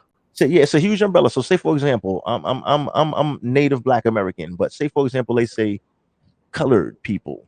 You'll have Native Black American. You'll have any immigrants that have brown skin. So they'll include maybe Muslims, maybe any other ethnic group that doesn't have white skin would be under the umbrella of colored people, right? So I'm going to just give that as maybe that's not the best example, but I'll give that as the example of the red pill, right? So you have a very I'm just kind of giving my best thing because I'm not an expert. I'm a goddamn podcast host. Fuck. You know what I'm saying? I'm a podcast host. I'm just giving topics that are presented to me to present to the people, and we talk about it. And this is opinion radio. Go for it, Eleanor. And like when they say taking the red pill, it doesn't just have to do with men either. Like, I mean, it's just any like agenda. Yeah, man. it's not agenda, it's truth. Yeah. It's not just an agenda. Like this happened to be around based with men, but I mean, it could also be like, somebody that like reminds us if I made a documentary like him, like I'm big into like the shit around adoption and stuff. If I, talk to somebody about it and, explain to them the facts around it and they come to see that, oh, wait, it's not a good thing. Like everybody thinks in the status quo, everybody thinks it is. That would be them taking the red pill. Like, I mean, it's coming to a truth. It's discovering the truth about something. Like, well, I understand what it is. Whether it's health, in the sense of because you missed a few neuro. parts. You missed a few parts, Kim. Right. Well, this just happened to be Yeah. the men's like dealing with men. Like, yeah. Yeah. You just came into one small section of the umbrella. Exactly. So, but we tried to cover most of the umbrella, or at least half of it, between the 2 days of shows. But yeah, it's a lot. Because you actually, when you left and before you came back, I was like, talking to Eleanor, like you're actually, your views and stuff from me knowing you, for the short period of time that I do, you come off as an individual that was quote unquote red pill, right? So we actually had a conversation of that. So it's not gender specific. That's another thing. It's not gender specific. It's pretty much because remember on the movie The Matrix, right, that they used as a reference point in the first documentary, right? There were women that were also red pilled on the team. Remember, there were ladies in The Matrix also that had taken the red pill, right? So it wasn't just Neo and what's the other couple of guys. Yeah, and the other guy that couldn't take it. So he, the red pill, he couldn't take it. Yeah. And I saw that movie so long ago, but when they referenced it, I was like, wow, okay, I got you. But not like I'm new to this, but I'm just Right. And but, the reason it was called the red pill is the lady, the director, I can't remember her name. yes. She called it the red pill because she was a feminist who had her ideas changed by men's issues. Like she had taken the red pill. That's why it was called that. Yes, it's the documentary. Correct. Yeah. Mm-hmm. So then men's yeah. issues Can I would have inter- a can- greater can I- level yeah. of relevance to it. I don't know. You may have to go back and watch it. And you may have Well, to in go. the documentary, yeah, but what he played earlier today is not the same film as the Different documentary. film. Yeah, that's what I'm trying to tell you. Today and Friday were two different shows. It was two different things being played. That's what I'm trying to explain. So you missed Friday's part. So today and Friday's part, kind of we were reviewing a little bit of Friday's part, but we segued into something like a different segue, a different part of the umbrella. So I just wanted you to understand that. I wanted you to be clear about that. So we are all like, Go ahead, Nas. What was you saying, Nazim? Go for it. Well, no, I was concerned about something which is quite problematic. in the baby salon, what happens if we offer nail clippings for babies? Because it's hard to do, man. You know, they got the little fingers, you know. Well, and Listen, the fingernails are like rubbery and hard to like. what about the baby haircuts? You know, the first haircut. Oh, I know they're always screaming. first haircut. Woo! Those are babies. Those are Uh-huh. toddlers. You can't have toddlers in the baby salon. They Here's my have bus. baby salons. They're called Disney salons. I know. I'm joking about the whole thing. They're Yeah, we just were joking actually horrible. because I screwed. You know, we're joking. Oh, Tim, come on, have a little fun with us. We're not all serious over here. You know what I'm saying? I had made it. I had screwed up the. I had said, baby. What did I said? I said something, and they thought I said baby salon. So that's just a long riding joke. Come on, you got to I think catch I the said quick. You got baby to catch. parlor, and you said salon. Yes, I didn't say salon, but I didn't say salon. I was saying beauty salon, but they thought I said baby salon. Yeah. Yeah, you gotta Oh, you gotta catch up. We fast paced jokes over here. We rapid fire. You gotta get on the train. So yeah, facts. But that's what it is. So yeah, it's two different things. It's two different documentaries going on. One documentary and one interview. So it's kind of just like, yeah, that's why it may have seemed kind of confusing. Like, what the hell? This is all over the place. So we were kind of going back and forth with it. You know. I gotta go and watch the replays to make sure. So the second I know interview, what's that? Sorry. Go ahead, Kim. Say it again. What was the second interview? The overarching subject or subjects of The second gentleman, the second gentleman was someone that had quote unquote taken the red pill, right? And he was being interviewed in front of the live, in front of hang on, let me just mute you for 1 second now. Yeah. All right. So it was an interview, right? It was an interview on the gentleman that has quote unquote taken the red pill, right? It's all good. So that's what that was. It was all about a gentleman that says I have taken the red pill, and he was being interviewed. So he was somebody that his beliefs weren't exactly that of the beliefs of all of the segments, like I say, under the umbrella. Everyone has their, they under Christianity. You may have say maybe Baptist, you may have, I'm talking about the black community, you may have different denominations under an umbrella of a religion or something like that, if I'm saying that right. I don't know. But that's basically what it is. So this is just one person that says, I adopt this philosophy, but I believe XYZ opposed to ABC.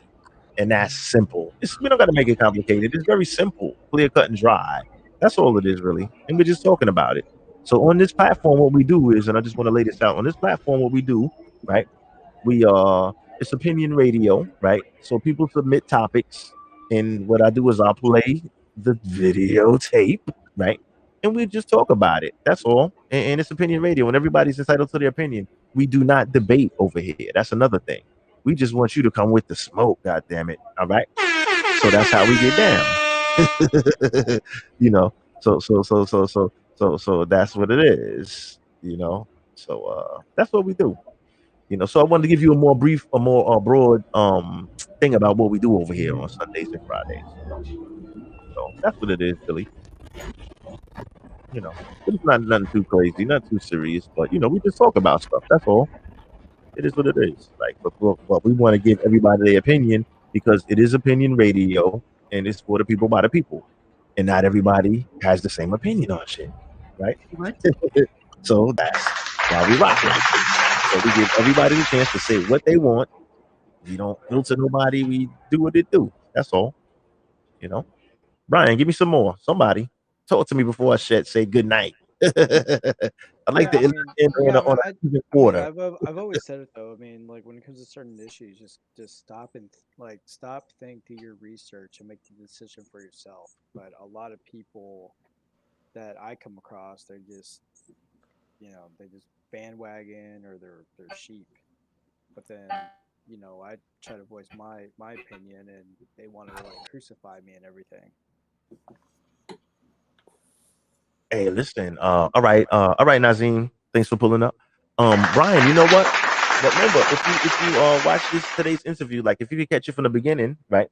Today's interview is very interesting because it addresses a lot of those things that say you yourself as individual that obviously has some type of red pill knowledge, right?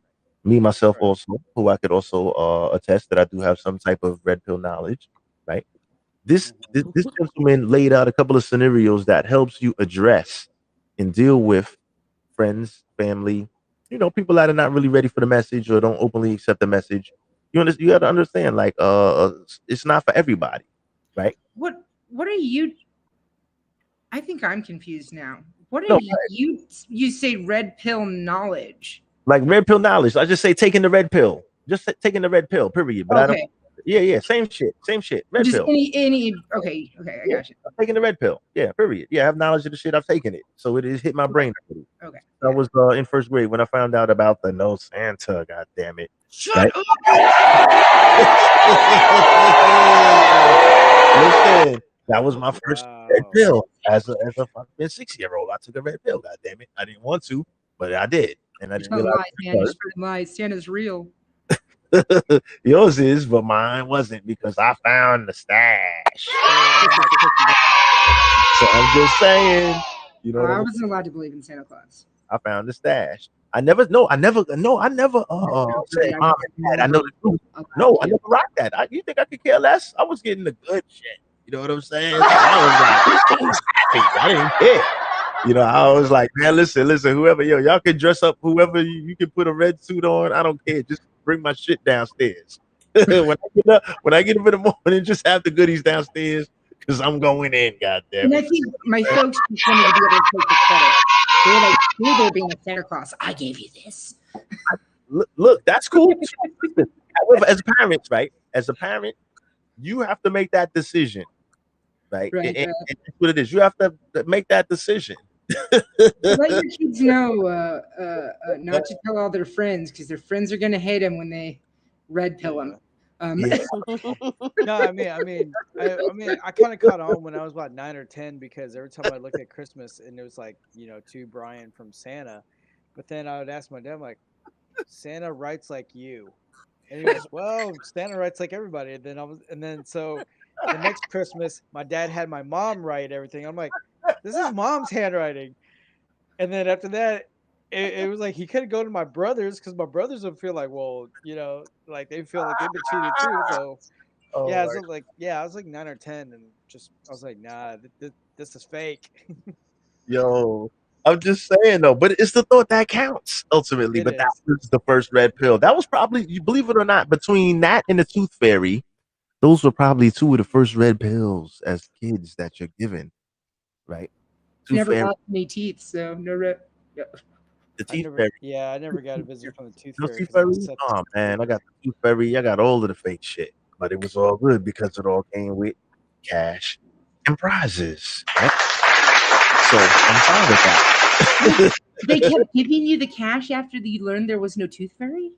I never said shit. And then after you lose you lose your little. Wait. After, you probably lose like, what is it? I'm not a dentist and shit, but what you lose like maybe 6 or whatever, 7. How many of them shits come out? You get a few little, little quarters, 50-cent pieces. You know what I'm saying? Some little dollar, whatever. And when it's done, and when you're shit, and then when you got that gummy front, party's over. The party's over when the gummy front come in. The kids with that gummy front where it's just all gums and no teeth. Yeah, So you lose. How many do you lose? 8? Like, I don't know. I'm trying to count them. When it's in the room right now, I just call it the gummy front. When you get the gummy front, the Tooth Fairy's gone. It's a wrap after that. You get your real Jones. And you keep walking. Gummy front. Yeah, the gummy front. You know what I'm saying? Yeah. Right. They're all just I don't know how to describe this shit. What do you call it? Toothless? Yeah. Toothless kid. Gummy front. I'm going with gummy front. I like that. Yeah, toothless kid sounds cruel and shit. Look at this little toothless kid. Look, he got the gummy front. Yay! You know that. You know what I'm saying? So that's what it be, man. That's what it be. So listen, we're pulling up on a 4-hour run. This was crazy right here. Wow. Thanks everybody for pulling up. You know what we do on the usual round robin on the way out the door. Kim, give us any final thoughts, right? You all right? Uh-oh. You okay? Okay. Oh, hold on. Yeah. I will watch some more. I'm just not impressed thus far, but thank you for the introduction. I appreciate it. No problem. Now, Kim, before you leave, wait a minute, Kim. Before you But leave, I like you. I think you that's are fine. fabulous. Listen, we do different You shows make me every laugh. week. I have no problem with that. Listen, every week, it's opinion radio, and that means your opinion counts. Like it or not, thumbs up, thumbs down. It don't matter. We don't feel no way about it. I'm just a host. Who gives a shit, actually? But listen, but check it out. But what I want to do is what I want to lay out for you, Kim. Kim, let everybody know how they could follow you, social media wise, your page, your websites and stuff like that. Let us know how we could follow Kim Chi. I have no pages, but I'm here on Haps. Okay. Kim Chi on Haps TV. Thanks for pulling up, Kim. Pull up next episode, please. I appreciate your input and everything else. Thank you in the building, y'all. Brian, what you got on us? Any closing comments and stuff like that? I know you pulled up a little bit late. I wanted you to shine a little more, but it's kind of, it's getting a little overtime. Like we on triple overtime right now. Yeah, when it comes to certain things, I just encourage everybody to kind of like stop and think and kind of do your homework before kind of making like a last second, like making a judgment. Because I know, we all have our conflict of ideologies and everything, but at least let's meet in the middle. And I think if everybody could grasp that idea of meeting in the middle and hearing everybody out, I think everything would be a much better place, and all situations get a hell of a lot better. Facts. So. And listen. Go ahead if you got more. I'm sorry if I hit the applause too early. But we love the feedback. I know overall right now we're in troubling times. Everybody's triggered on a lot of certain things, but I think if people are able to reach out and actually have a conversation, whether we agree or disagree, but at least have a conversation and have a mutual understanding, we could go a long way. If we could get back to how things were. Other than that, I mean, y'all can follow me on here, on Haps, Twitter at Thailander1980, and Snapchat Thailander1980. Brian TX in the building, goddammit. Let's go. Thank you for joining us, brother. We will catch you next time around on the circuit. Thank you for pulling up. I appreciate you. Oh man, I appreciate you for coming up. Like a lot of people don't. A lot of people watch, but they sometimes they're a little nervous. Don't want to come up. But I know how you get down because I see you broadcasting. Listen, I gotta come down there for some of that barbecue one of these days, man. I'm watching you, man. Brian in the building. Thanks for pulling up, my man. Thank you for having me. All right, peace out. Eleanor Marie, last but not least, up in this piece. What you got for us? Talk to us. You a rider too. Thanks for riding. You've been riding the whole ride. Let's thank you, man, for real. Good looking out. I appreciate it. We appreciate it. Go for it. Oh, I'm still able to be found on Haps at Crooked Muse _ELE, and then all of my links are right there in my bio on Haps. There it is. Eleanor Marie wants to get in the hat. Thank you, Eleanor Marie, for pulling up. You have a good evening. Like I said, she gets the ride or die of the day. She rode the whole joint out. That was a good look, man. Once again, we're gonna shout you out for that. That was definitely good look, Ellie. I appreciate it. Eleanor Marie once again. All right. So just wrapping everything up. Thanks everybody for joining us, whether it was briefly or for the long haul. Once again, I am your host, Ace World. This was double OT extended edition of Sunday Night Smoke Podcast. Please like, share, subscribe. Thanks to everybody that pulled up tonight. Anthony Davis, Nazim, T. Roney, Jeeves, Tony D. We had a full lineup today. Of course, Eleanor Marie, Brian. Man, listen, Kim pulled up. Like we did our thing today. So like I said, once again, I appreciate it. let's see. We'll probably pull up with an episode. Not probably, but we'll be in the building. Friday, 5 p.m. Eastern time. Secondhand Smoke show, doing what we do, and following that up with the following Sunday, 8 p.m. Sunday Night Podcast. Once again, thanks. Everybody have a good night. Like, share, subscribe.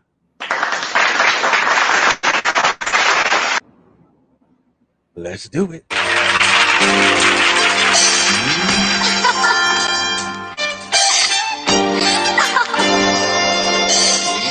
Oh, Major, don't go.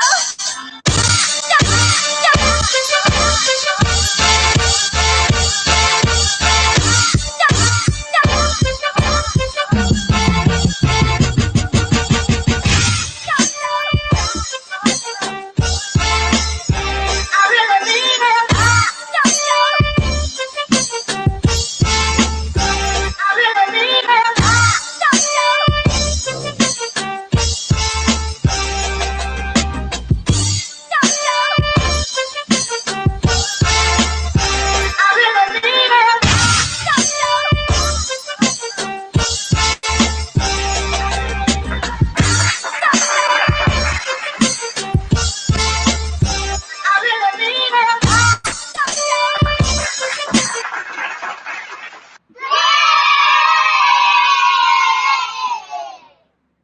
And remember, everybody, where there's fire, there will be smoke.